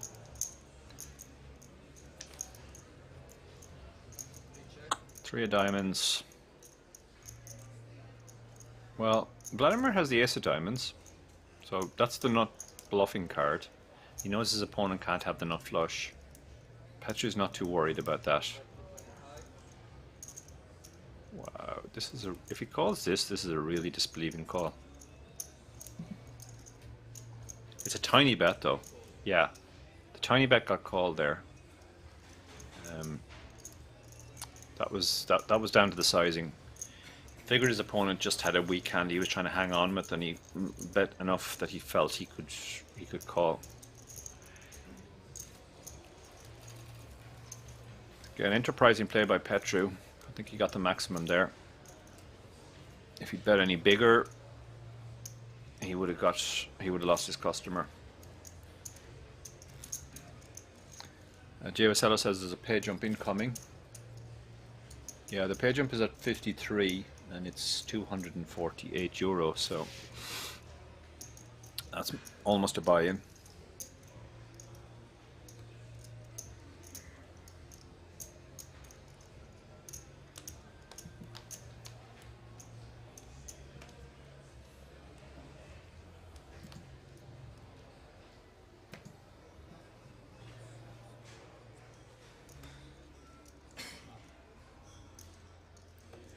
Radu A7 suited under the gun.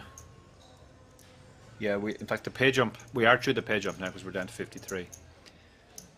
Radu A7 suited. He can open any suited ace from anywhere. He's mostly trying to steal the blinds here, but he has a hand which can play okay if somebody calls. Ace 3 suited against when the chip leader opens. Probably don't want to get involved here. Yeah, Petru's played very, very solid. Matthias, on the other hand, is a very straightforward shove here. Just under 10.5 big blinds. Loose chip leader has opened in early position. Your ace queen's are kind of a monster here. You're going to be dominating a lot of hands. Christoph, yeah. Six in a lot of these spots, sixes is actually the line. I'm not sure whether it's the line here or not, but a lot of these spots when you run them through a solver where there's one player all in already and another player likely to be all in, relatively shallow, pocket sixes ends up being the worst hand that you go with. But as I said before, Christoph is definitely on the tight side, so I don't think he ever gave much consideration to calling off at sixes there.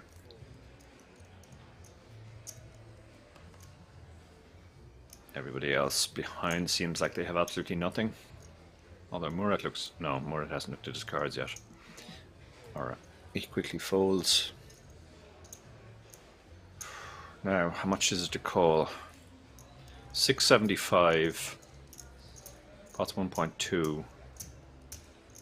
So he needs about 35%. Ace 7 suit is probably right on the line. When you add in a little bit of ICM on, ICM's not going to be much at this stage with his stack. Yeah, you can probably go either way with this, to be honest. You're going to be dominated a lot, but even when you're dominated, you're almost getting the price. Yeah, that's why he's made the call in the end. He's hoping for something like king, queen, or pocket sixes, but even when he's in this bad a shape, he's still not horrendous. So he's pretty much getting the price.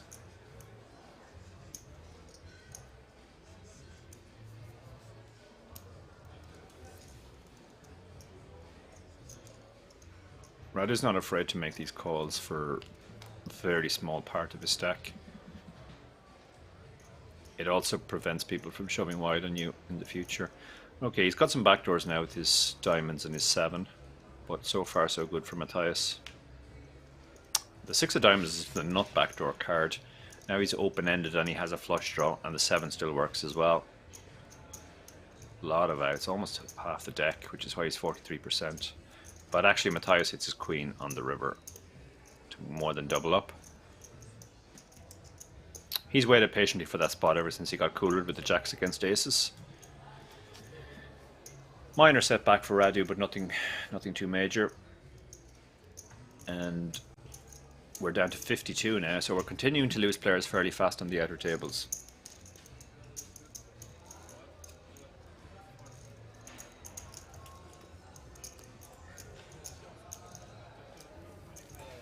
So the Radu's fielding questions from the players around him.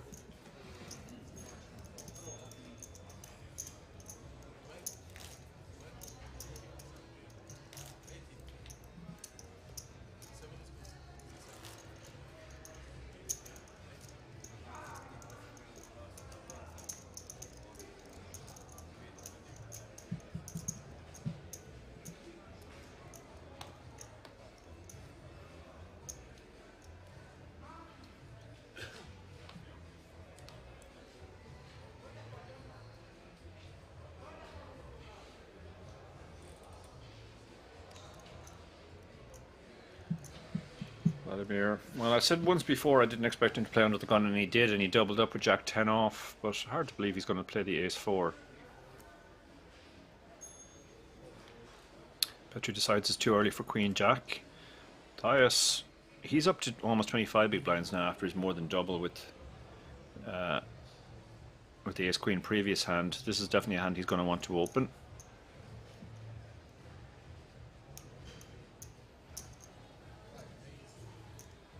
Does open.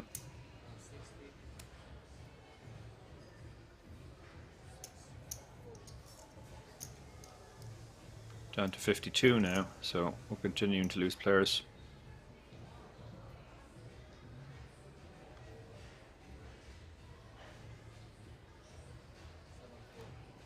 Vincenzo, who's been very patient since he came to the table, his patience not rewarded as yet. Ace Queen, yeah, this is just going in now. Very similar spot. 8.5 big blinds. Ace Queen suited on the button. Loose guy has opened. You just move all in. Red doesn't look happy to have to fold his king 2, but he's going to fold. Oh, and Red has picked up queens.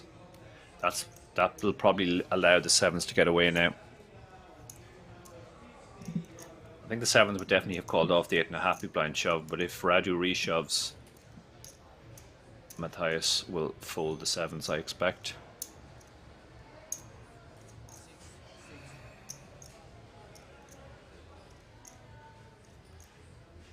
Now, the only reason Radu hasn't shoved already is he's thinking about the other option as well, which is just flat.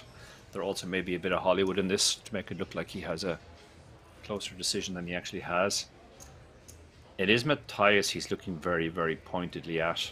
He's the player he's trying to induce to put the rest of his chips in.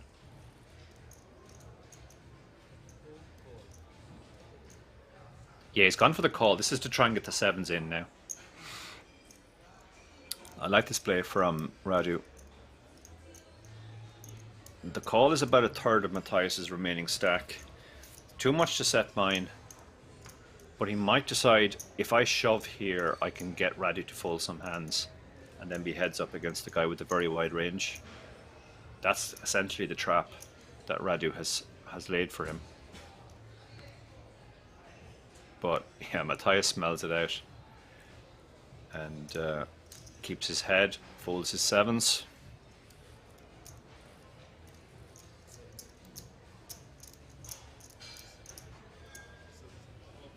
So Radu's in great shape here, 2-1 favourite. Alexis needs an ace or lots of clubs. There's the ace. Radu has run. It's turned around for Radu now. He was running well and playing well earlier. Now he's just playing well. He stands up to relieve some tension. Club on the turn as well. Actually removes the queen of clubs, which was in Alexis' hand anyway. So yeah, more than a double up for Alexis. Great result for him. Radu can't believe his bad luck. Shout out to Value Heavy in the Twitch chat. Always loving the commentary, Dara. Good luck tonight. Thank you, sir. Good luck to you if you're on your Sunday grind or you're winding down your Sunday grind. So you can see there, Radu has been dragged right back into the pack now. I mean, it has been the Radu show so far, but you know it's poker, and all you can do is get it in the head, and you will lose some of those. And now it's very bunched. Petru is actually the one guy who's well clear of the pack. Everybody else is between 14 and 27. So, you know, they're all, apart from the chip leader, they're on the spot that if anybody doubles them up, they'll actually become the chip leader. Or sorry, second in chips, leader of the chasing pack.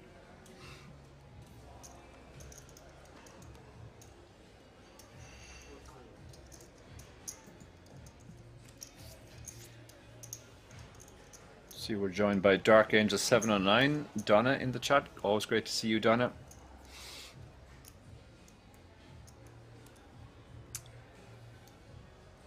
Christoph. Stacks are really bunched now, so they're all sort of playing a 20 big blind game.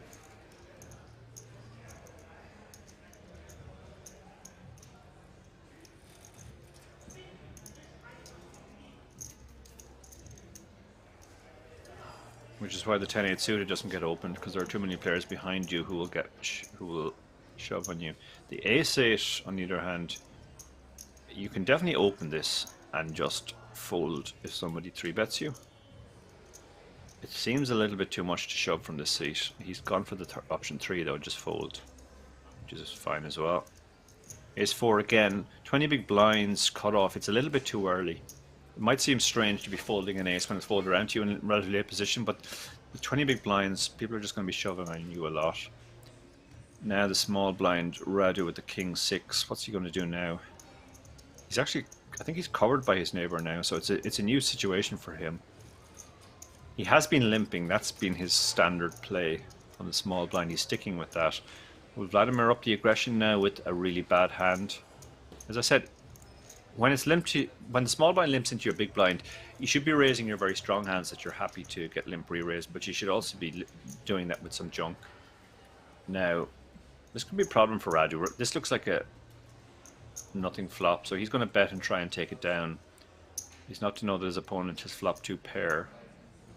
Oh, he raised big as well.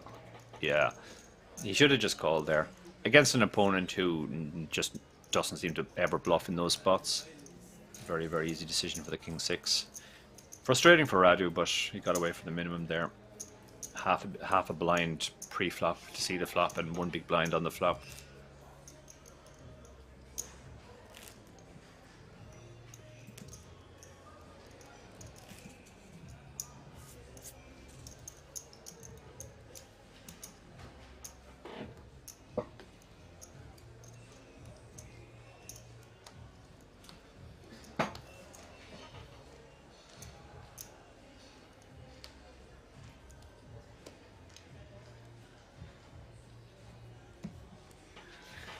Jay Marcello says he chases his opponent away. Yeah, he does indeed. That's the problem with that style, because he tends to check very quick when he wants to get to showdown, and then when he bets, you kind of just have to think, well, he has it now. Doesn't give his opponents a difficult decision.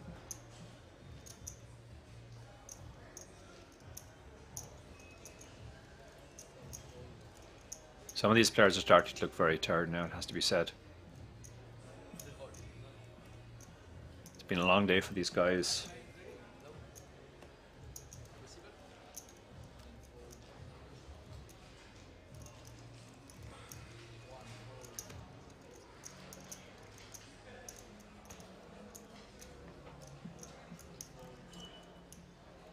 Radu not getting... Radu's in a completely new territory for him now, where he's down to 20 big blinds, so he's going to have to tighten up and just accept that that's the new situation. Vladimir probably going to limp in here. That's what he's been doing so far from the small blind. No, maybe he's mixed it up. Gone for a raise. It's not a huge raise, so Petra's getting 2-1 on the call, which probably means she shouldn't be folding too much. And like 9-6. You're definitely getting 2-1 against the range, and as you can see, he's actually a favorite against this hand. But the problem for him is the stack depth here. But he is going to call, which I like. No reason to do anything else. Now, 6 high flop could get spicy.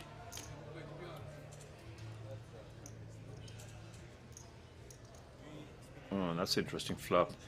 Vladimir again checking, declining. He's got a gut shot and a very bad flush draw, which he's now hit his flush.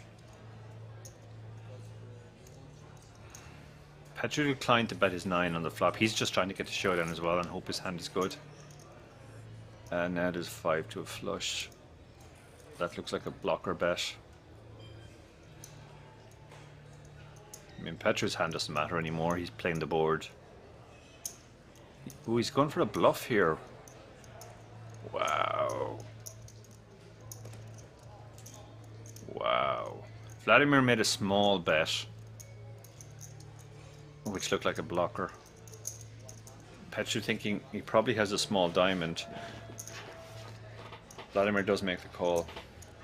So he was trying to fold that type of hand, but it didn't work out.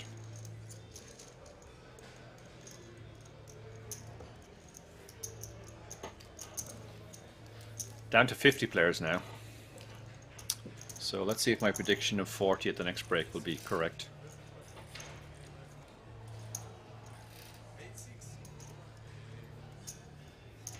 And Petra's saying 8-6, really? That's what you raised?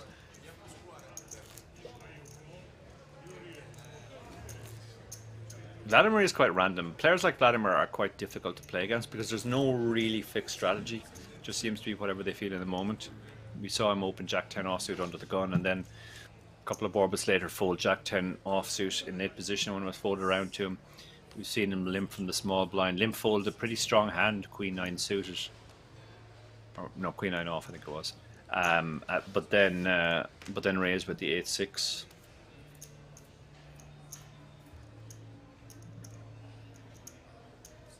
Stuff. Not the type of man to get involved with King Jack under the gun. Peso looks very tired, I have to say. Looks like he's struggling to stay awake.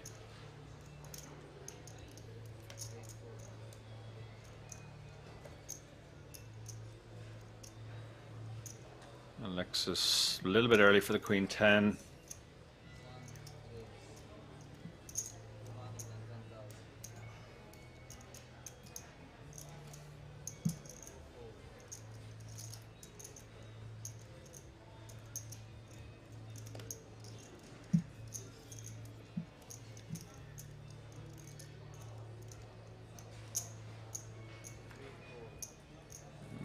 Morad's made a very unorthodox raise with the 5-4 suited. Vladimir flats with the 7s. Petra with pocket 3s in the small blind. Looks like he's going to try and flop a set. Matthias is a great spot to just shove now. There's 790k out there. He's got 20 big blinds. His hand's going to be the best hand a lot of the time. Yeah, move all in. Now the 5-4 suited is going to. It's going to be what is going on here? Every time I open, this happens, and I have 5 high. I'm going to have to fold again. He can't seriously be thinking about calling off here, can he?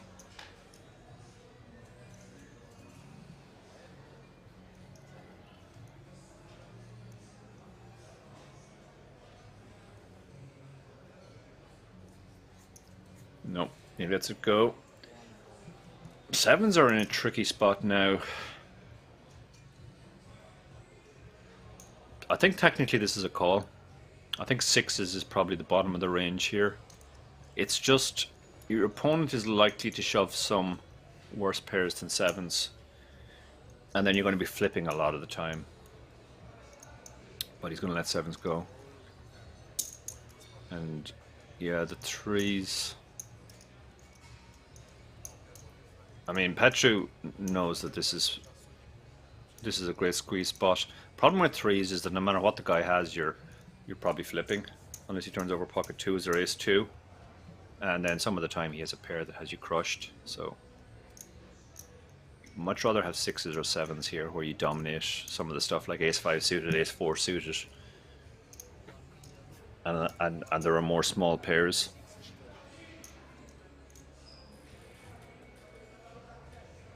I think this is a fold, but if Petru makes the call, there might be a bit of frustration from the last hand.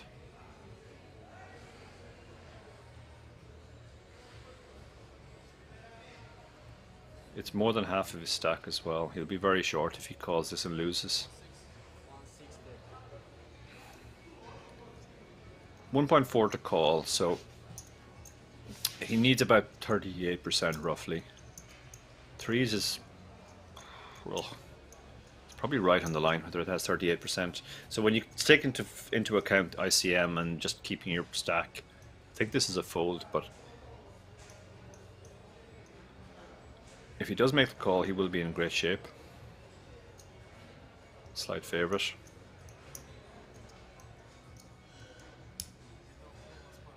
But he lets it go, yeah. I think he made the right decision in the end, even though we can see the cards and he would have been in good shape.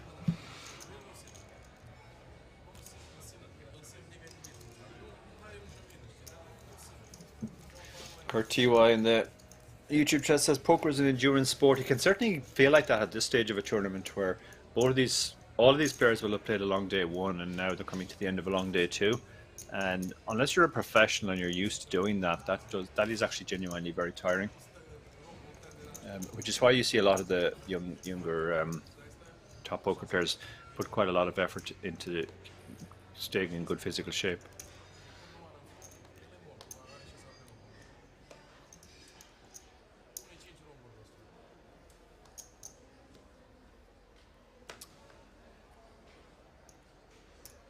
Down to 49 now, so we're getting closer to my prediction for the end of this session of being down to 40. And if we get down to 40, then it'll be really touch and go whether we make 24 in the last session.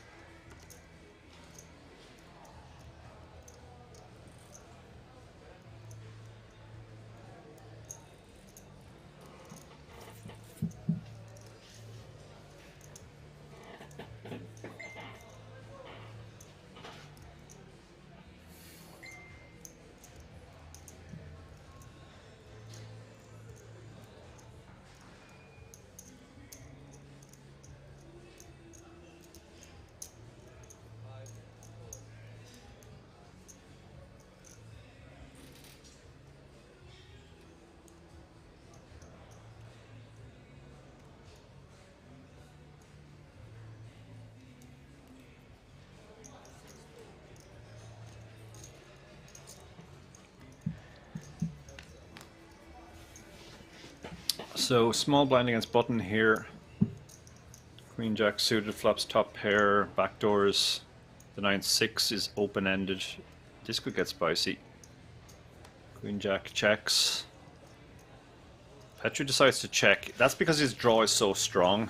He doesn't want to get check raised.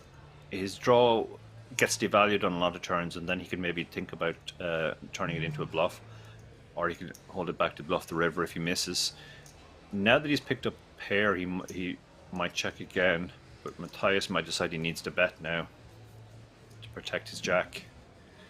He'll know that when Petru checks back, Petru doesn't have absolutely nothing, because Petru would bet a lot of his nothings on the flop. He decided to check and maybe get him to bet a worse hand.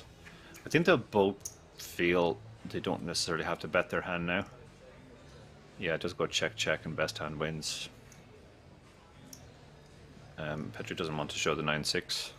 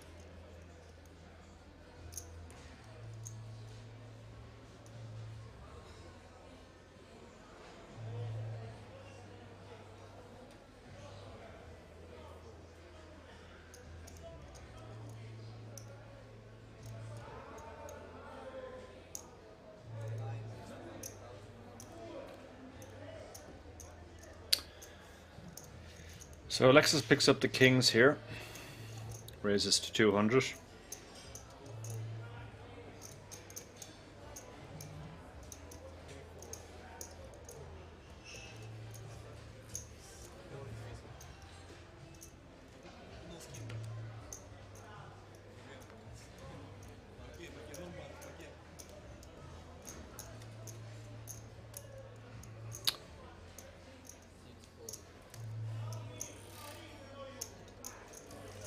Ace jack suited in the big blind.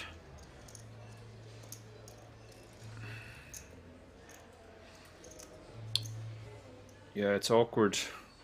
I mean, if you 3-bet this hand, you're only getting action from hands you're not in great shape against. So I think flat is the play here.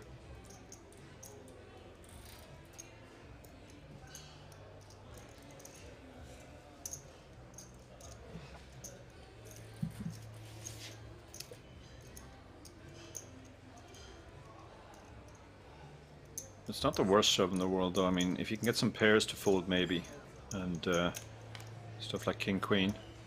But he does go for the flat, which I like. They both miss the flop. Kings really love this flop. He doesn't really have too much to worry about. The ace jack suited, though, has absolutely nothing, so this might be one of the flops he can check fold.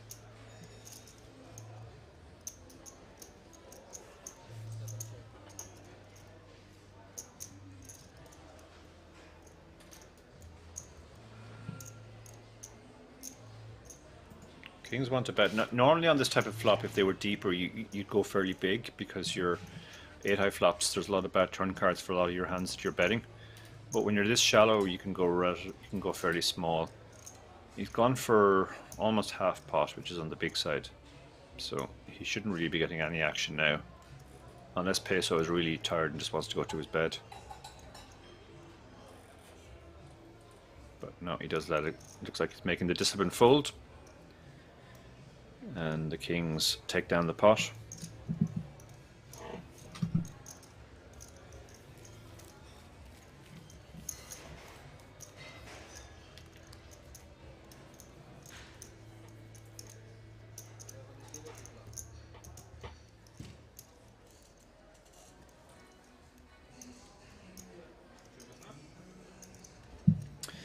So Vladimir's actually top of the charts now after that interesting encounter he had with Petru blind on blind. Himself, Petru, and Matthias are all over 30 big blinds. Now Matthias was short for a long time. He played very disciplined to get back in it. Alexis has also benefited from being patient. And then we have 4 stacks between 10 and 20 big blinds. So we've had a lot of movement of chips, but nobody has busted on this table. in a while.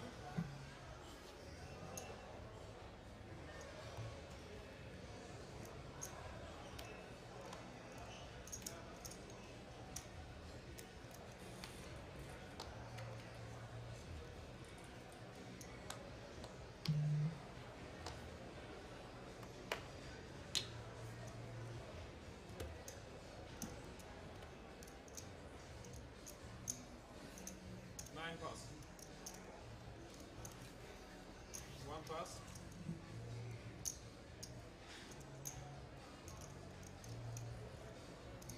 Two pass.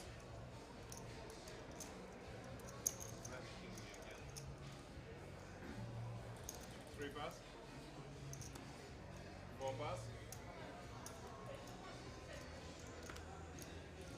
Five pass.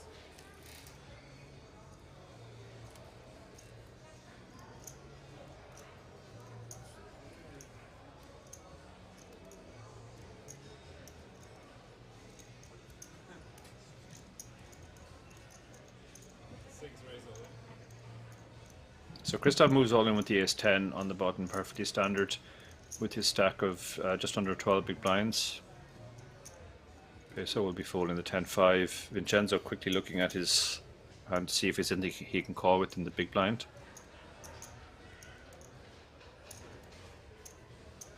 Seven pass. And Vincenzo doing the old, maybe I'll call with the 6-5, but no, I only have 6-5, so I'll fold.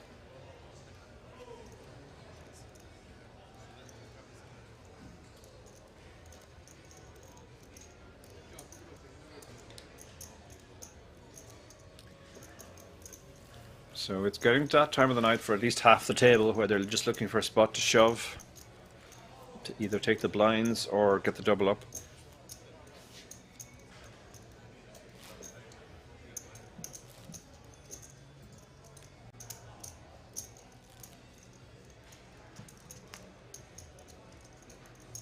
Thank you, Niels, in YouTube chat.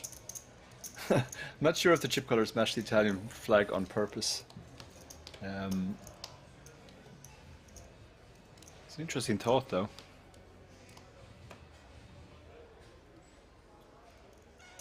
For any Italians watching, incidentally, I mentioned that I've written 3 books on strategy. One of those books has actually been translated into Italian by the very good Italian player Giada Fang, and I believe she's working on the other 2 books as well at the moment. So you can find those in Italian Amazon. Three pass.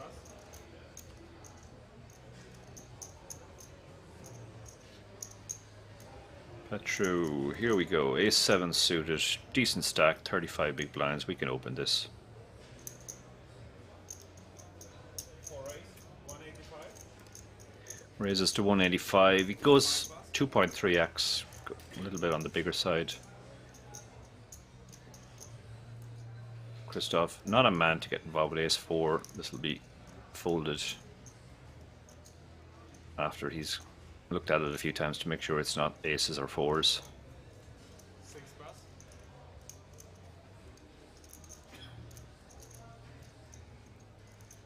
Queen 9 offsuit on the button. Again, this is just going into the muck. He's got just over 20 big blinds as well. Most of them are playing that sort of 10 to 20 big blind stack, or at least, well, half of them are. So Vincenzo is also in that boat of looking for a spot to shove, and 9-3 isn't it. King 6, he lets that one go as well. The larger open size there has more fold equity. It'll get more folds. If you min raise, the King 6 might have defended. And you can see we're down to 48 now, so we're getting closer to my prediction that we would be down to 40 by the end of this session of play.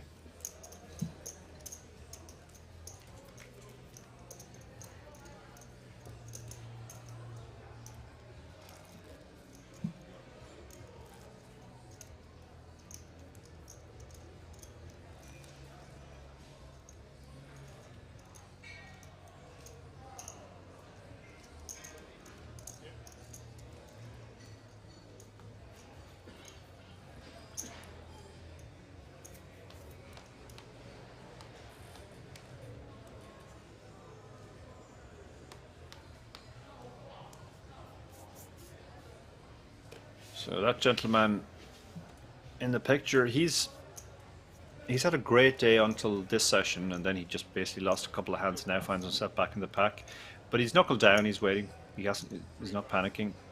Been a very good week for him. He did come third in the Dash Masters at the start of the week. Petru finds another hand he can open. It's been a real momentum shift for the two Romanians. Petru was the shorter for most of the day, and Radu was running over the table, and now it's kind of shifted around. Tournament poker is more of a marathon than a sprint, and it's important to just hang in there when it's not going your way, because it can turn around.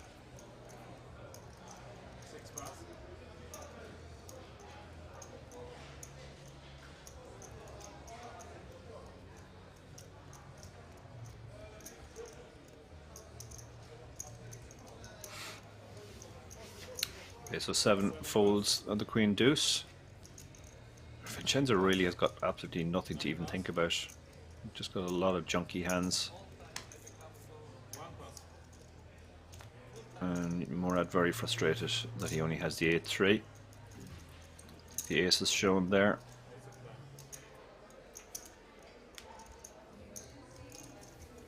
Dark Angel asks, when are you going to Vegas, Starry? Yeah, I was originally going on the 21st, but my flight got cancelled, so now it's going to be the 22nd when I get there. Late on the 22nd as well, which means I won't be able to play day 1A at the seniors, but I will play day 1B. That'll be my first event. And then I'll be there till the 14th, which is more or less the end. Very much looking forward to this stage, hearing stories of lots of people out there doing well. Katie just got her second cash of the series, I think. Another friend of mine, Paulina, also in the money in the monster stack.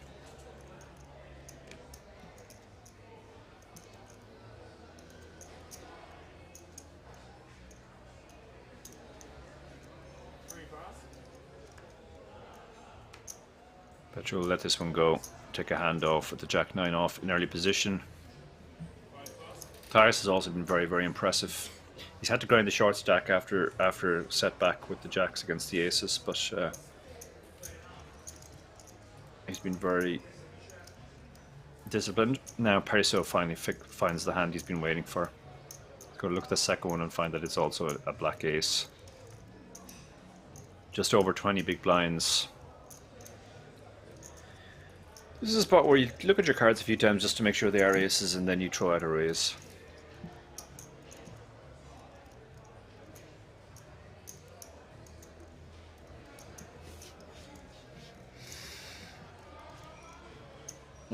Dark Angel says, go ladies, I can see Paulina taking it down. I absolutely can too. Yeah, she's been playing incredibly this series. Pretty much every tournament she's been in, she's got up to 3 or 4 times starting stack. She's usually taken a fairly horrendous beat to have a monster stack, but she keeps plugging away.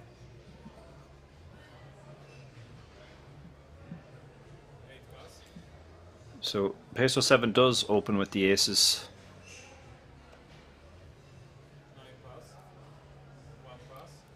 And he's not going to get action this time unless Radu has something in the big blind. King 4 offsuit.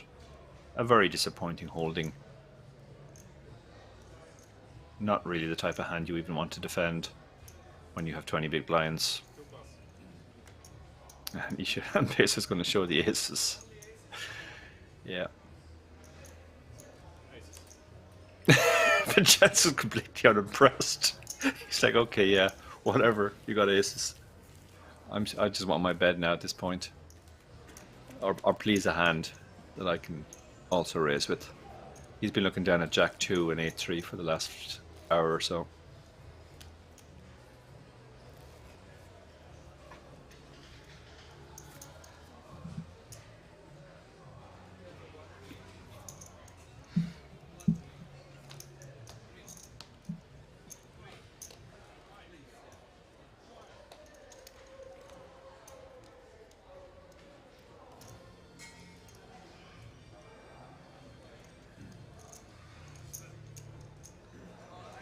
Pocket 10's under the gun. Blinds have gone up. They are now 50 and 100 with 100 big blind ante, which means that the short stacks have gotten even shorter. It also means that 10s is even more of an open with 30 big blinds under the gun. Petru just counting out the amount. Okay, well he made a 185, so I guess even though the blinds have gone up, they're not up this hand. Otherwise that would be an illegal raise. Christoph, Queen Jack suited. This is the kind of hand that most players, well at least a lot of players, would just shove with 15 big blinds. But Christoph has been not like most players in these spots. He's tended to flat more than shove, and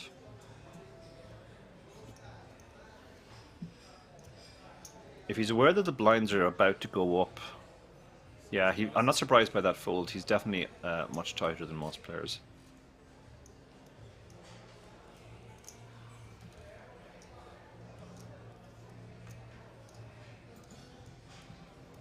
€47 players left. All 47 are guaranteed €1,279. Not too far off the next pay ladder as well. Pay jump, which is at 44.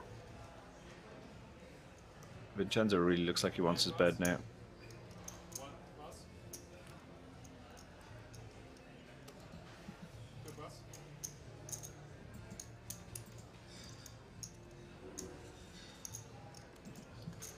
Ace 4 in the big blind.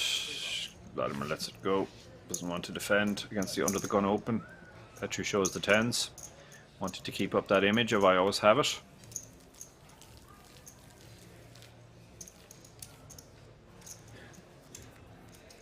the blinds up, 50,000, 100,000, 100,000, big blind empty. So the blinds have been announced as up, so they're up this hand on this table. Which means players who had 10 big blinds now find they only have 8 big blinds. Their sense of urgency will be increasing.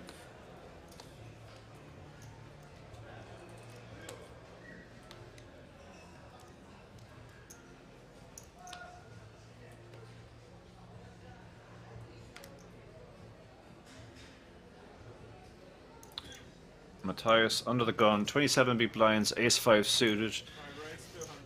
This is a pure blind steal, obviously, but the hand play is okay if somebody flats. In these spots where you're fairly shallow and the table's playing fairly tight, you can open pretty much all the suited aces from any seat.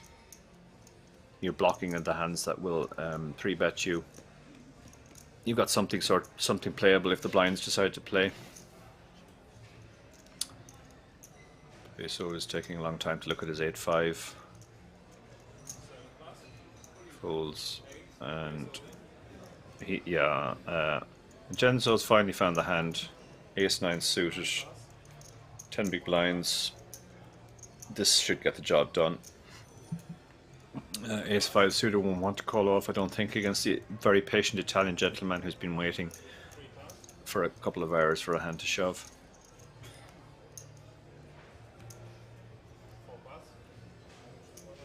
He's asking for a count, so 805, he's getting almost 2 to 1, needs 35%. He has it unless he's dominated. But he's going to be dominated a lot.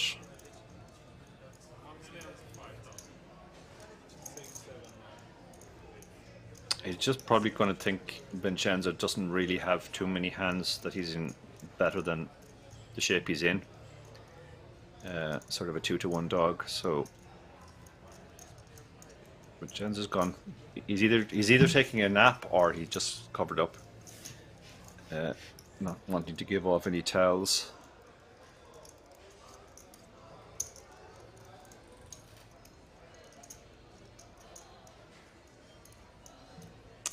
I mean, it's a close decision. He's getting a very good price here, and this would be a call against most people, but maybe not against Vincenzo.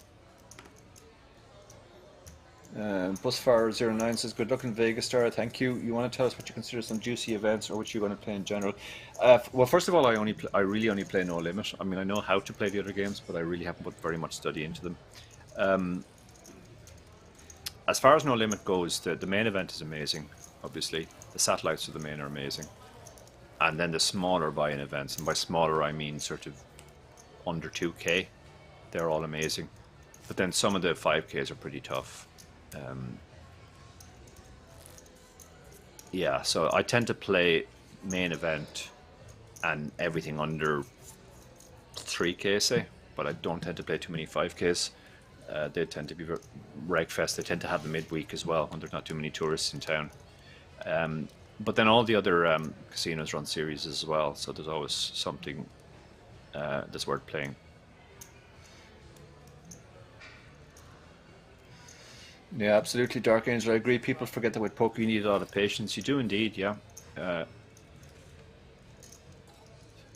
Can't remember who said it to me early in my career, but it's one of the best things that's ever been said to me, which is that there are not many people who are very, very good at poker, because the two things you need the most are patience and aggression. And most patient people aren't very aggressive, and most aggressive people aren't very patient. So it's kind of difficult to find those two in combination. But it is true, because you want to be patient, you don't want to blow up, you don't want to waste your chance because you're frustrated. But at the same time, you do have to play aggressively when the situation demands it.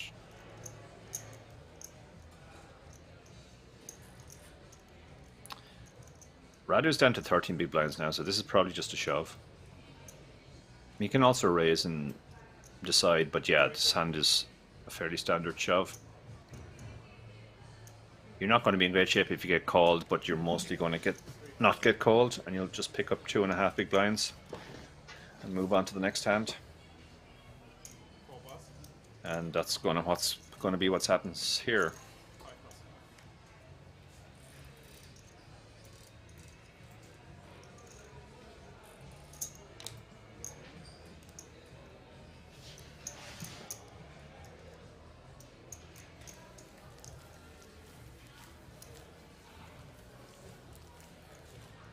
We've commentated on the same players pretty much for the whole day, or at least the same table. Obviously, players have come and go.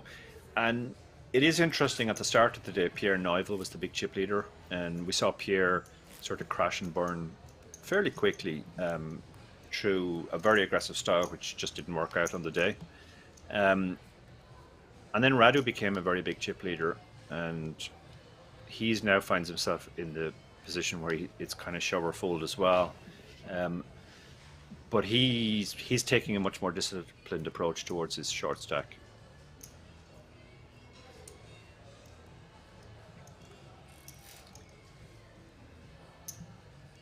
Dark Angel's talking about Robbie Straczynski's Mixed Game Cash Festival. Yeah, that's been a big success for Robbie. Great to see. Robbie does like his mixed games. I have played a few mixed game tournaments and kind of enjoyed it, but I feel like I've just put too much work into Hold'em now that I'm a Hold'em specialist.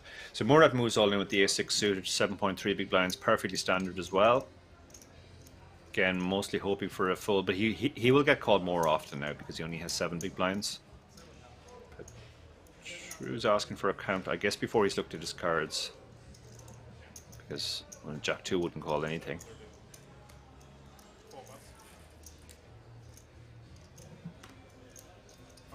There's a couple of reasons why you would do that. Call or ask for a count before looking at your cards. You know, because some people will say, well, why don't you just look at your cards, and when you see that you've Jack 2, then you don't need to ask for the count. But reason number one is, if you get the count before you look at your cards, then you probably know what your calling range should be.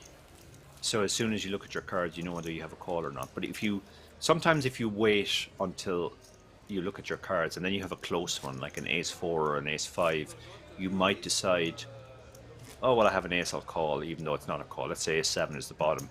But if you ask for the count and you see it's 7 big blinds and you know your calling ranges and you go, okay, so I need ace-7 or better, and then you look down at ace-4, you're less likely to do a bad call.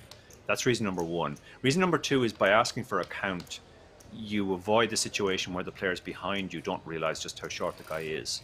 So you ask for the count, everybody hears it's 7 big blinds, and now the blinds, if they have a marginal hand, which they might fold thinking the guy has more chips, are now more likely to call.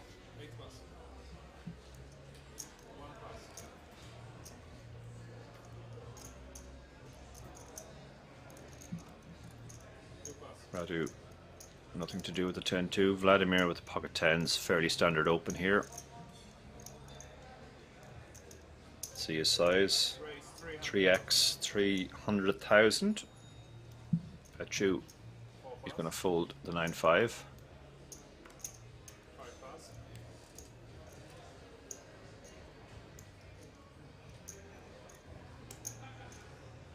Down to 45 now. So we're getting closer to my prediction of 40. Maybe I'm actually going to get this one right.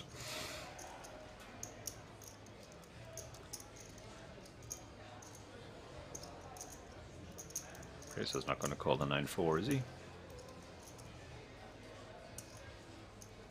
Nope. So the 10s are going to take it down. Big raise, so people need a fairly big hand to call. And on we go.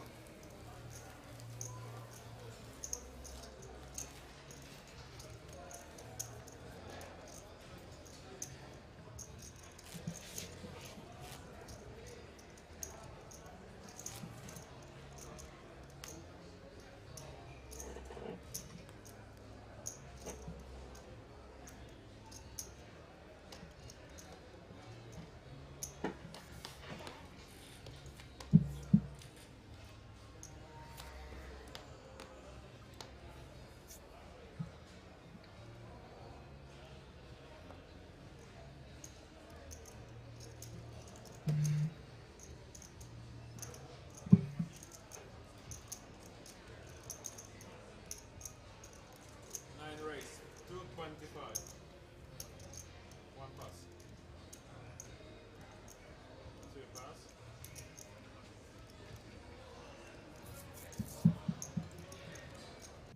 Three pass. So Alexis opening with the 9s. Well, 15 big blinds. Four pass. Matthias has a tempter here with a king queen.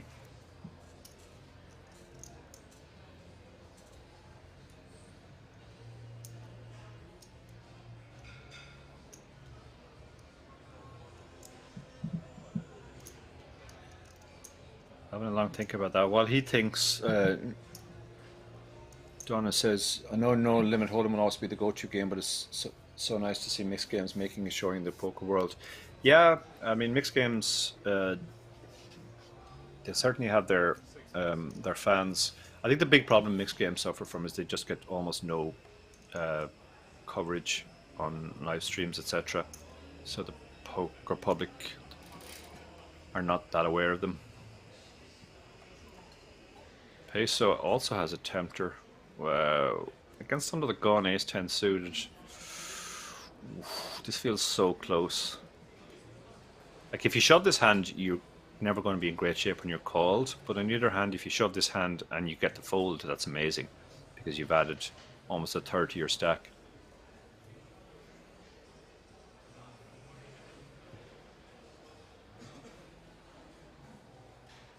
Looks like he's gone for option 3, which is call.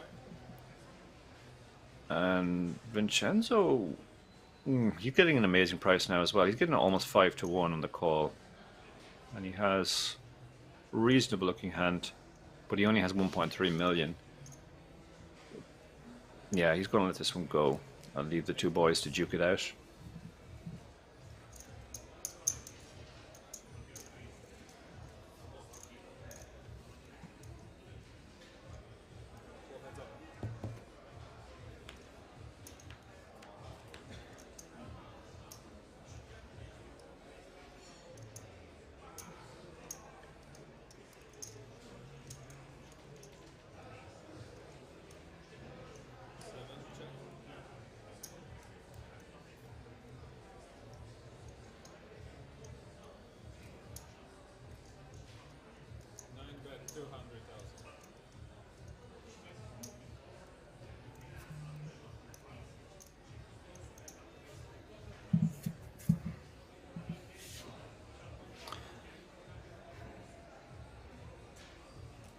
So the 7 high flop, Alexis again with the overpair bets takes it down.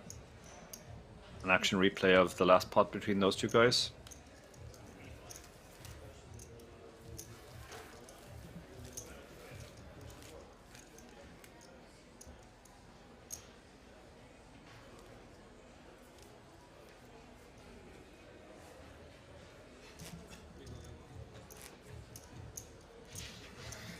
Some talk in the chat about how slow Peso is.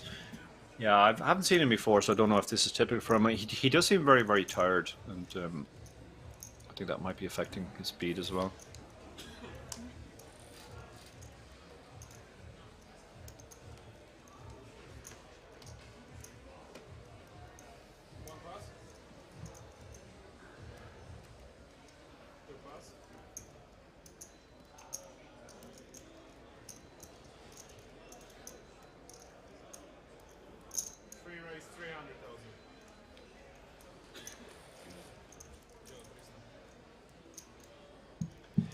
So Vladimir picks up another hand. He is consistently 3xing, which is very unusual at this stack depth.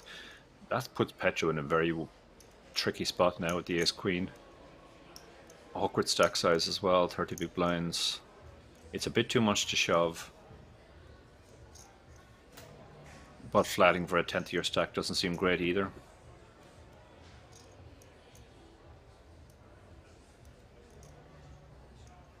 The flat probably does seem like the best.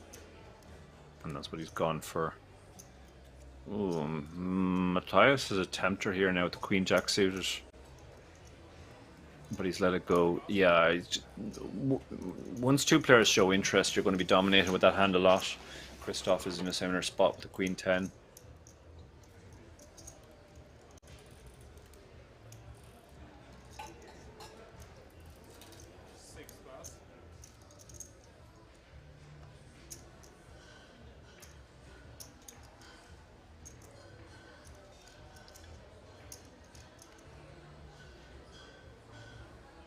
Okay, now that he does fold. He's not taking too long, it has to be said. I have played with a lot slower players than him. 9+.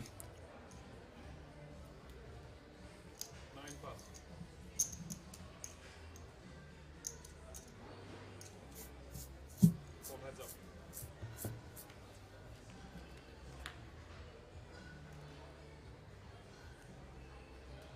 Okay, the rag flop against the two relatively early position players. They both should have missed. Vladimir's betting this one. This might get the job done on. The Petru does have the backdoor nut flush draw. It's a big bet, big-ish bet, let's say. Almost half pot. Yeah, that's why we get the call here. This is essentially a float. He's hoping his opponent checks and then he can maybe bet the turn and take it away. But he's also hoping he can turn a spade. Now they both turned a gut shot. 5 makes it straight for both of them. That might persuade Petru to check, yeah. And then the 4 of spades. Now he has the nut bluffing card because he has the ace of spades. But he also might just take a showdown and hope to win against something like king queen. Close enough spot.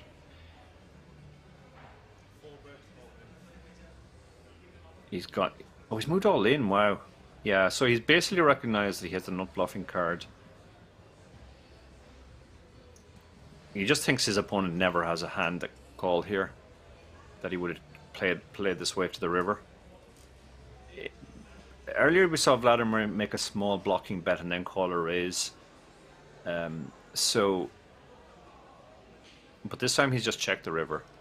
So I think Petru thinks, well, he never really checks a very strong hand or a hand that could call a shove. So therefore I'm going to shove and take this pot down.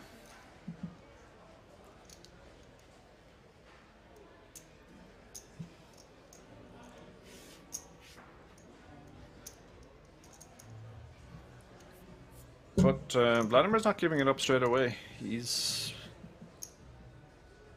shown himself to be very sticky in these spots in the past.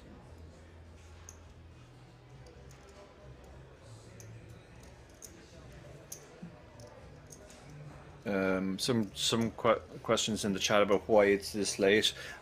I mean, they started with 2,549 runners, and it's a 3-day tournament, so they have to play down to a winner. So that makes for very long days anyway.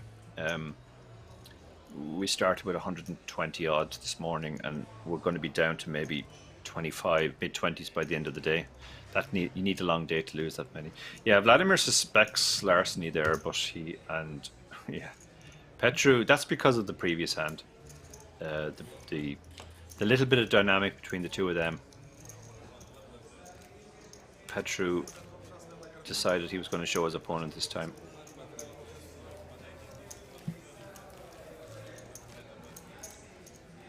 A little bit of needle between those two guys now. Petru in general has been very friendly, showing hands, legitimate hands at the table, and that's the first time he's shown a bluff. And I think that's because of the previous 8-6 versus 9-6 hand.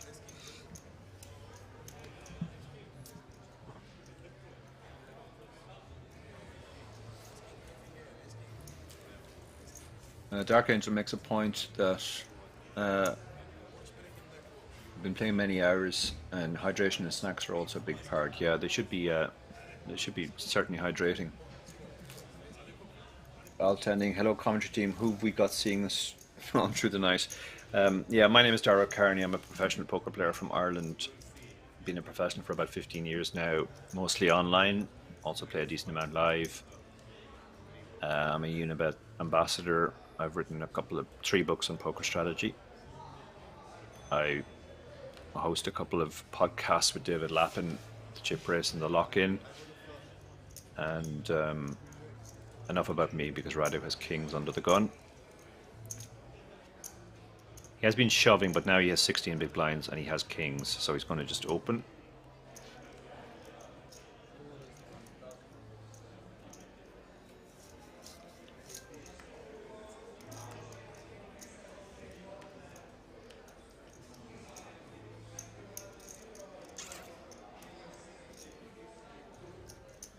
True is not going to get involved. The ace-7 suited far too early, and the positions and the opens coming from under the gun.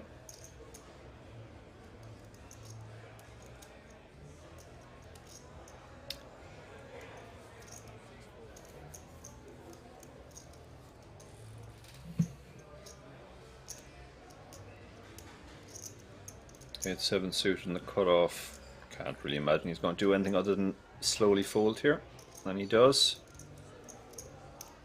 Oh, Vincenzo, on the other hand, he might decide this is a good spot to move in. He moved earlier with the ace-9 suited. Yeah, he's gone all in, and he's going to get the very bad news that he's up against one of the hands that he's in terrible shape against. Quick call. Radu, the kings, has to dodge an ace.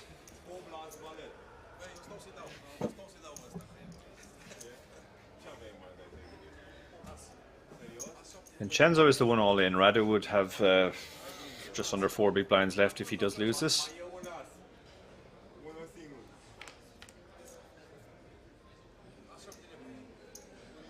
Well, the jack changes things a little bit. It means that Vincenzo can now win by hitting another jack. But Radu still... Oh, and there's the ace. That's cruel for Radu. Radu has played so well, and he's just gotten unlucky in these all-ins. But he does have a 10 now. 10 works for him because of the queen coming. But no joy. Vincenzo. I think the other players are telling him that the other aces were folded, so... That is very sick. Radu said in the chat, very good to see 2 Romanians. Yeah, they both played extremely well. We just see Radu get unlucky there, but he played extremely well earlier when he had a stack. Has just got unlucky in these all-ins. Petru has also played really well. I was saying earlier, Romania is a country with a lot of really good poker players. I've played there a few times in Bucharest, at Unibet Opens, and also in Sinaia. A lot of really good players in Romania.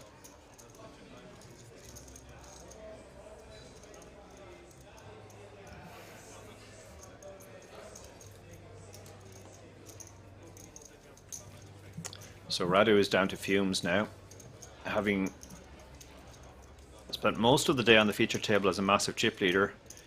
And he's the bad news is he was under the gun that hand as well, so he's actually going to have to post half of his stack this hand, just as a blind and ante.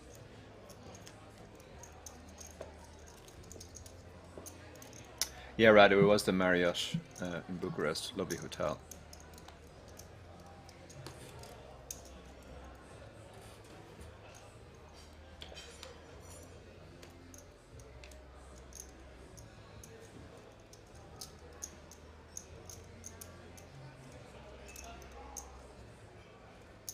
We're down to 40 now, so at the moment I'm nailing the prediction on how many players would be still at the next break. Let's hope we can keep that one up, although it's not looking good for Radu this hand, I have to say. He's going to bust in a lot of worlds, half of his stack in.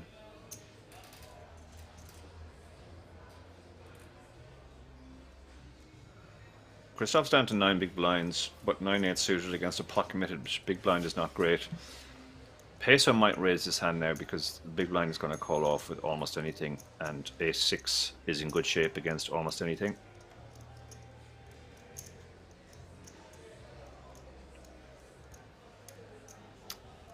But he's decided to let it go. He's going to get a sympathy walk here. Sometimes you see that when a player takes a bad beat, they get a sympathy walk the next hand.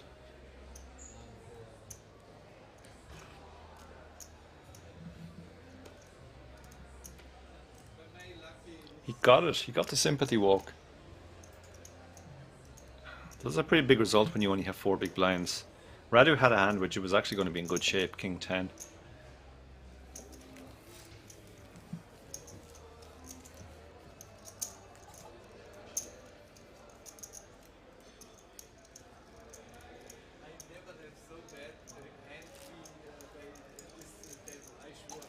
Neil's asking, is Red Bull GTO? At this stage of the night, it might be, yeah. Something with caffeine to get you through the last stage of play. Because this isn't even the last session. They're going to have to come back and play another session after this.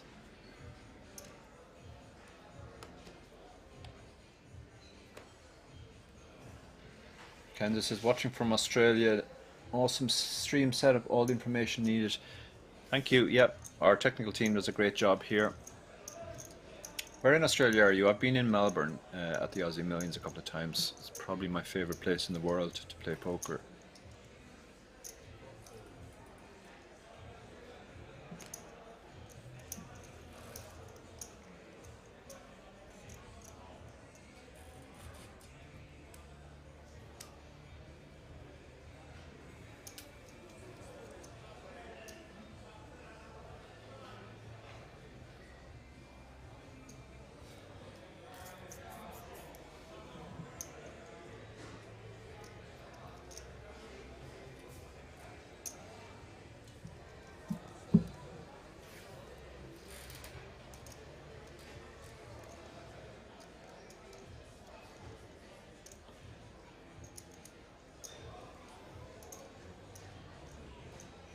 Chenzo, ace-2 offsuit, hijack. This just feels a bit too mucky. Now, one of the pairs behind is super short, so it's almost like you're in the cutoff.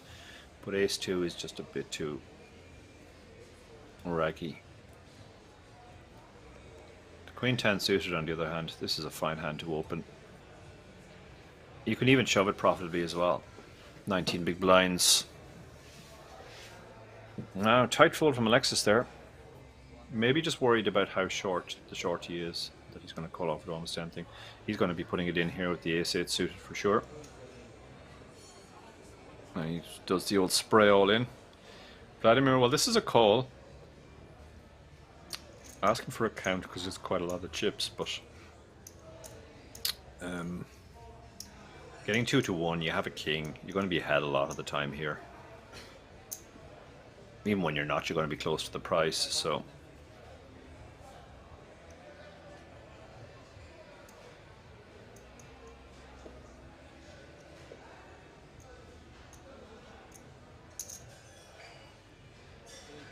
He does make the call. Radu's going to get the great news that he's not only ahead but dominating. Just has to dodge a king. Unless some sort of weird 4 flush action or straight action. Chance for him to get somewhat back into it now. If he can dodge the king. Just the king now he has to dodge. Jack on the turn.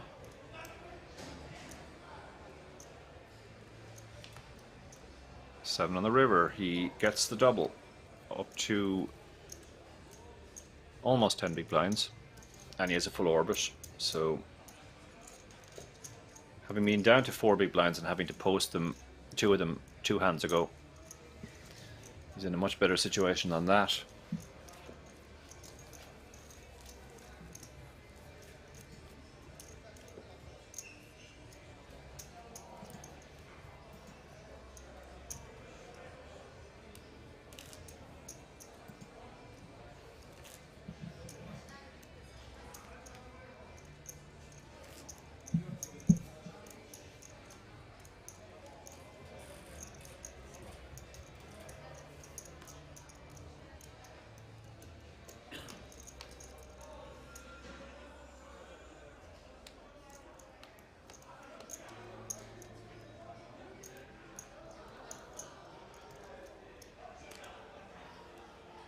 Well, Matthias is going to be opening the ace-queen suited on the gun. 22 big blinds.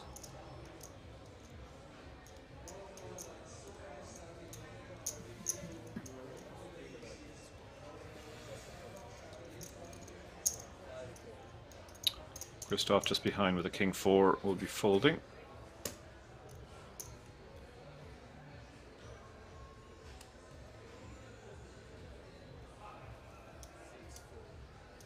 Okay, so with the queen 3 suited, he's going to be folding as well once he looks at both of his cards. In his very idiosyncratic fashion. There are some times when the action is on pace, where I actually think the stream might have frozen.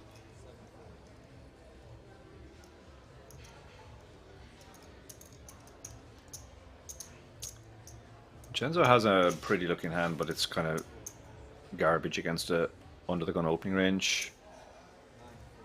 Alexis has definitely been on the tight side. We saw him fold the queen 10 suited last hand.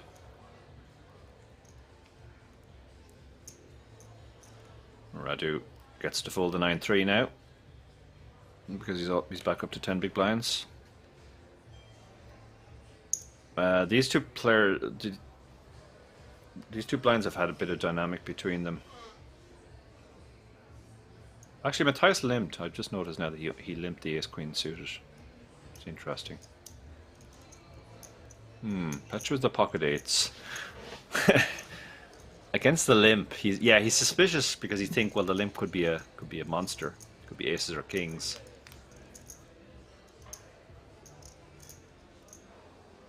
Okay, thank you, Reka, in the chat. He said that it was a string bet and it's ruled a call, so he meant to raise, but he didn't put the chips in quickly enough, so it was ruled a call. Now he's got the nut flush draw and the 2 overs, so this is a hand he can pretty much happily get in. The 8s, the 8s are in a wonky spot, and Vladimir is in there with the 5-4 as well. Yeah, so the 8s are folded now because the 2 players have shown an interest. And even if you have the best hand right now, your chances of staying best by the river are slim. Now the 5-4 has picked up a gut shot. Vladimir, fairly unorthodox. He does different things in different spots. Hard player to get a read on.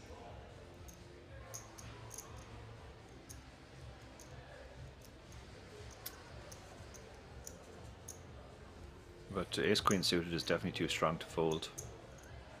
And you're getting... so he's gonna... Wow, he has folded. Shows the 5-4.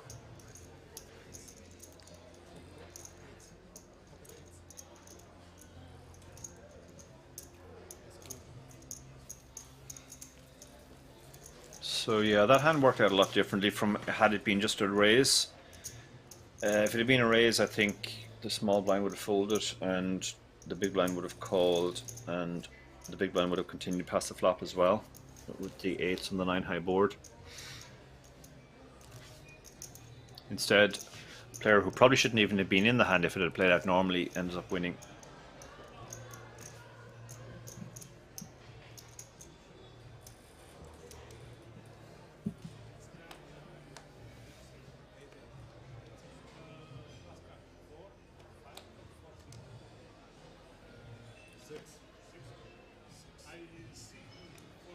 Yeah, so I mentioned the tiredness earlier, and you do see those types of mistakes start to creep in as well. When players are tired, you know, string raises, not noticing that somebody has opened, all these sort of mistakes.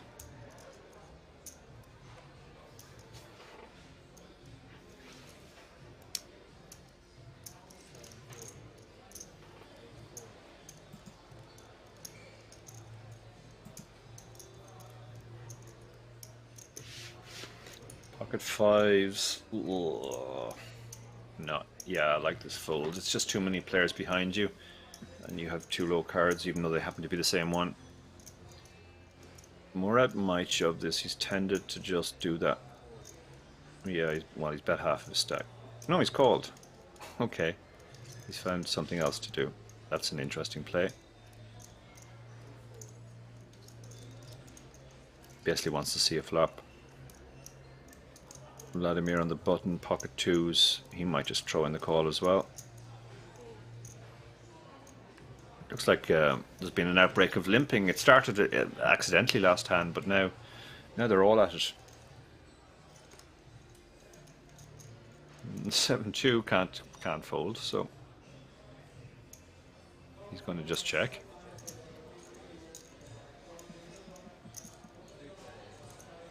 He could get himself in trouble on a 7-high flop, and he could.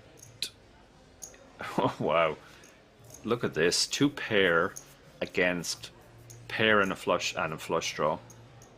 The 5s don't really have very much at all, but yeah, I think we're going to see the 7-6 suited and the 7-2 get it in here.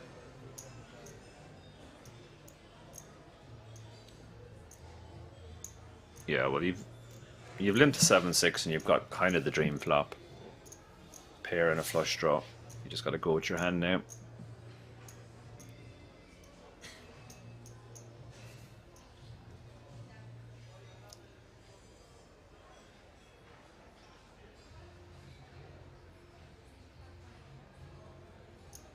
You can see it's pretty much 50-50 between those two players.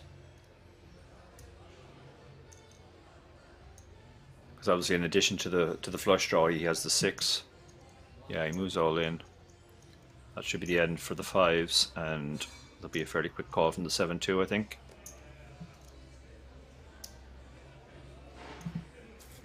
Well, no, the 5s are not giving up immediately here, but can't really see how you would talk yourself into a call here. It's been a bet, a shove, and now a quick call. They're essentially flipping. 7-6 is actually a slight favourite. Needs a 6 or a spade.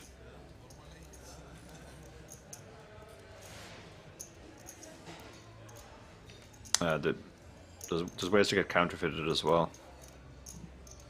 Now the 7-2, almost 2-1 favourite.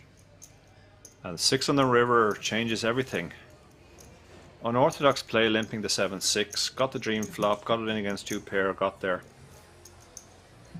That's very unfortunate for Matthias. I think we can call that a definite bad beat, because he wouldn't have been in the hand but for the fact that it was limped. He just couldn't fold pre-flop, and then he flopped 2 pair. That is a bad beat in the classic sense of the word.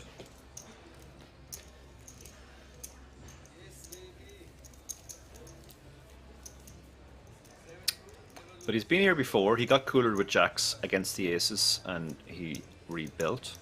So let's see if he can do that again.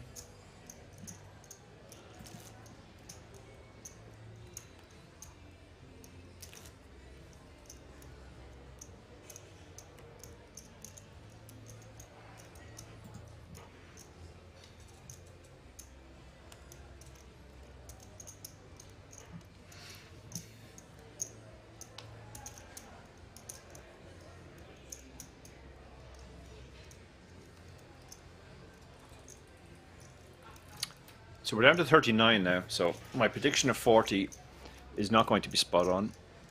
We've actually lost more of the field. That makes me more optimistic we're going to get down to 24 by the end today.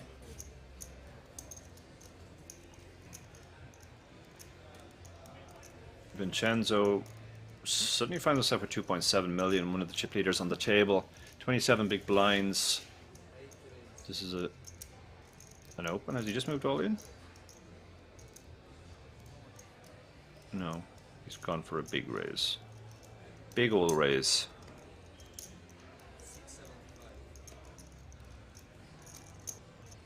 $675. Just the old 6.75x. That should clear out everybody behind who doesn't have a hand. But Radu has a hand. Yeah, Radu's going to stick it in now, and it's going to be a flip. He's going to feel a little bit cheated for it to be a flip, because it could be 10s or 9s a lot of the time, or hands of that ilk. Yeah, he doesn't like it because he knows basically well.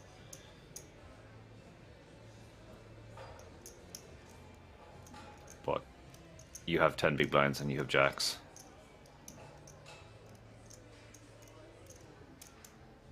He's counting his chips. It's like, yep, no fold equity here, but I have jacks. Just have to take this spot, I think. Yeah, jacks is just too strong. Less than 10 bigs. Against the same player who got lucky against him, has to be said. Vladimir will be out of there with his king 9. Button is out of there with his 7 deuce.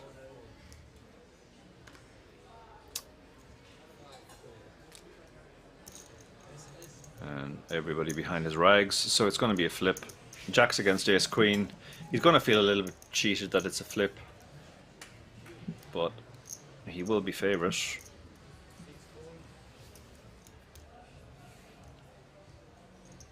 Genzo is like, yeah, well, it's 300. Pot's 1 point. Is he asking for a count? Wow. Okay, I guess he just there's a lot of physical chips there, so he's not sure on the amount.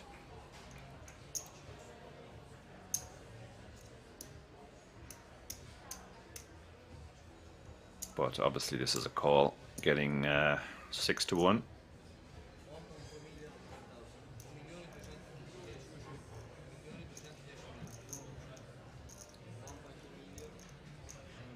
Okay, this is the type of situation that had he opened for a min raise and got shoved on, he might have talked himself into a fold. Can't imagine he's ever folding getting this price. This would be...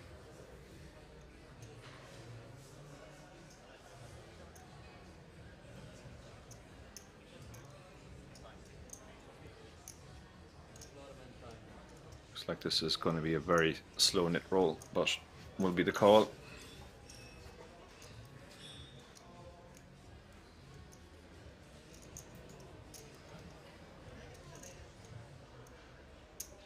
Well, this call is taking a lot longer than I expected.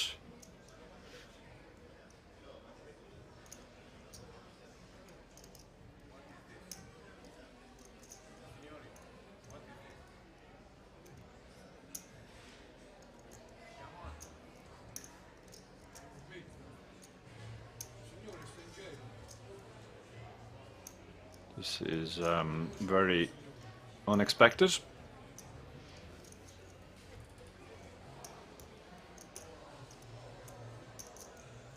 Oh my goodness, he's folded. Players behind around him can't believe what happened there. Wow, that is some fold. That is such a result for Radu. He avoided a flip and he got the double up anyway. That is the most inexplicable fold I have seen in a long time. He opened to 6.75 big blinds and folded for an additional 3. That is amazing. Poker never ceases to surprise me. Yeah, Radu is thrilled. Radu is, well, I just got the double up there and I didn't even have to take the flip.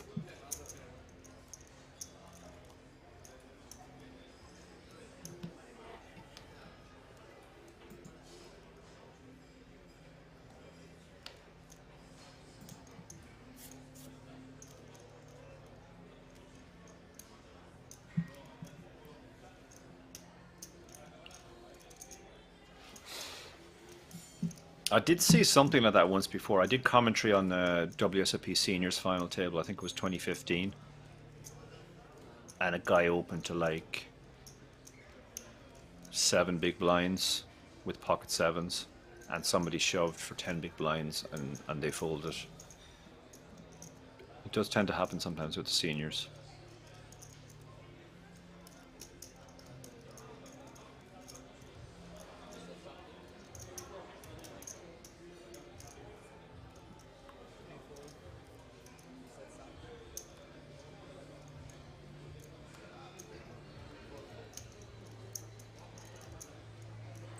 That was quite a talking point. Lots of people in the chat unable to explain that one.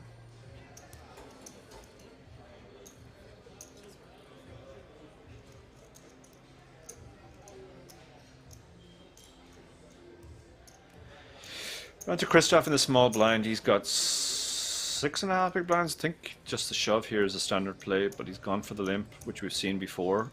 He's got lots of spots where he had hands that most people would have just stuck it in like tens, and he's gone for the less aggressive option. Peso throws the chip forward to show that, to indicate he will not be raising.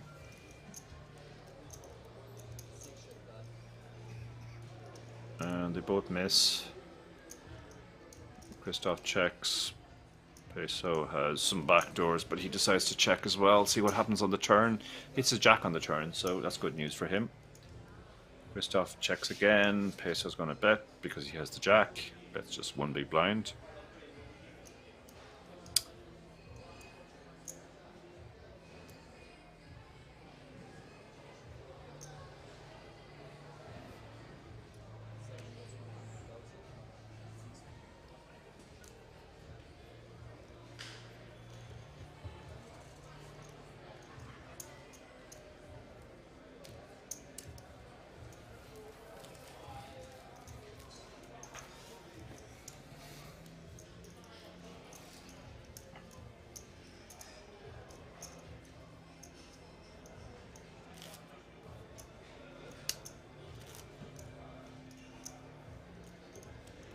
Vincenzo, who just made that really big fold, it's fair to say he's obviously extremely tired, which probably contributed to that fold as well.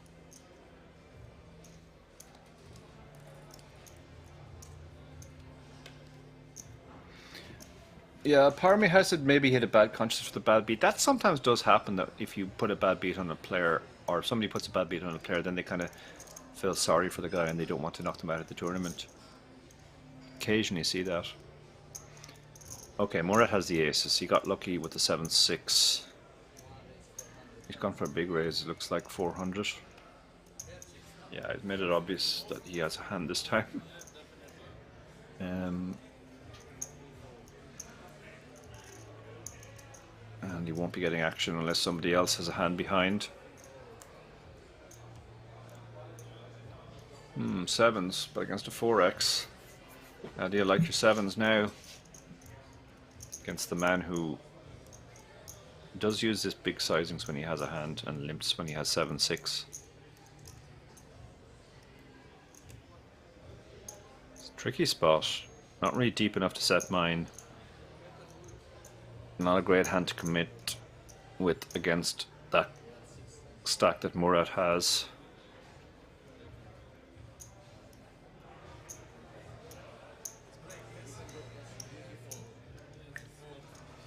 He has folded, yeah. That, and then this is why Murat's raise is not really a good size, because he basically gets that hand to fold that he might have got action from. But it looks like they're going on a break. We're down to 39, so I was pretty close with my prediction of 40. We have one more session to play tonight. We will be back in about just under 14 minutes. Catch you all then.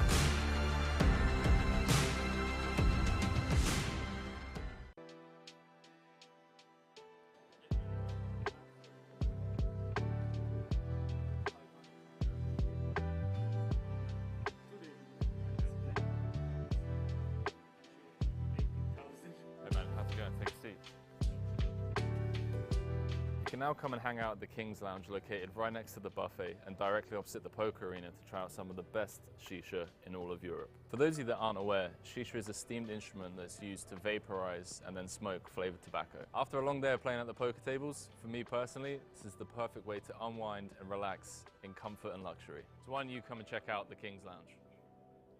Cut.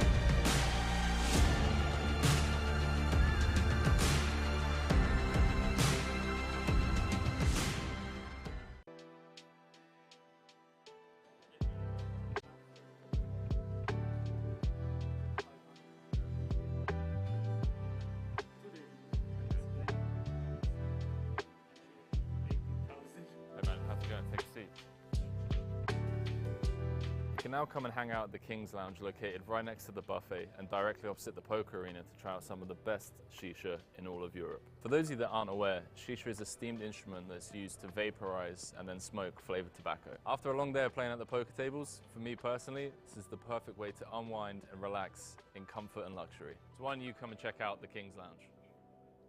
Cut.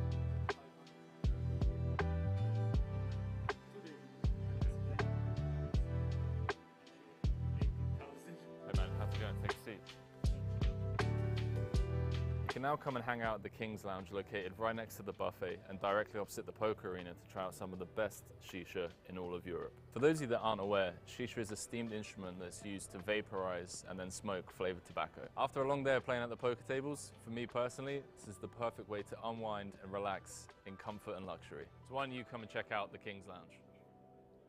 Cut.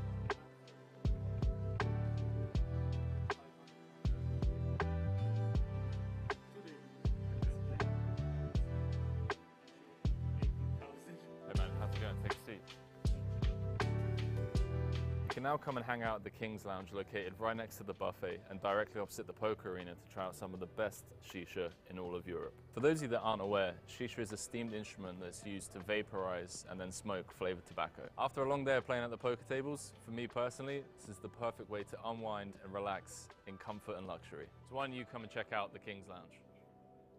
Cut.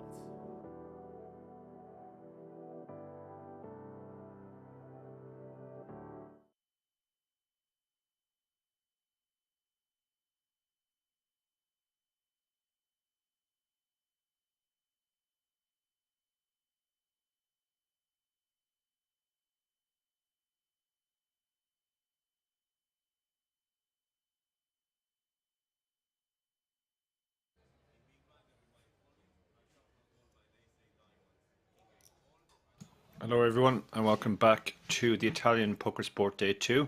Just before the break we saw the field play down to 39. We are going to have one more session which is 2 levels, or we will stop if we get down to 24 players. Same table as before the break. You can see Petru is still the chip leader with 31 big blinds, and actually nobody else has more than 20 big blinds now that the blinds are about to go up. Radu is actually back up to second in chips after that very unorthodox double up he got when Vincenzo opened ace queen to 6.75 big blinds and folded to 3 additional big blind shove. Christoph and Matthias are both now sub 10 bigs. Given how shallow the stacks are, I think there's a good chance we're going to get down to 24 tonight. I almost nailed what we were going to be at this break. When I said 40, we're actually down to 39. I do expect us to probably get down to 24. sometime in the next hour and 40 minutes. Thank you, Donna. Welcome back to you as well. This feels like late night radio now at this stage.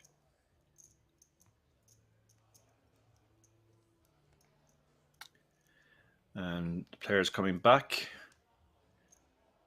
taking their seat, ready to have the first hand of this final session.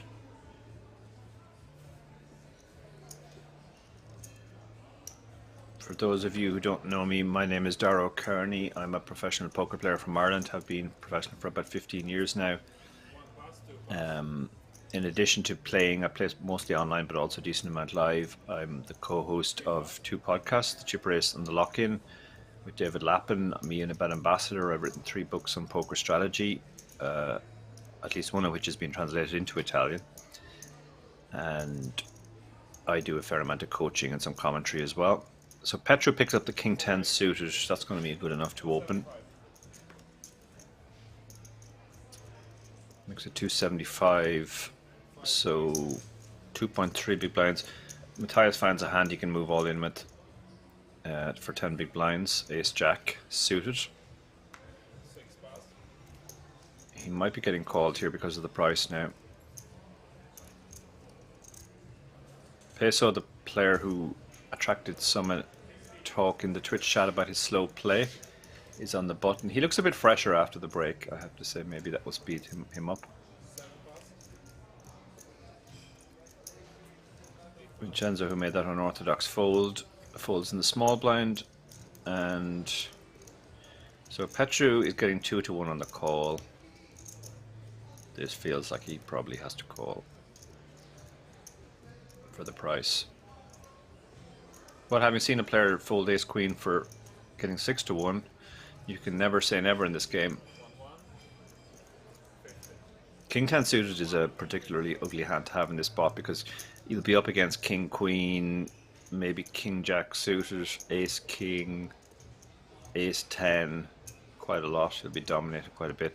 But then you'll also have this type of hand and you'll have some pairs that you're flipping against.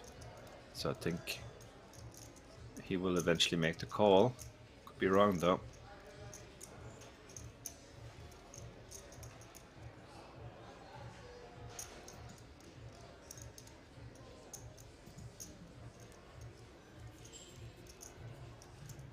It's about a quarter of his stack. In fact, it's exactly a quarter of his stack. So that could be a factor as well. He might want to just preserve his stack.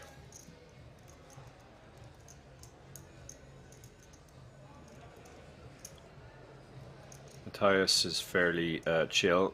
Once you don't get the snap call, you know your ace jack is almost certainly the best hand, or you're flipping.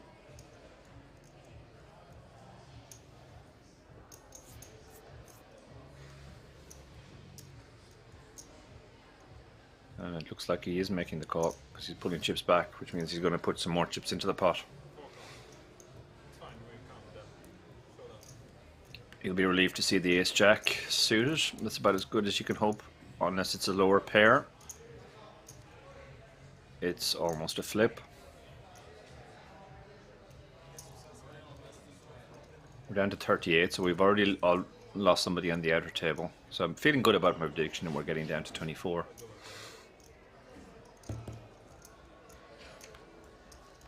Over to the flop we go. Oh, that's some flop.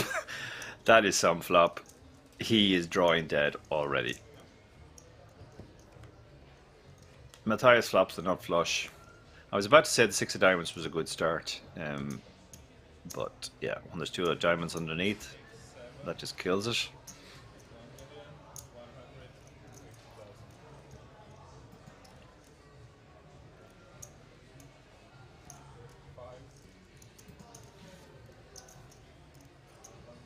So Matthias has played very, very disciplined poker throughout. He's been certainly aggressive when he gets the stack. He's been knocked back a few times, but he's waited for a good spot. He's got his luck.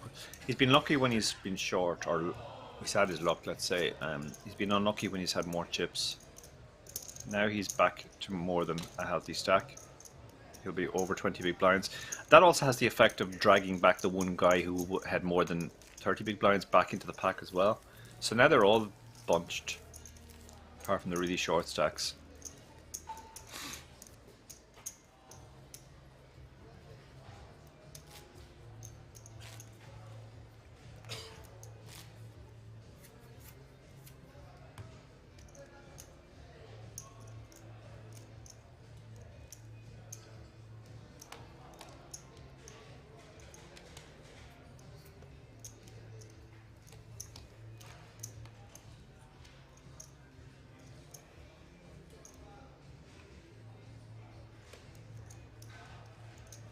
Radu under the gun with ace-10.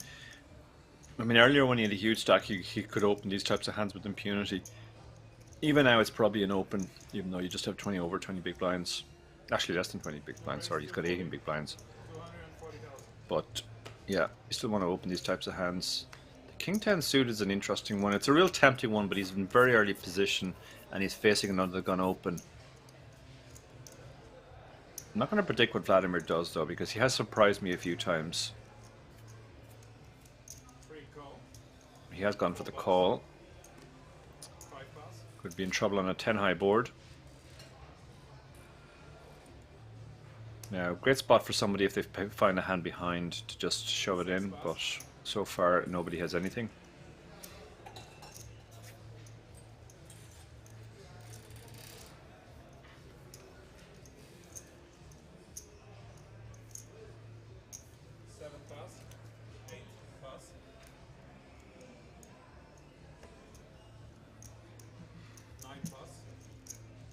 So all the way around to the big blind, and he'll be folding as well. So ace-10 against king-10.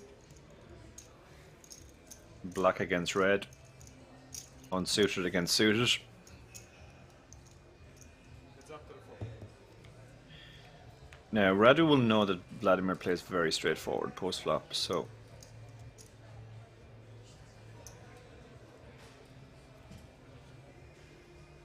Might decide to check this and see what Vladimir does. Yeah, this is because of the way Vladimir plays.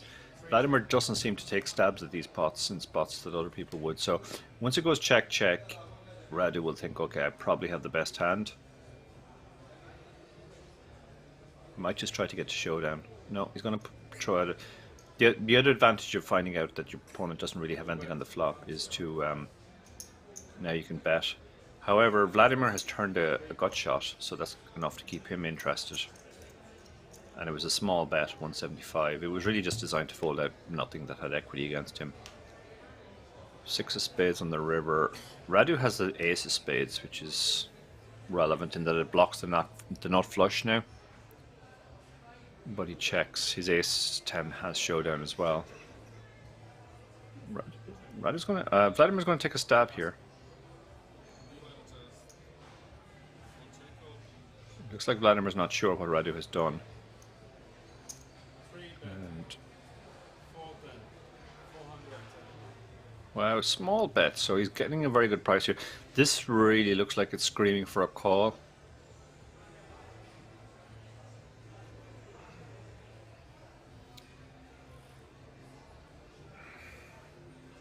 There's a lot going on in Radu's head. First of all, we saw him make a hero call with ace-9 earlier against Pierre Neuville and be correct to a similar small bet.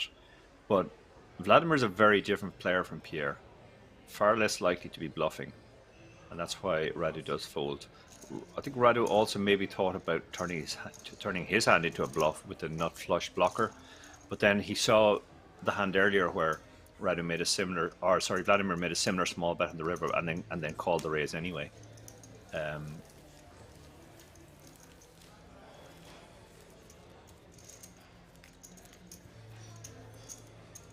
Dark Angel says, can't understand how he's still looking down with his hands over his ears. He is missing out on a lot of information, surely. Yeah, it's a reasonable point. I actually think Vladimir gives away a lot of information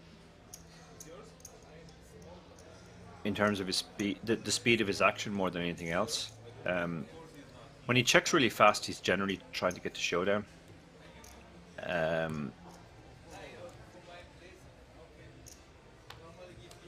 But he got the better of his opponent on that occasion, for sure.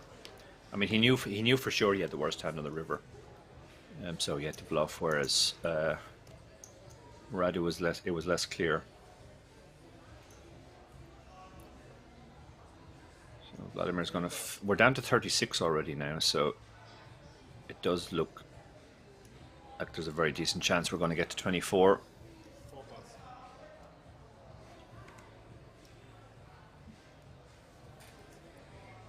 plus. They're nearly all showing signs of tiredness now, it has to be said. Even the younger guys. Christoph is really short now. He's down to 5 big blinds. He should really be sticking in the A7.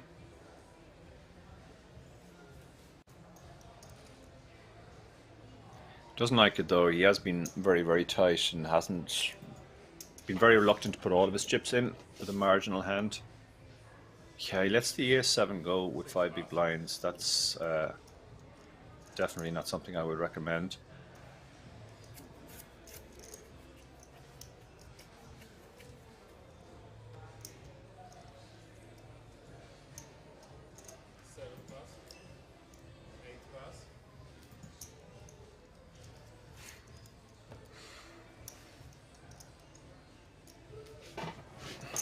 Murat in the small blind with the Jack-8, yeah, perfectly legitimate hand to limp. Radu is probably going to check this one behind. Doesn't really have enough chips to start making light raises. Unless he just thinks Murat never has a limp call. But no, he's going to exercise his option to check, play the hand in position.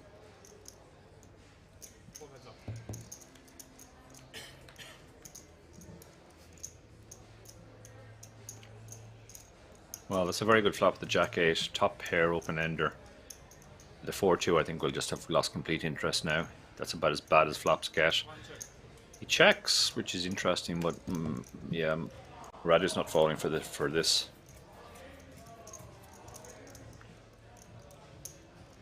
And Murat's now going to bet. 1 bet 200. And a really quick fold from Radu.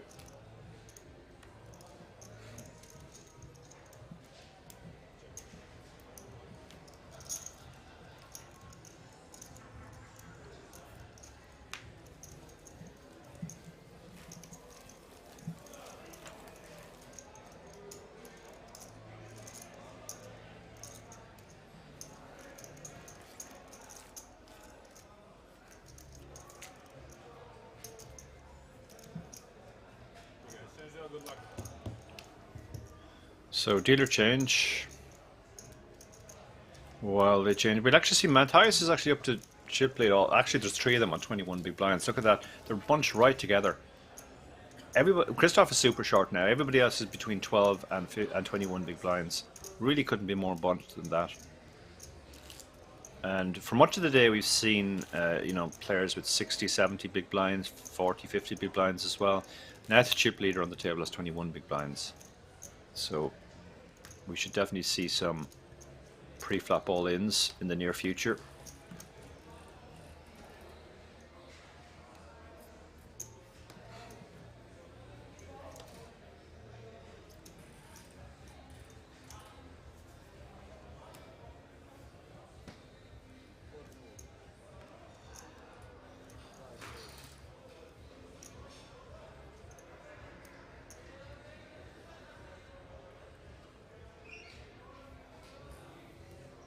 Christoph is going to have to find a spot very soon. He's got 5 big blinds.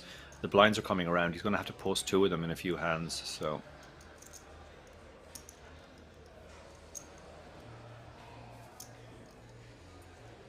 Peso has sped up after the break, so I guess he got a little bit of refreshment at the break.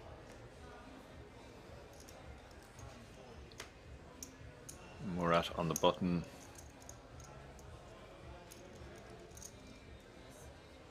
Don't know his cards yet, but it looks like he's interested. Ask him what the blinds are. He's only ever made big raises or limps. And let's see if we can find out what he has.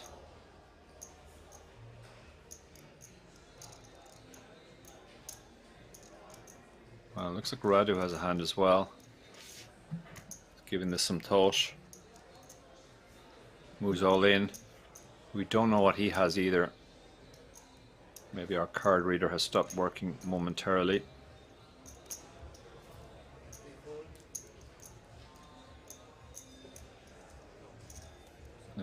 The graphics are wrong. It's not Petra that the action is on, it's Murat.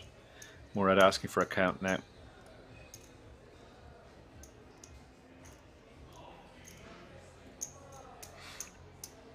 There we go. Graphics are catching up now.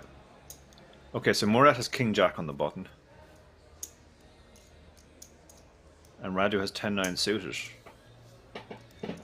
Murat actually, who's only been doing big raises or limps so far, actually raised a smaller amount this time. Or did he? Yeah, 250. So, I mean, this is a call for sure, but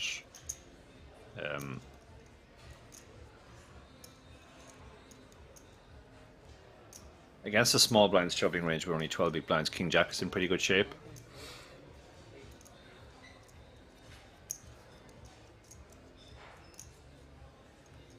Well, Murat, having got that big double up with the 7-6 suited, might not want to give it back either. It is almost all of his stack as well. He'd be crippled if he lost this.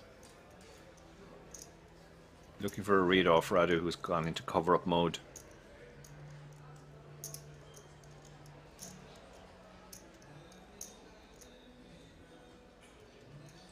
Giving this a lot of consideration. He's getting it's 1.2 million to call. The pot would be 3.2 million if he calls, so he needs less than 40%. There's just so many hands. You have 50% even against flips. You're ahead of some hands. Wow, that's a big fold. Roger's going to be thrilled to see that fold. He gives the thumbs up but doesn't show his cards.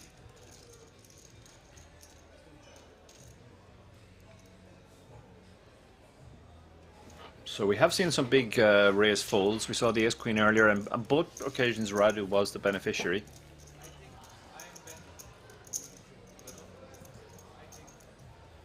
That should embolden him to shove even more. If you know guys are going to raise fold very strong hands,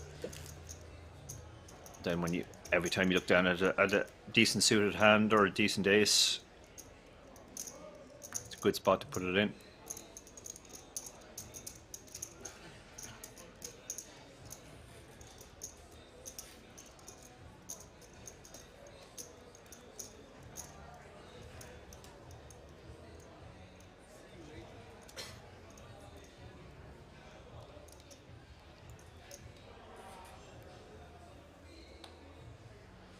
So it's been quite a while since we've seen a bust out at this feature table.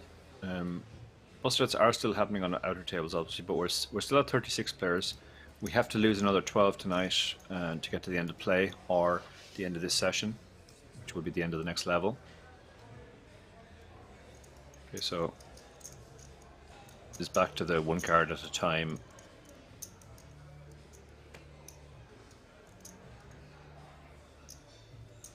And then folds. Vincenzo folds as well. Alexis will be folding.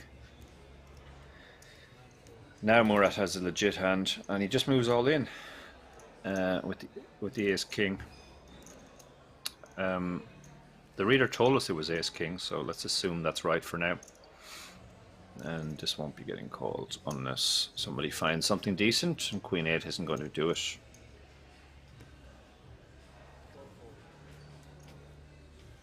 And he shows the Ace King as well. Didn't want to raise full that time, obviously didn't fancy raise calling either, so he just decided to shove.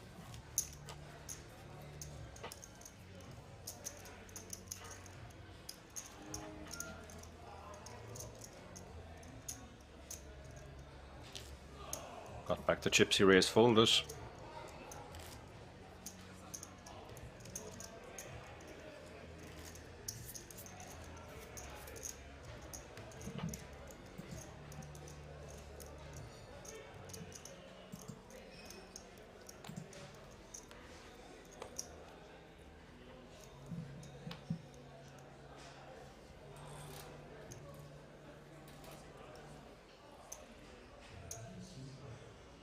So still 36 players left. The average is just under 30 big blinds in the tournament generally. This table is a lot shallower. Chip leader on this table has 21 big blinds, in fact.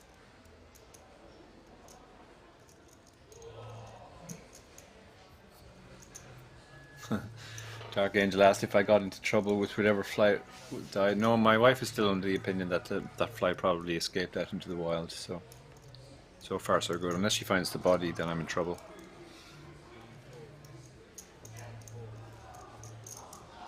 A6 suited folded there.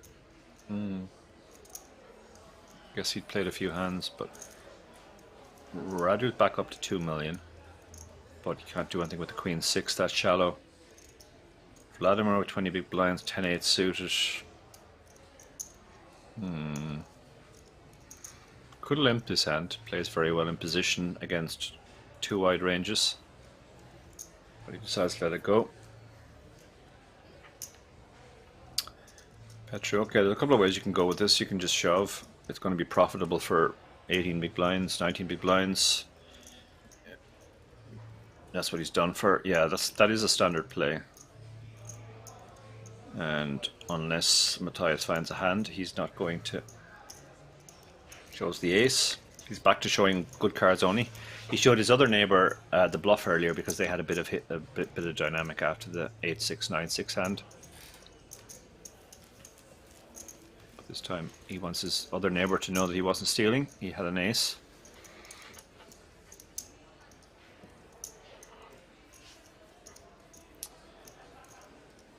Been very impressive with his play in general.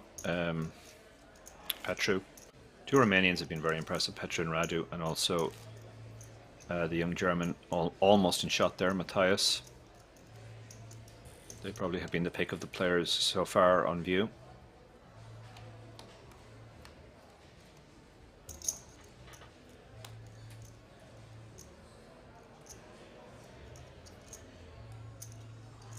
The fact that most of these players have been on the feature table for most, if not all, of the day as well, that could be contributing to the tiredness. When you go into a day 2 and you find you're on the feature table, it's a real shot of adrenaline. But then when you're still there 10 hours later, or whatever it is, it's quite draining. It's a lot more tiring to play on a feature table than on a normal table. Vincenzo, 14 big blinds. He could shove this, he can raise it as well. It would be a tight fold, but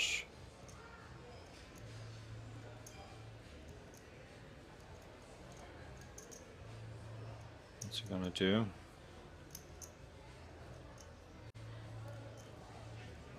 Gone for the raise.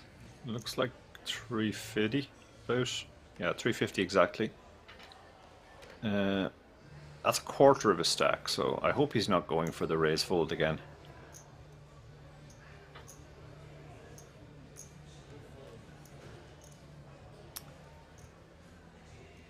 But nobody behind is anything to put pressure on. Petru is not going to play the king 4. Just leaves the 2 blinds once he folds. Matthias, nothing with the 7-5. This gentleman's super short, so it would be pretty much, yeah, he has no folds. He's no fold equity in a shove, he just lets it go. The 7 deuce, and he's down to 3 big blinds now. Desperate times for Christoph. Down to 3 big blinds, he's going to have to post one of them half a big blind next hand in a small blind. So after that he'll be down to 2.5. He basically has 1 orbit. He's passed a couple of spots, you know, that most players would have taken, the A7 with 5 big blinds. And that's the problem if you pass those spots. You can just find yourself, even if he doubles up now, he's going to be back to 5 big blinds.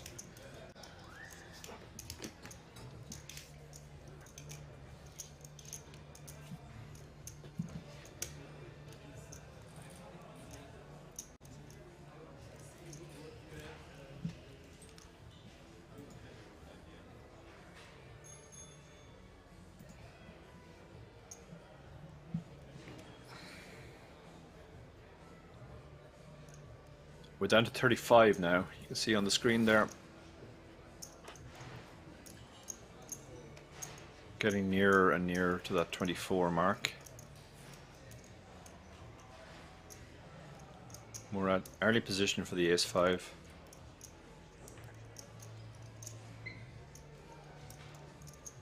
Giving it some thought though.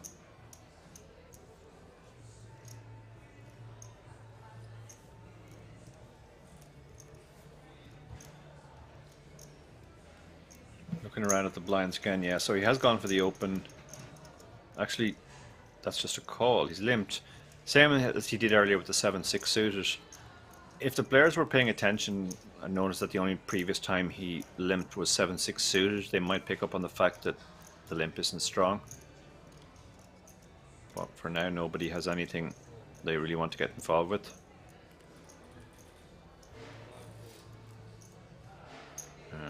Christoph is only 2.5 big blinds, so yeah, he's decided to put it in with the king. The king deuce, the jack 10. Facing a limp and a 3 big blind shove essentially. You've jack 10, but you're also very short.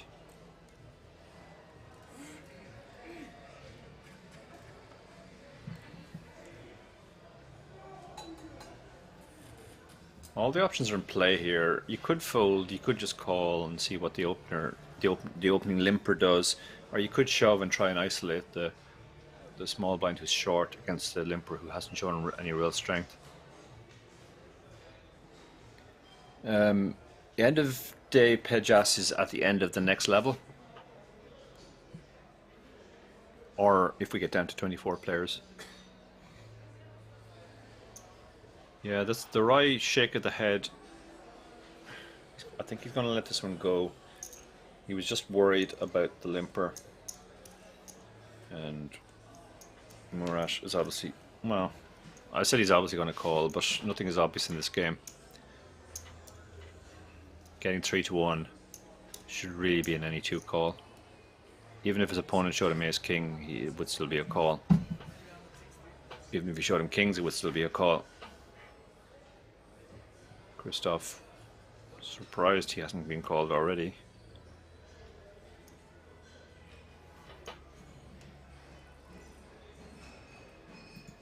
But he will make the call, I think, once he figures out the chips.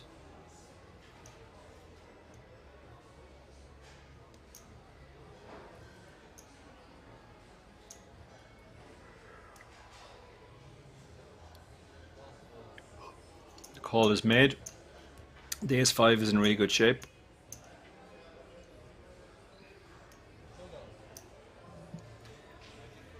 He rolled over the ace, and but not the 5 initially, so Christoph was concerned about domination. I guess a lot of his outs have been folded because he's in particularly bad shape with only 21%. But let's see if he can hit a king or a deuce.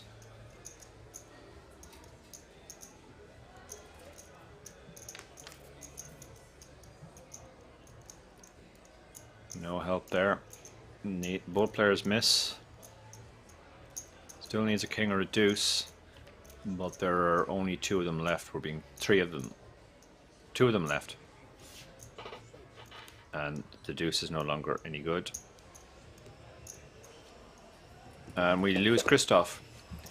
Played very, very tight, hung in there long. In the end, he just let himself get too short. Stuck it in with the king deuce. And that brings us down to 34.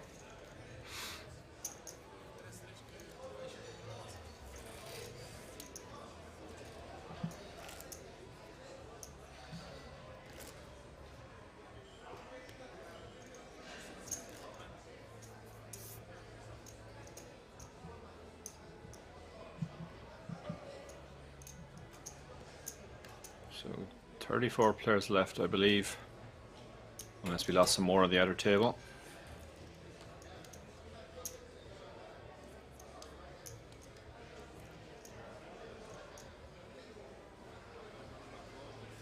Yeah, 34 players remain. We have another 10 to lose tonight.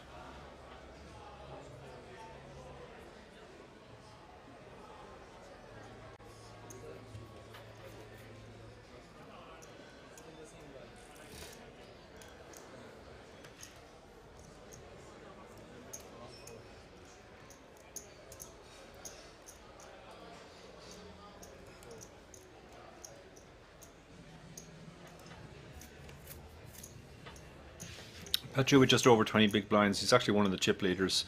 He could open the king 4 suited if he wanted to, but he's decided not to. Queen Jack should definitely be opening on the button. He's effectively the button for the second hand in a row because, yeah, he's decided to move all in. Doesn't want to raise fold with 20 big blinds. That should clear out the ace deuce.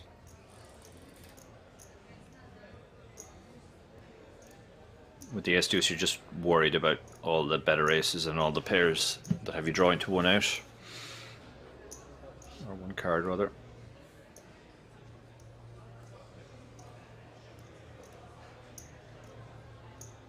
Okay, so it does fold.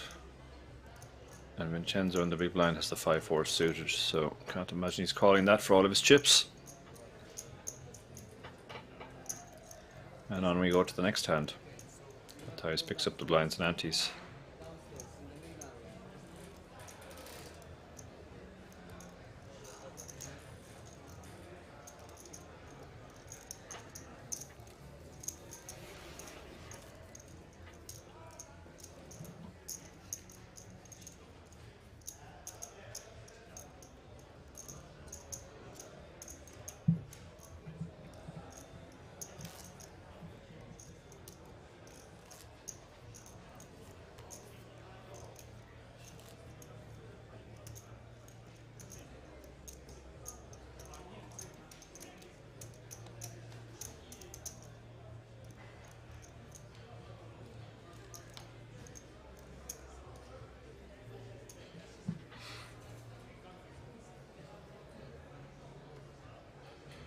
Murad under the gun with the 9 deuce is going to fold. Radu next to Jack 6 will be folding.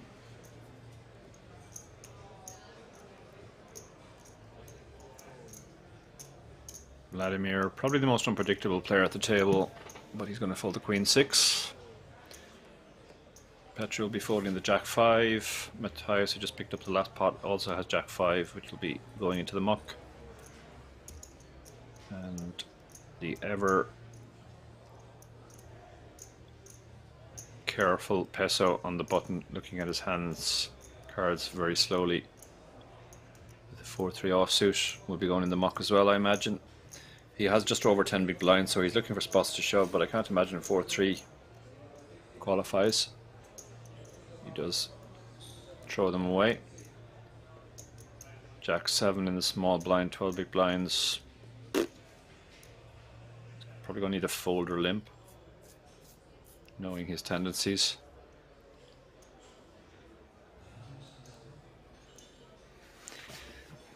Fold it is. That is a very tight fold, blind on blind with so much money in the middle.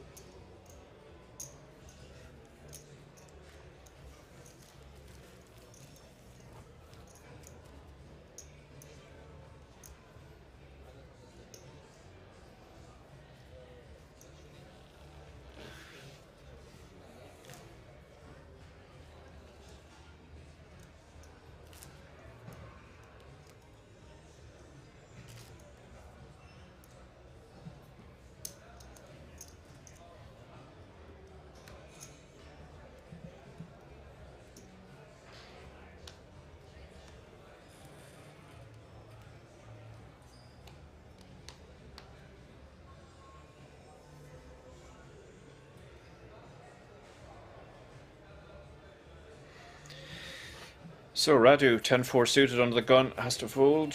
Vladimir will be folding the Queen 8 as well. Still 34 players remaining. Petru, the Ace Deuce suited, he could have elected to open this. It's quite early for a hand with a deuce in it, but it is suited. Players have been playing very snug behind. It's a reasonable open. Just try to steal the blinds.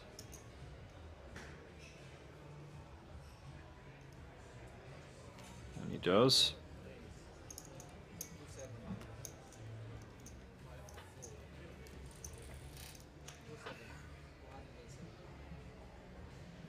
Okay, so going to look slowly at the 9-6, card by card.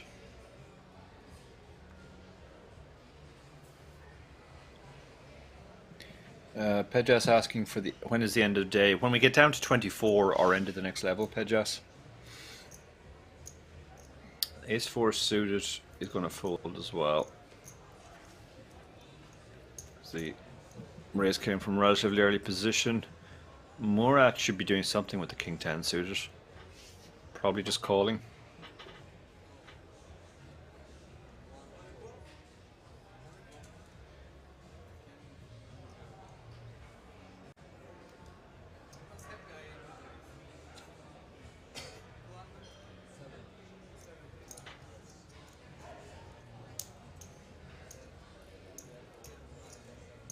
So it looks like the chips are being counted out for a call.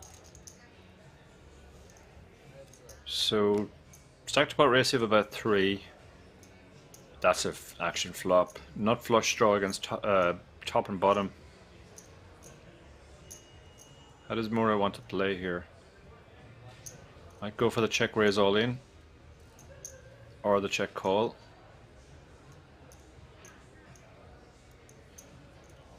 Petru looks like he's sizing down with his 2 pair.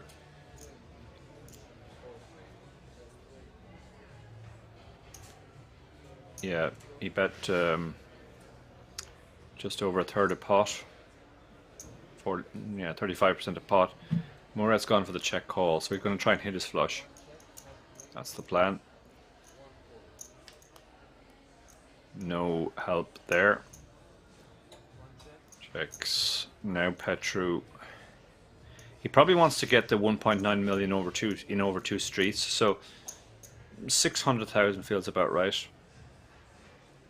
If he's up against a weaker ace, or an ace rather, or a 1 pair hand. He's actually gone very small. He's really tried to milk this, and he's gone so small he's actually given his opponent the price now to hit his flush.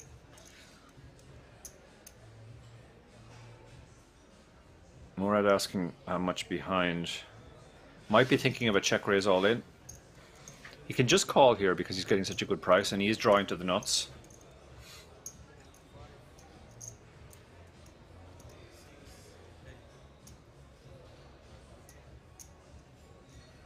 But it looks like he's going to just call again. And he does. And now that's a scary card for the ace deuce, because a 4 now makes a straight. You could definitely see your opponent hanging on with hands like 5-4 suited if he has that hand.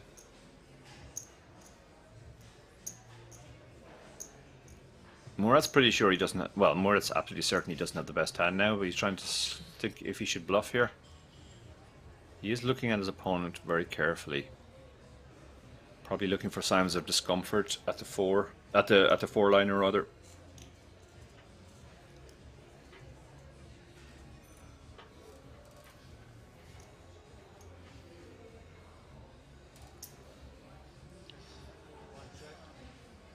But he has checked. He's done that pretending to bet and then checking in the end. Petru probably just checks now because a lot of the hands that are worse are now not going to call because of the 4-liner. But he's trying to decide, maybe I can get value from an ace here. He did a small bet against Vladimir earlier in a similar spot on the river and got a cry call from ace high. This is a spot where you're pretty sure you have the best hand, but can you get called by a worse hand if you bet? And if you do bet and get shoved on, you just vomit all over the table.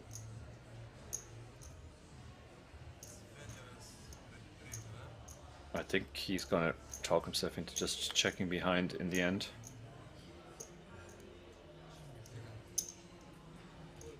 No, he's made a tiny bet again. 300. He's just looking for another 300.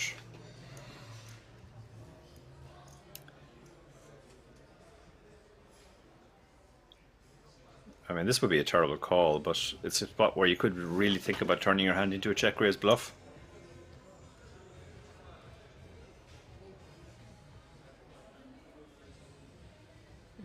capable of the check raise bluff. Let's see.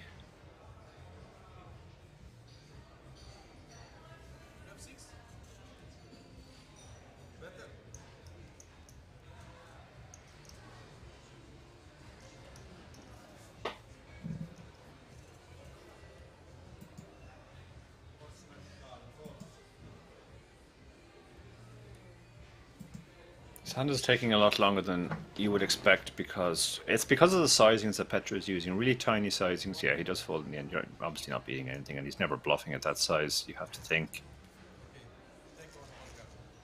And he's saying pick one card.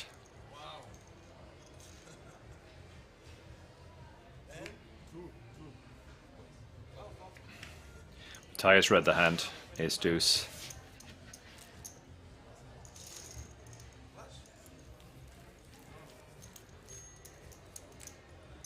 So, nice sizable pot there for Petru.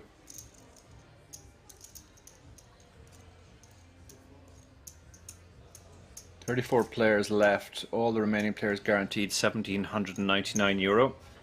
But the first prize is 80,700 plus a day 1A ticket to the WSOP main event later this year in Rozvadov.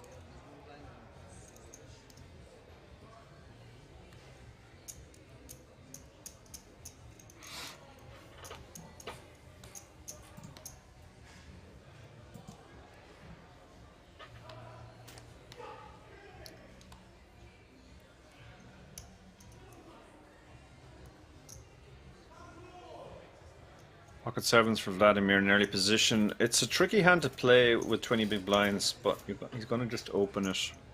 We're down to 33 now, so we're continuing to lose players on the outer table, at least, even if we're not losing them at much of a rate here. We've only lost one player this session. Now, Petru has tens. This is a very strong hand in this spot. Vladimir is opening off less than 20 bigs. You're still not loving it because Vladimir obviously has all the stronger pairs, jacks plus. So for that reason, he's decided to just...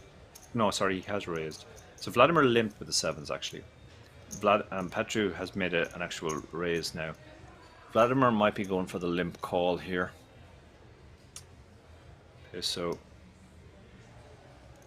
with his usual deliberate action of looking at it by card. Malta asking how many player main events. The field was 25-49 at the start, so we're down to the last 33. Morat has king queen in the small blind with 12 big blinds, 12 and a half big blinds. He might think this is a spot to shove. Now he's going to do what Morat normally does in these spots, just call. See what happens. Radu won't be getting involved with the king 5, I don't think.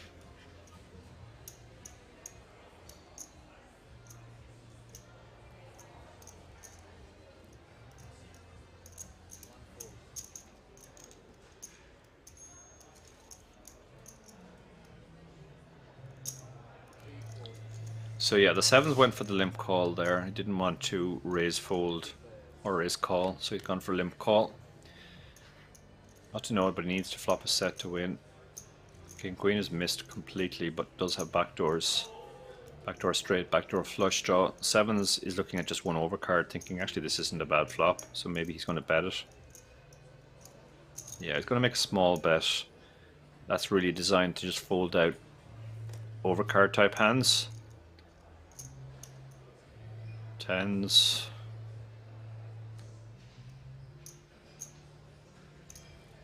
I mean, Vladimir can have a jack for sure, and then you're drawing very, very thin.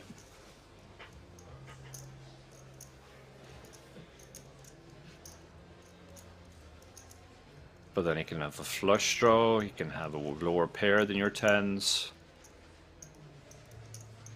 Tricky spot because he's also got the other player behind him, who will sometimes have hit this board strong enough to check raise. He's not closing the action here.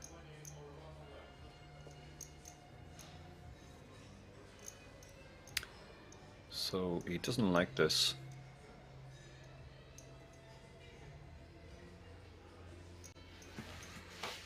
Can you really fold tens on a jack high board? Vladimir is either meditating or falling asleep.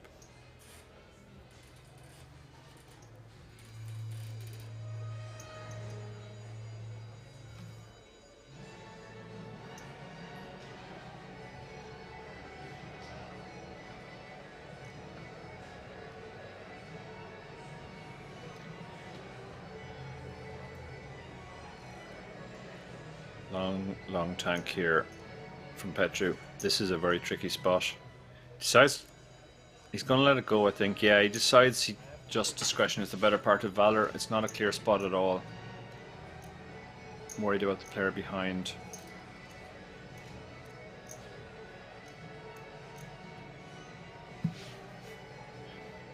I mean, Murat just has king high, but he has prospects, so he might make the call here. It's a lot of his stack, though. It's a third of his stack. The other possibility is to just shove, and then you're definitely going to see all 5 cards, and you might get some. You'll get some folds as well, but he does decide to let it go. And Vladimir.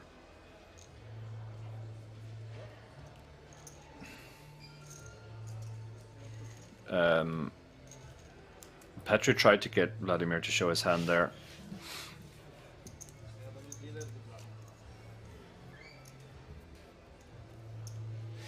So Vladimir and Petru are the 2 chip leaders now, 27 big blinds. Matthias is just over 20 big blinds too, and then everybody else is bunched between 10 and 14 as the dealer change happens. Nobody is super short. Murat is the shortest now with 10 big blinds. He has spewed off a little by calling in spots where he shouldn't really have been involved. Peso has just been kind of card dead.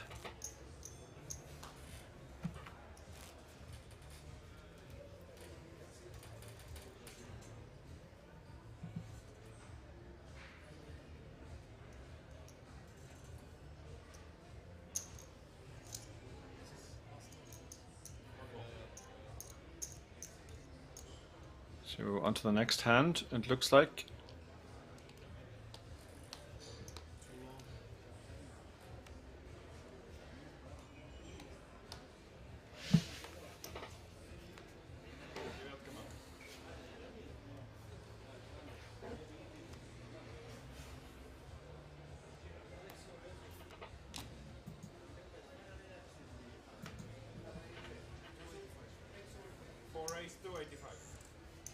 Petru with this suited ace, strong suited ace in early position. Matthias, it's too early for him to get involved with 6s.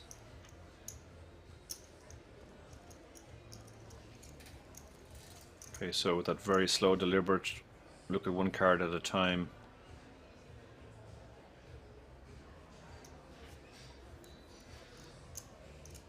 And bring your cards together and fold them.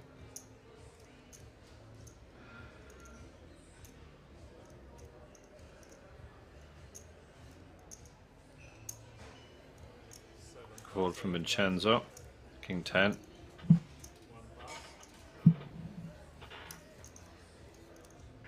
Radu with the ace 3 probably is not the kind of hand you want to play against an under the gun open.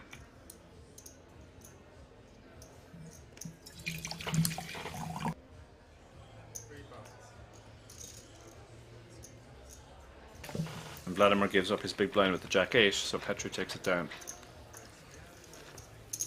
33 players remaining, still.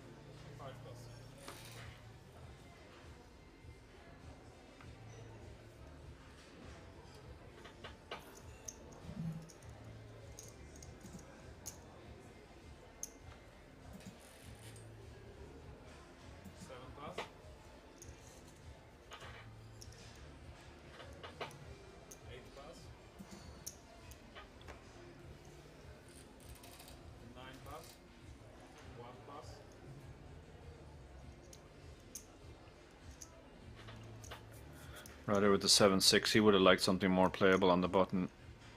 Imagine he's going to let this one up, let this one go. So these 2 gentlemen, chip leaders at the table, and they've had a bit of a dynamic between them. Vladimir doesn't want to get involved, and Petru has the ace queen. He's like, oh, he's probably going to show this one as well. Yeah, showing all of his strong hands.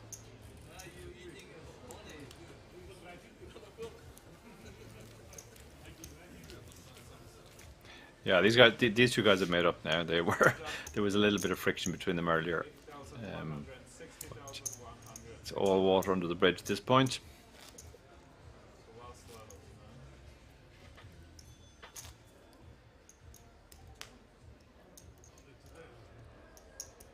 You said to me.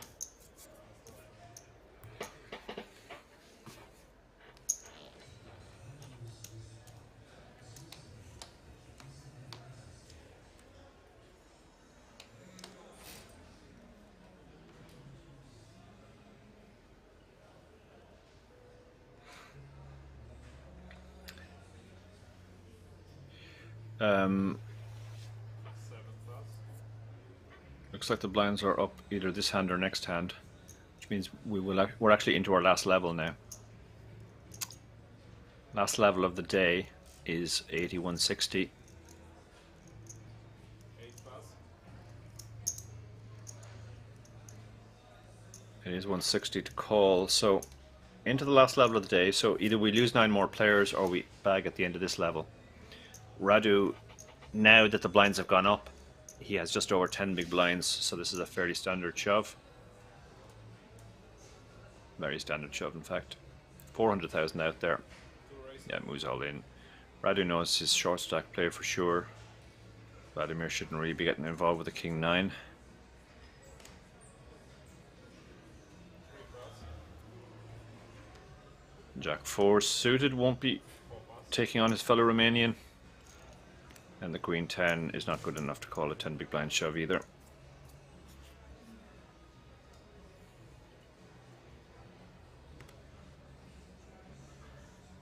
5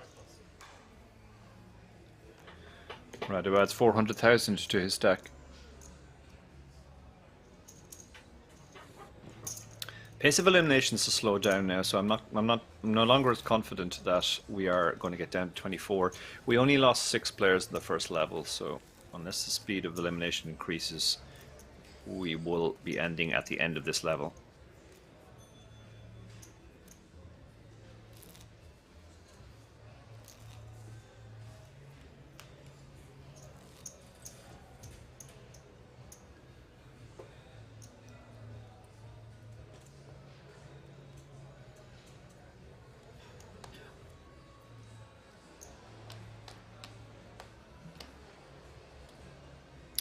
Mr. Olivio says he looks at the cards one by one, 10 seconds. Yeah, that's been we've had a few comments on that. That is his very unique way of looking at the cards. Takes a little bit longer as a result.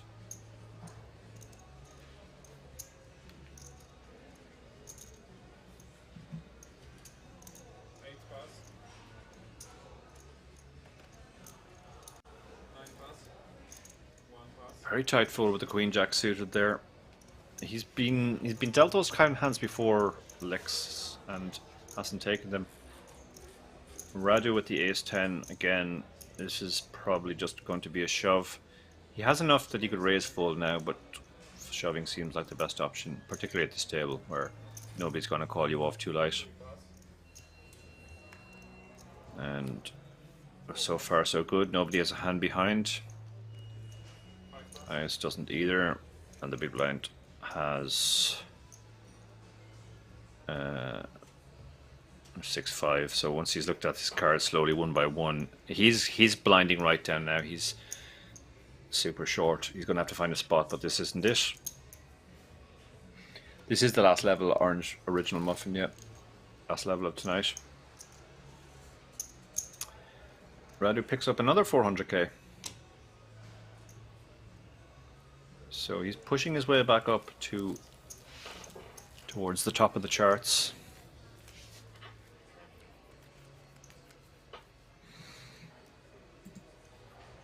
Thank you for everyone who stuck by watching us very late into the night now, it has to be said. Are you timing it, Mr. Livio? 12 seconds.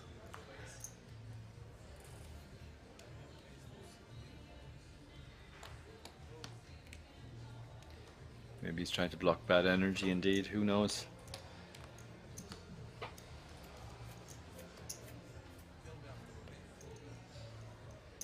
The Players who are not shoving now are blinding down very fast because the blinds are so significant and they're also shallow. Murat.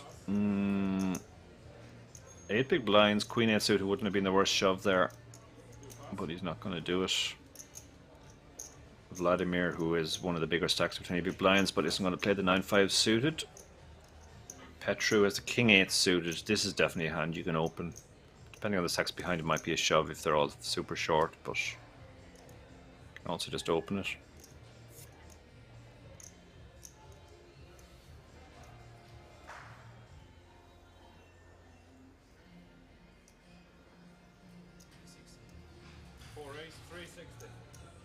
Yeah, he's gone for the raise.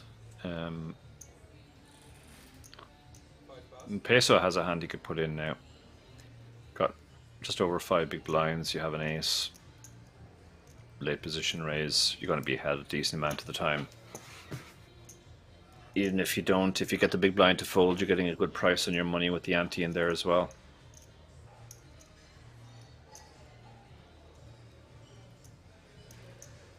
But he's let go. Looks like he's waiting for a so-called legitimate hand, but the big blind is moving. With 6-3, wow.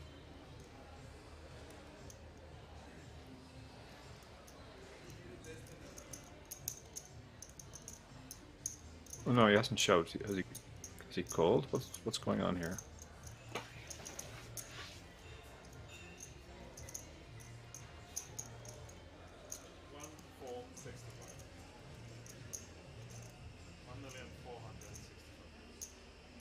He has moved in to 6-3.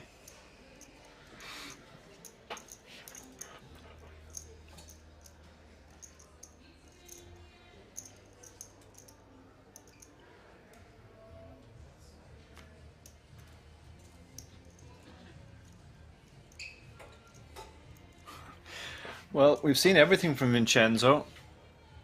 We saw him raise ace queen to 6.75 big blinds and then fold to a shove that was only 3 big blinds more with ace queen. Now it looks like he's shoved all in with just the 6-3. Doesn't have much fold equity because he only had 8 big blinds. Petru has to think he's just in horrible shape here with the king 8 suited.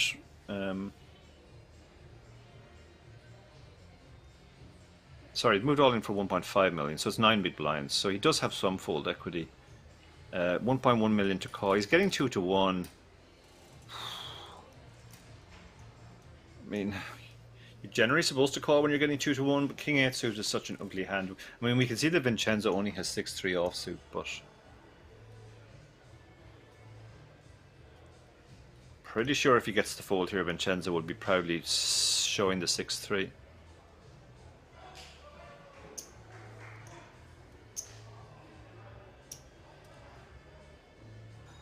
The only way I can explain this hand is 2 live cards and not on my big blind. But yeah, don't try this at home, kids.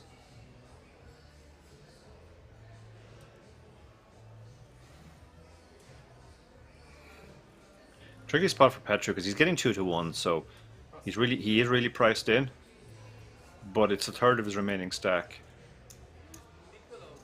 Yeah, so he does fold, and as predicted, he shows the 6-3, and Petru is absolutely disgusted.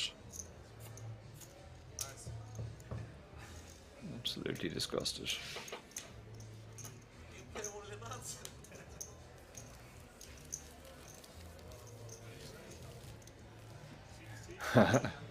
So, ladies, my name is says, all right, I'll do it in the casino. Yeah, well, it worked out for Vincenzo there. Some very unorthodox players, have to be said. The 6.75x fold to the 10x with ace queen, now shoving the 6-3 off over the open when you have 9 big blinds. Some non-GTO plays, let's call them.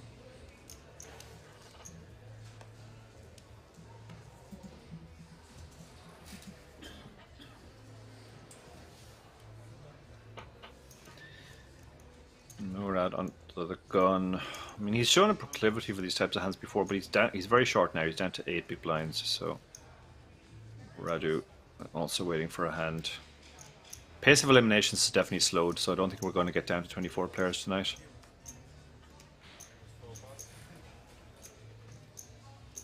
Matthias, ace 5. Could go a couple of ways with this. Could raise, fold it, could maybe just shove it, but it seems a bit, yeah, well, 14 big blinds. Yeah, he's moved all in. I think that's probably the recommended play, especially if you've got people shoving 6-3 behind you. You might say, well, I want to get in against 6-3 if I have ace 5, but it won't always be 6-3, obviously.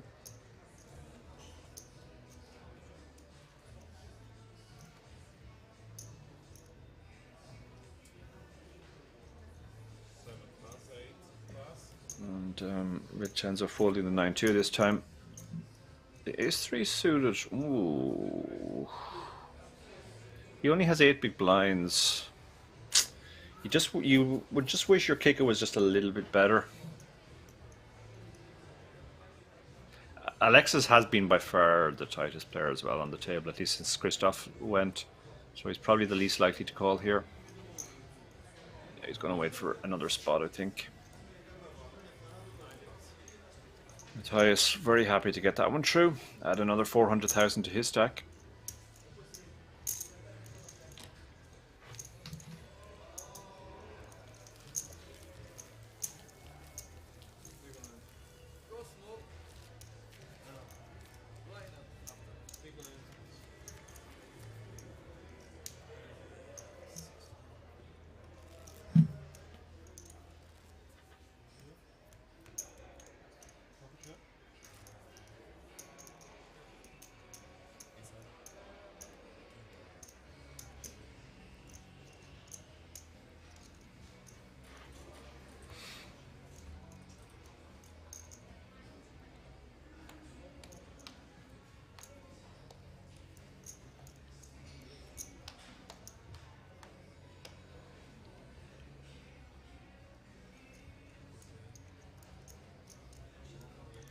Radu continuing to grind patiently. Not going to do anything with 8-3.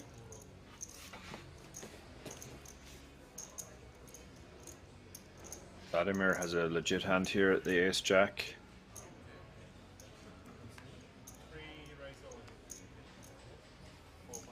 He's just moved all in. He doesn't want to raise full this or raise call, so he's moved all in. He's hoping not to find a hand behind.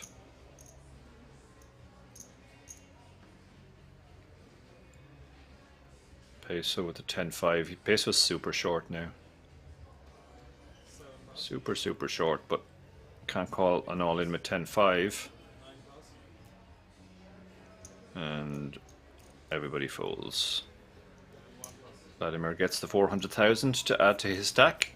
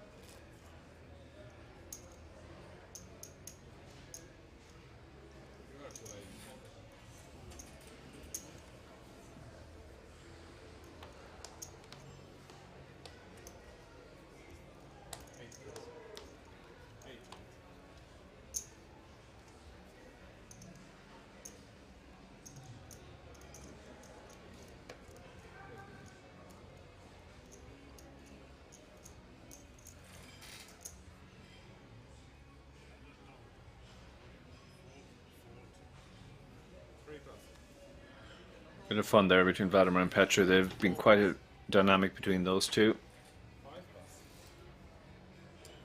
Peso needs to find a hand soon, but unless he takes inspiration from his neighbor, it's unlikely 4-3 suited is the hand.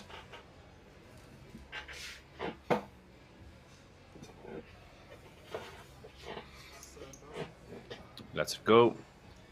Vincenzo, let's see 8-4 go.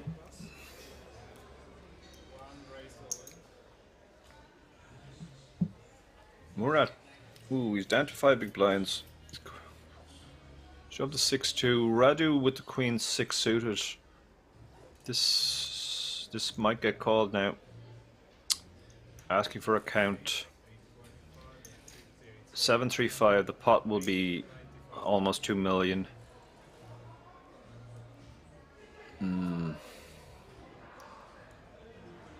Queen 6 suited is in very good shape, like against a lot of hands. It's in particularly good shape against 6-2, obviously, but yeah, you're getting the price against almost every hand, unless you're dominated. So I think we could see the call here go in from Radu. On the other hand, Radu has been profiting a lot by just shoving, but he has made the call. It's a good call. I don't like this shove. I mean, you're just getting called too often. Just wait for a slightly better hand. You have a whole orbit to do it. But you can still get lucky. You can hit your deuce. Radu has run very bad in these all-ins of late. Let's see if that trend continues. Here comes the flop. Looking for a deuce. No deuce. And some kill cards now. 10 pretty much kills it. Or queen for that matter.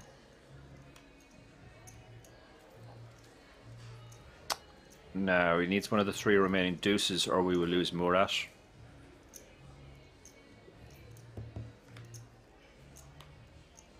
No deuce. You can see Rad is quite pumped up there. He's run badly recently in those all-ins. Yeah, that just seemed a little bit unnecessary from Murat. You're dealt one of the worst hands in poker. You can wait for a slightly better one than that. You have a whole orbit.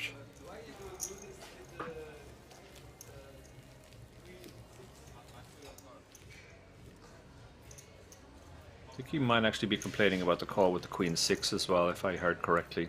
But it was actually a good call because he was getting a very good price. He was suited.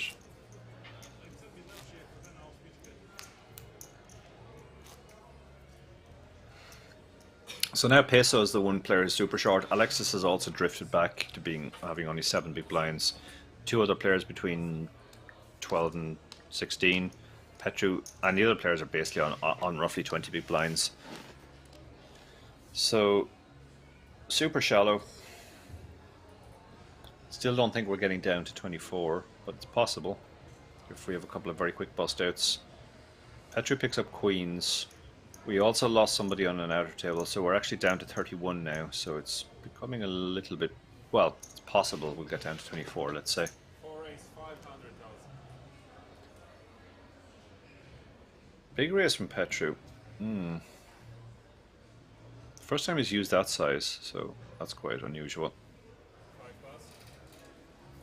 Gets the ace jack to fold as a result.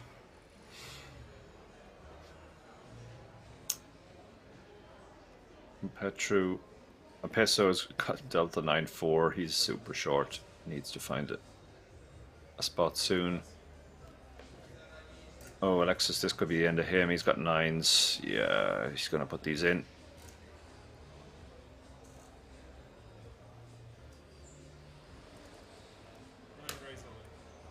Moves all in. Fold from the small blind. Adam will be folding the 8-6 suited and a very quick call from Petru. Got the queens. Alexis needs to find a 9. Or he has spades, I guess, going for him.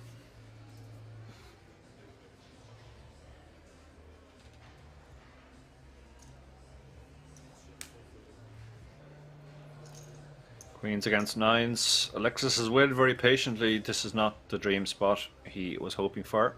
We're down to 30 players now, so they are dropping pretty fast. We will be down to 29 unless Alexis can find a 9. Still needs a 9. That's the only way he can win this now.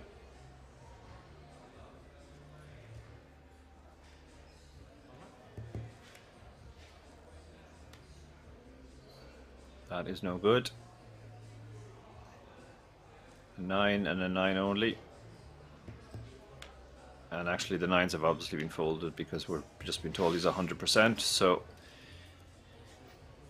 down to 29. We lose Alexis from Cyprus. Played very, very patient. Unfortunately, was not rewarded.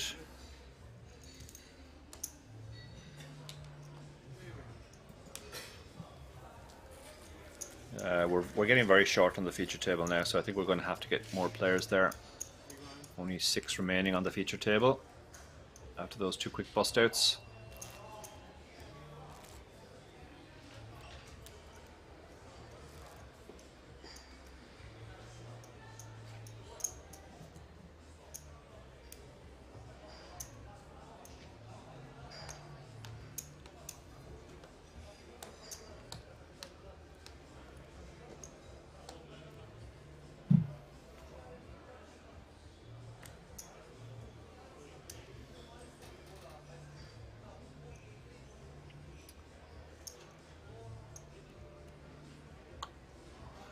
Matthias, 6-handed pocket 8s under the gun. What do we like here with 16 big blinds roughly? Do we raise? Do we limp? Do we shove? They're all possibilities.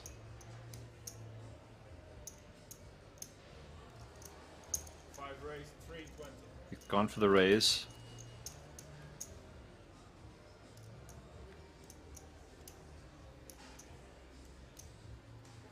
Okay, so really not finding a spot. 10-2 suited. It's not going to be it.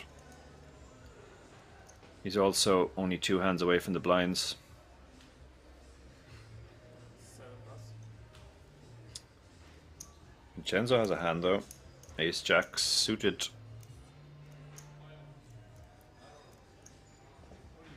Yeah, he's just tended to stick it in here in these spots where he has a hand like that over a raise.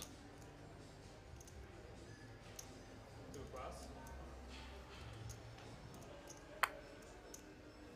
Vladimir will be folding his 4-3, and we're about to see what Petru has in the big blind. 9-7 is going to be folded. So now precision back on the 8s. It's 1.7 million to call into 2.7. Super close now. 1.7 into 4.4 what the pot would be. So he needs roughly 40%. He's going to have that with 8s, to be honest. I guess the man who has shown willingness to put 6-3 in, that might be a stronger argument for calling.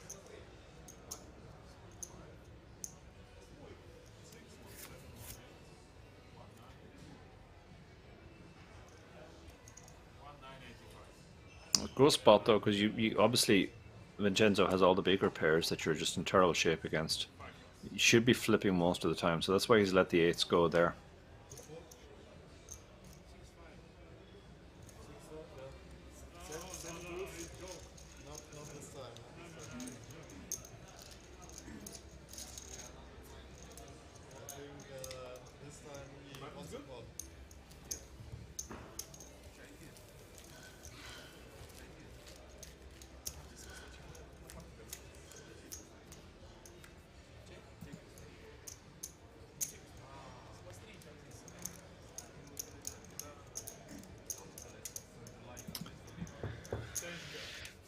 So on to the next hand. We are, I think, only about 20 minutes away from the end of this level, which will be the end of the day. So unlikely we're going to get down to 24 now at this point. Peso actually looks like he's sleeping in his chair now. Some of these players are very, very tired. It's been a long day for them as well. Peso is the shortest with 5 big blinds. Petru is now the fairly clear chip leader. His fellow Romanian Radu has climbed his way back up to second. Other players bunched between 14 and 18, and Peso's the one who's really short now and needs help. Still playing 6-handed.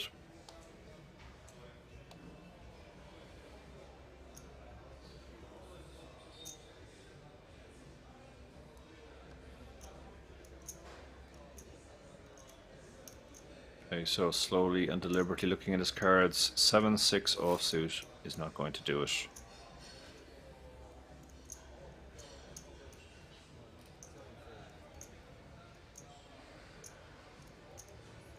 Vincenzo, King Jack. Normally you would open this hand.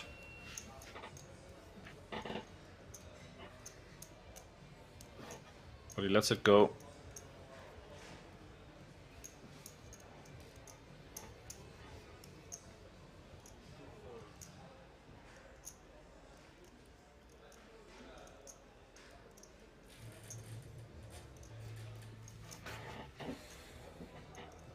Vladimir with the 9-4 suited. This isn't really an open, but he might feel like he's going to get this through as a steal, but he doesn't. And Petru, yeah, the 7-6 suited might elect to limp this. Kind of hand you'd just like to see a cheap flop with. Matthias has 12 big blinds and he's going to just check as well. Doesn't he's Matthias, I think, checked out a turn there, which is interesting play. They may have gone check dark, both players.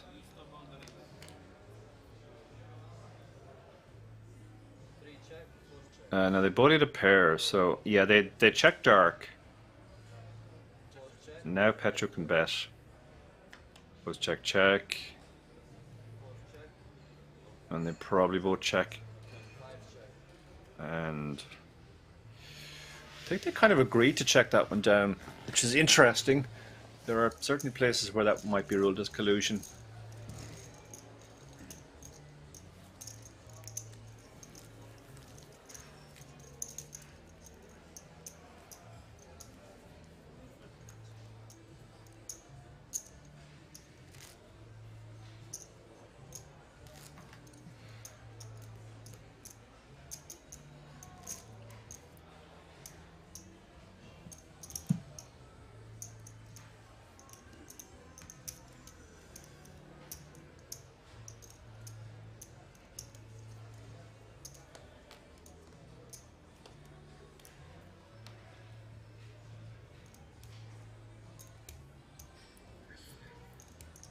Vincenzo, unless he has another moment with the 4-2, will be folding.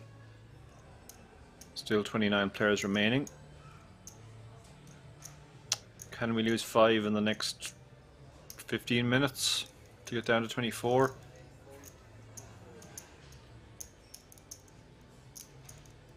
Vladimir, A7 in the cutoff. He lets that one go. You could definitely have opened that for sure. Vladimir looks like he might have locked up for the night now.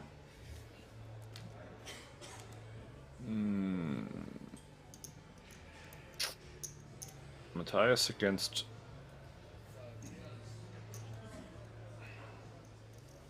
I think it's Ryder's big blind, right?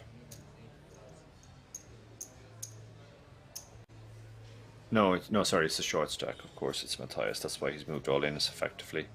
Peso will call here with the king queen. Matthias is going to get the very bad news that he's dominated.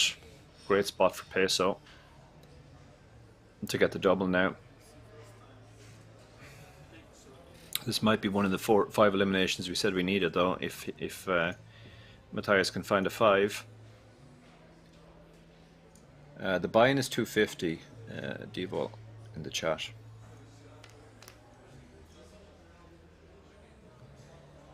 No 5. Some running straight possibilities.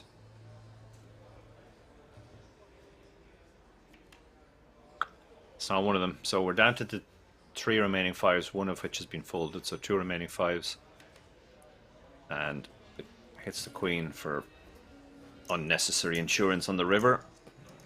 Full double up for Peso. Matthias again knocked back.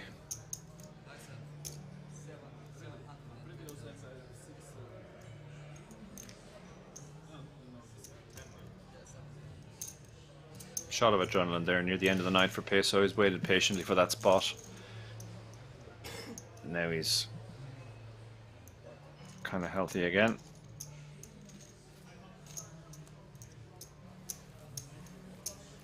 He now has to post a small blind.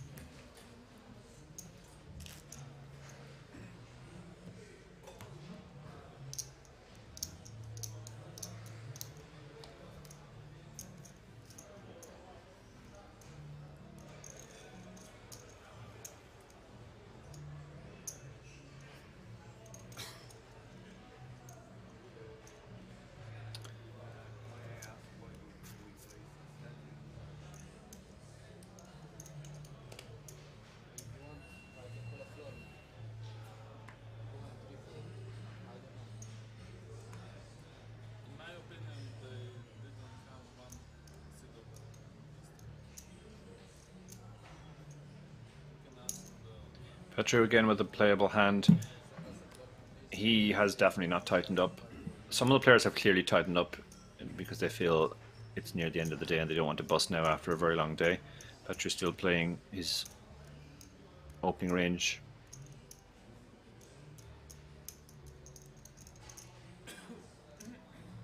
And it looks like Peso hasn't acted yet, so we don't know what he's going to do. Well, he needs to look at his cards first. Does that.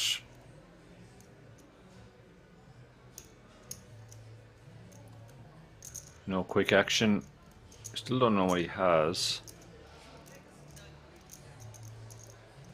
Now Vincenzo's waiting in the big blind with 9-6, so he's unlikely to play. And the slow fold. Looks like a new player arriving at the table, and he will be straight into the big blind. So Petru adds another 400k to his stack, pulls away, shows the pocket eights proudly. So a new player at the table.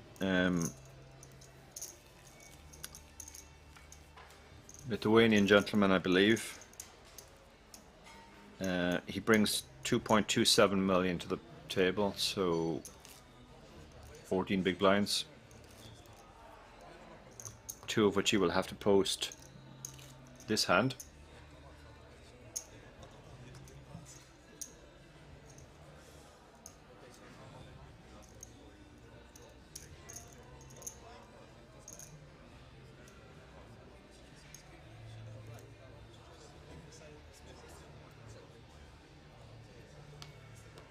Dealer explained to him where he has to put his cards so the card reader can pick them up.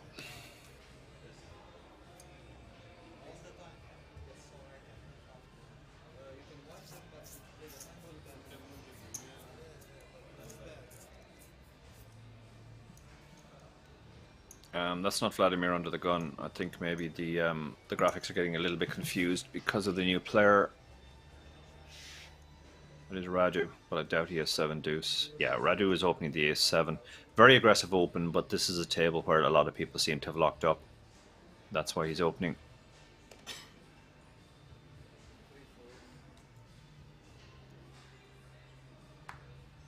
Ten-4 will be folded. 10-6 suited is getting folded as well. The Jack-5 suited will be folded slowly by Peso after he looks at his 2 cards one by one.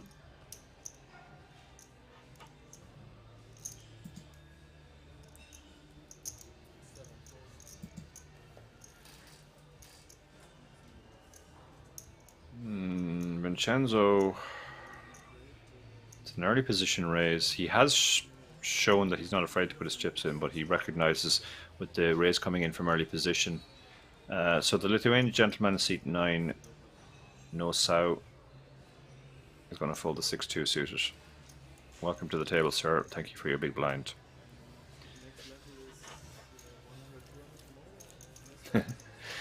Original Muffin said, unless the small blind got 6-3. Yeah, that was just a weird, weird moment.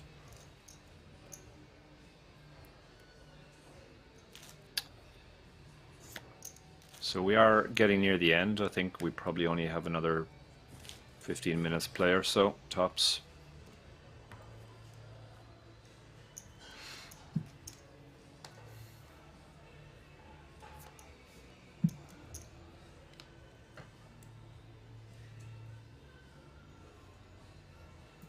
Been a long day for these players, a long enough stream given how late we started. For me, been here for 7.5 hours now. Thank you to everybody who stayed with us. We've lost another player on the outer table, so we're down to 28 now. 4 tables of 7.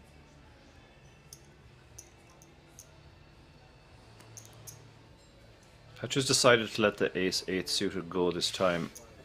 Having raised the last hand, having the whole table to get through, and it being Vladimir's big blind, I think all of those were factors in that decision. Peso's got the ace-queen, so he's presumably just going to put it in.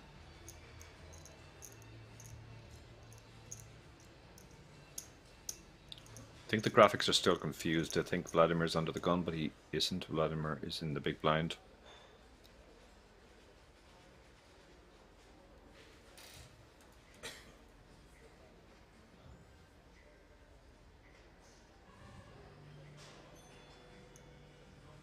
Thank you, sup lady. Sup ladies, my name is. Thank you. Very happy, very grateful to everybody who's kept me company late into the night here.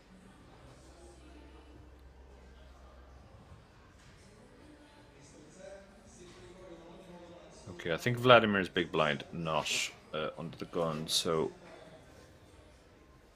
I think we have the action wrong here. It's been folded around to pay, so imagine he's just sticking it in with the ace queen.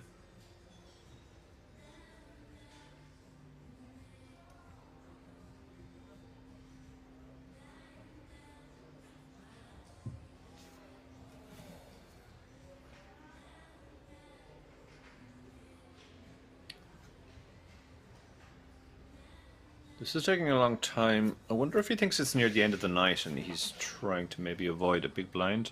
That's sometimes a possibility. Okay, he's made a large raise, but not all of his chips.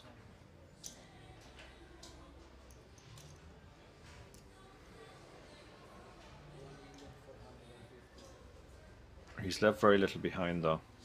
Yeah, he's only got 50k behind, so he's basically all in.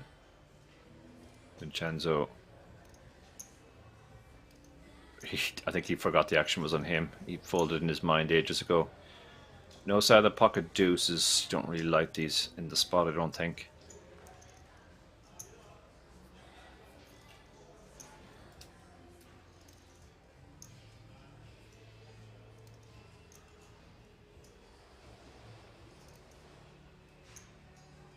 Thinking about it though.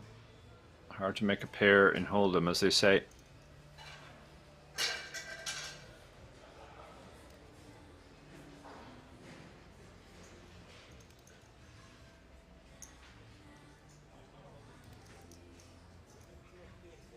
But he does fold. No, Radu's a small blind, not a big blind. Yeah, these actions are all wrong. Vladimir is the big blind. I'm pretty sure. No, sorry, maybe. No, that is 160, yeah, so he's big blind. Yeah, the graphics have been thrown off by the arrival of the new player, I think. King 10, 9 big blind shove. Yeah, he's gonna let it go.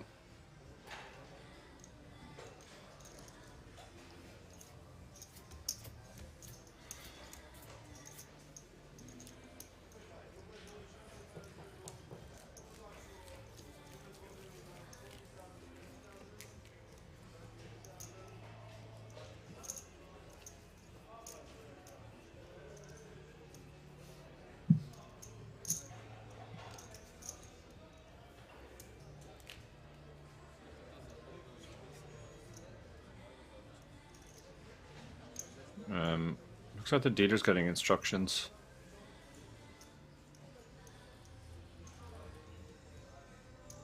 This might be last 10 minutes, last number of hands.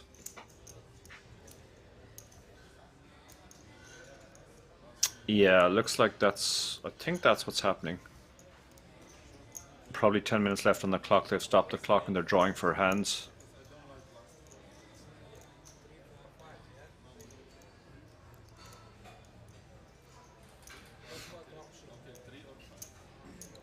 Yeah, so the dealer will shortly be told how many more hands are left, and then we'll be down to that last number of hands, normally 3, sometimes 4, occasionally 5.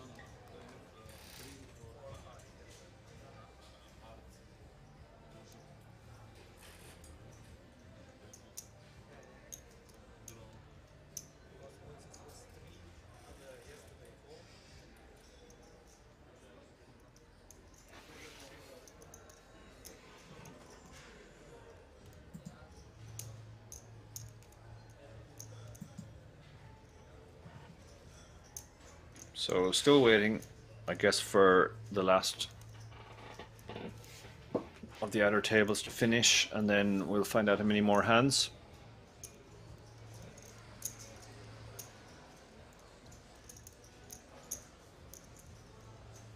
Dealers looks like he's trying to figure out which table is the slow one. I think he said last 3 hands.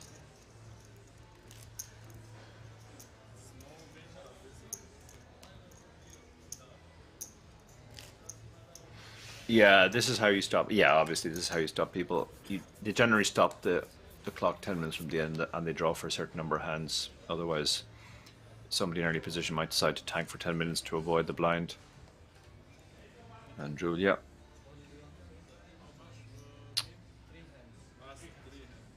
So it is last 3 hands. Okay, I guess. Okay, Vladimir is big blind, so I guess he opened King 10 last hand in early position.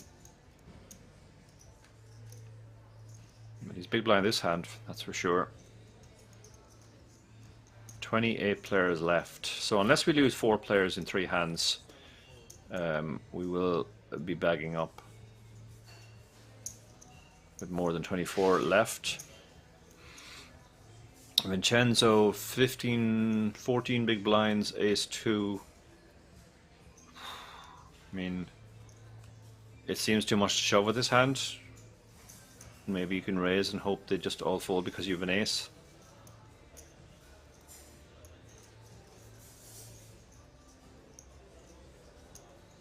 I think that's what he's going to do.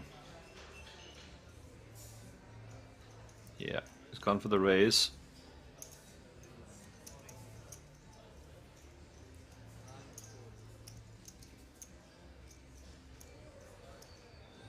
Roger with the Queen 8. Vladimir with the 8-7 suited. Kind of hand you would like to defend. They're very shallow now, but 7 suited, very pretty hand. You can just check fold when you miss, and there's a lot of flops where you'll be able to check raise.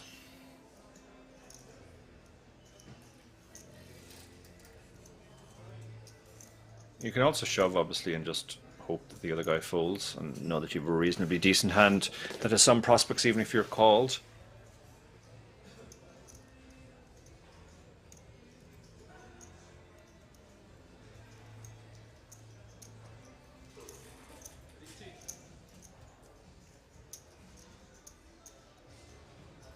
It's quite a large raise though. That's the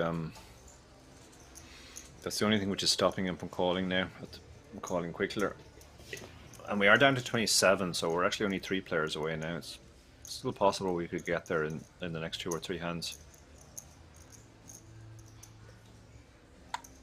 Long tank for a pre-flop decision. He's gonna let it go. Yeah, it's just he figured it was too much of his stack. So Vincenzo gets that one through. Shows the ace.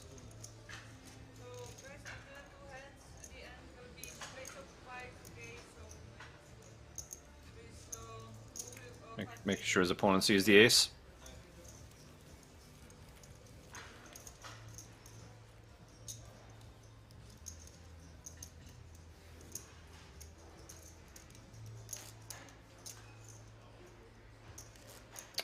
So now Matthias is actually the short stack after that setback with the King 5. Petra's the only one who is comfortably clear of the others.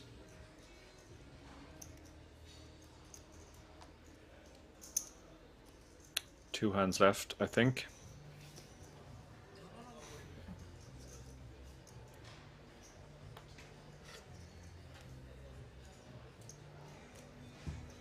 Okay, Matthias pocket 10s under the gun. This is probably just going to be an open shove. 11 big blinds, not even. Yeah. Moves all in.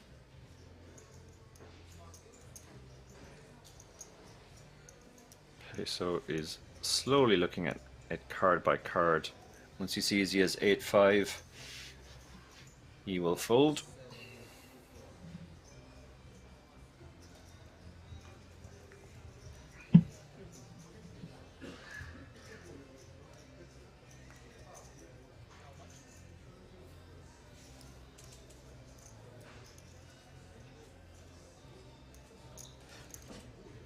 Oh, he's run into aces behind. Wow. No, so Picks up aces. What a spot. It's an unfortunate end to Matthias. He has run into it a few times. He ran into aces with jacks earlier. Now he's run into aces with tens.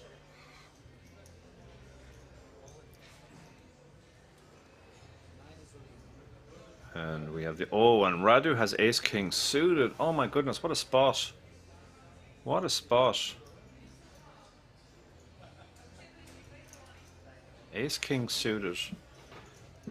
We have a shove for just under 11 big blinds, a reshove for just under 13 big blinds, and we're sitting there with ace-king suited. This could be a three-way all-in here. It's a big chunk of Radu's stack. Ace-king is a hand which really goes down in value against two other hands. It does much better against one hand. Because even if you're dominating one of the hands, that means you're card sharing with that hand against the other hand. So, but for 12 big blinds, I don't think he can get away from ace-king suited here.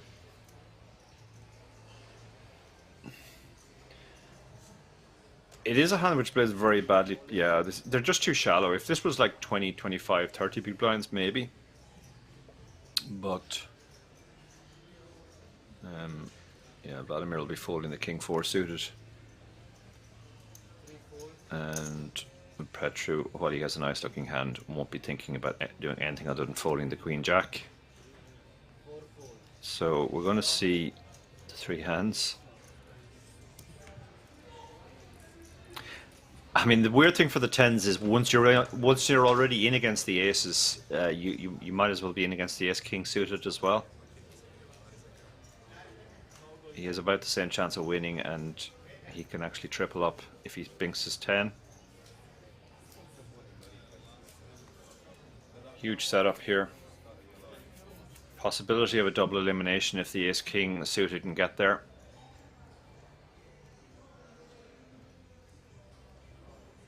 All the players are standing up.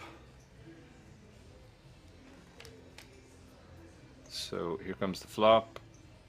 One spade, but the tens have hit a boat. So tens are now massive favourite, having been in horrendous shape.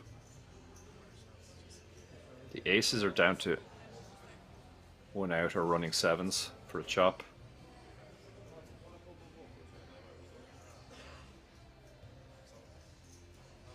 Spade is there though. Another spade. So now the ace-king can outdraw the aces for the side pot. But he doesn't. So the tens scoop the main pot. The aces win the small side pot. And Radu is ravaged basically. He loses 1.9 million. He's going to be down to 1.4. Less than 10 big blinds.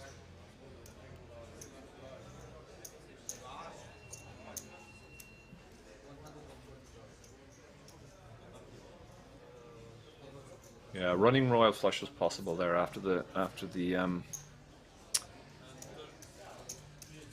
flop, but didn't come obviously. So now they're going to have to count down the stacks. This is going to take a bit longer now because they have to verify all three stacks, award the main pot to the tens. Unlucky to be cooler with the tens, but then very lucky to get there, and particularly lucky to get the triple up rather than just the double. No Sow is left with just under 2 big blinds. Radu is left with 8 big blinds, and suddenly Matthias, who was the short stack, is now the chip leader on the table. That's how quickly this game can change. I believe we have one more hand tonight as well. I think this is the last hand. Is No Sow going to just make a disciplined fold on the last hand and come back tomorrow, or will he stick his blind in? It's actually more than a big blind. It's like 1.75. But we do round down on these graphics. What an action hand that was.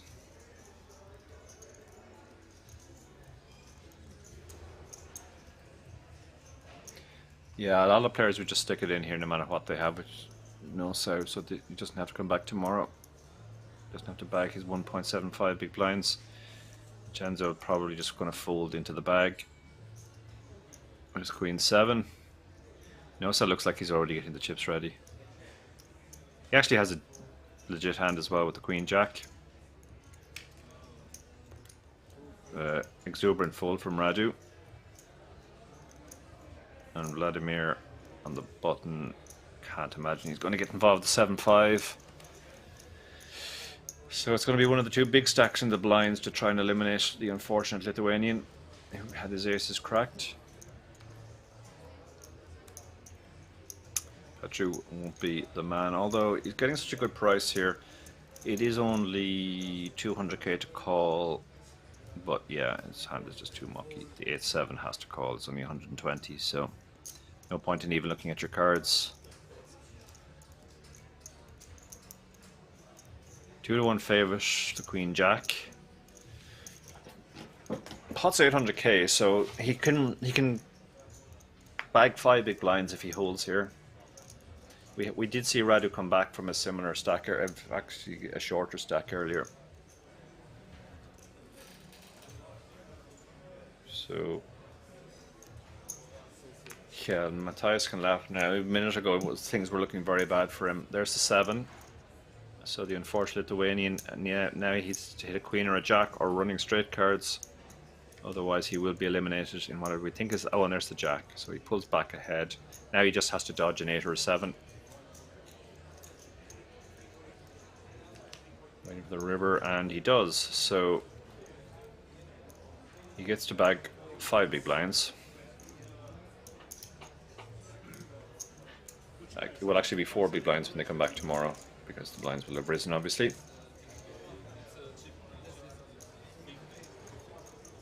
And it looks like that's the end of day 2. Unless there's one more hand. Players are wandering away, so...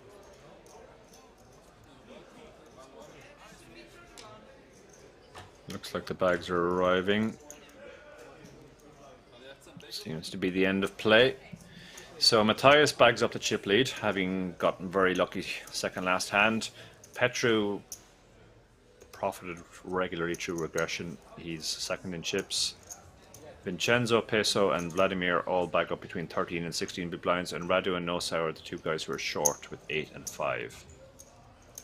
I guess they're doing a color up while before they bag. And it looks like that might be the end of our coverage. Believe we're back in about 9.5 hours. So see you then. Good night, everyone. Thank you for everybody who kept me company.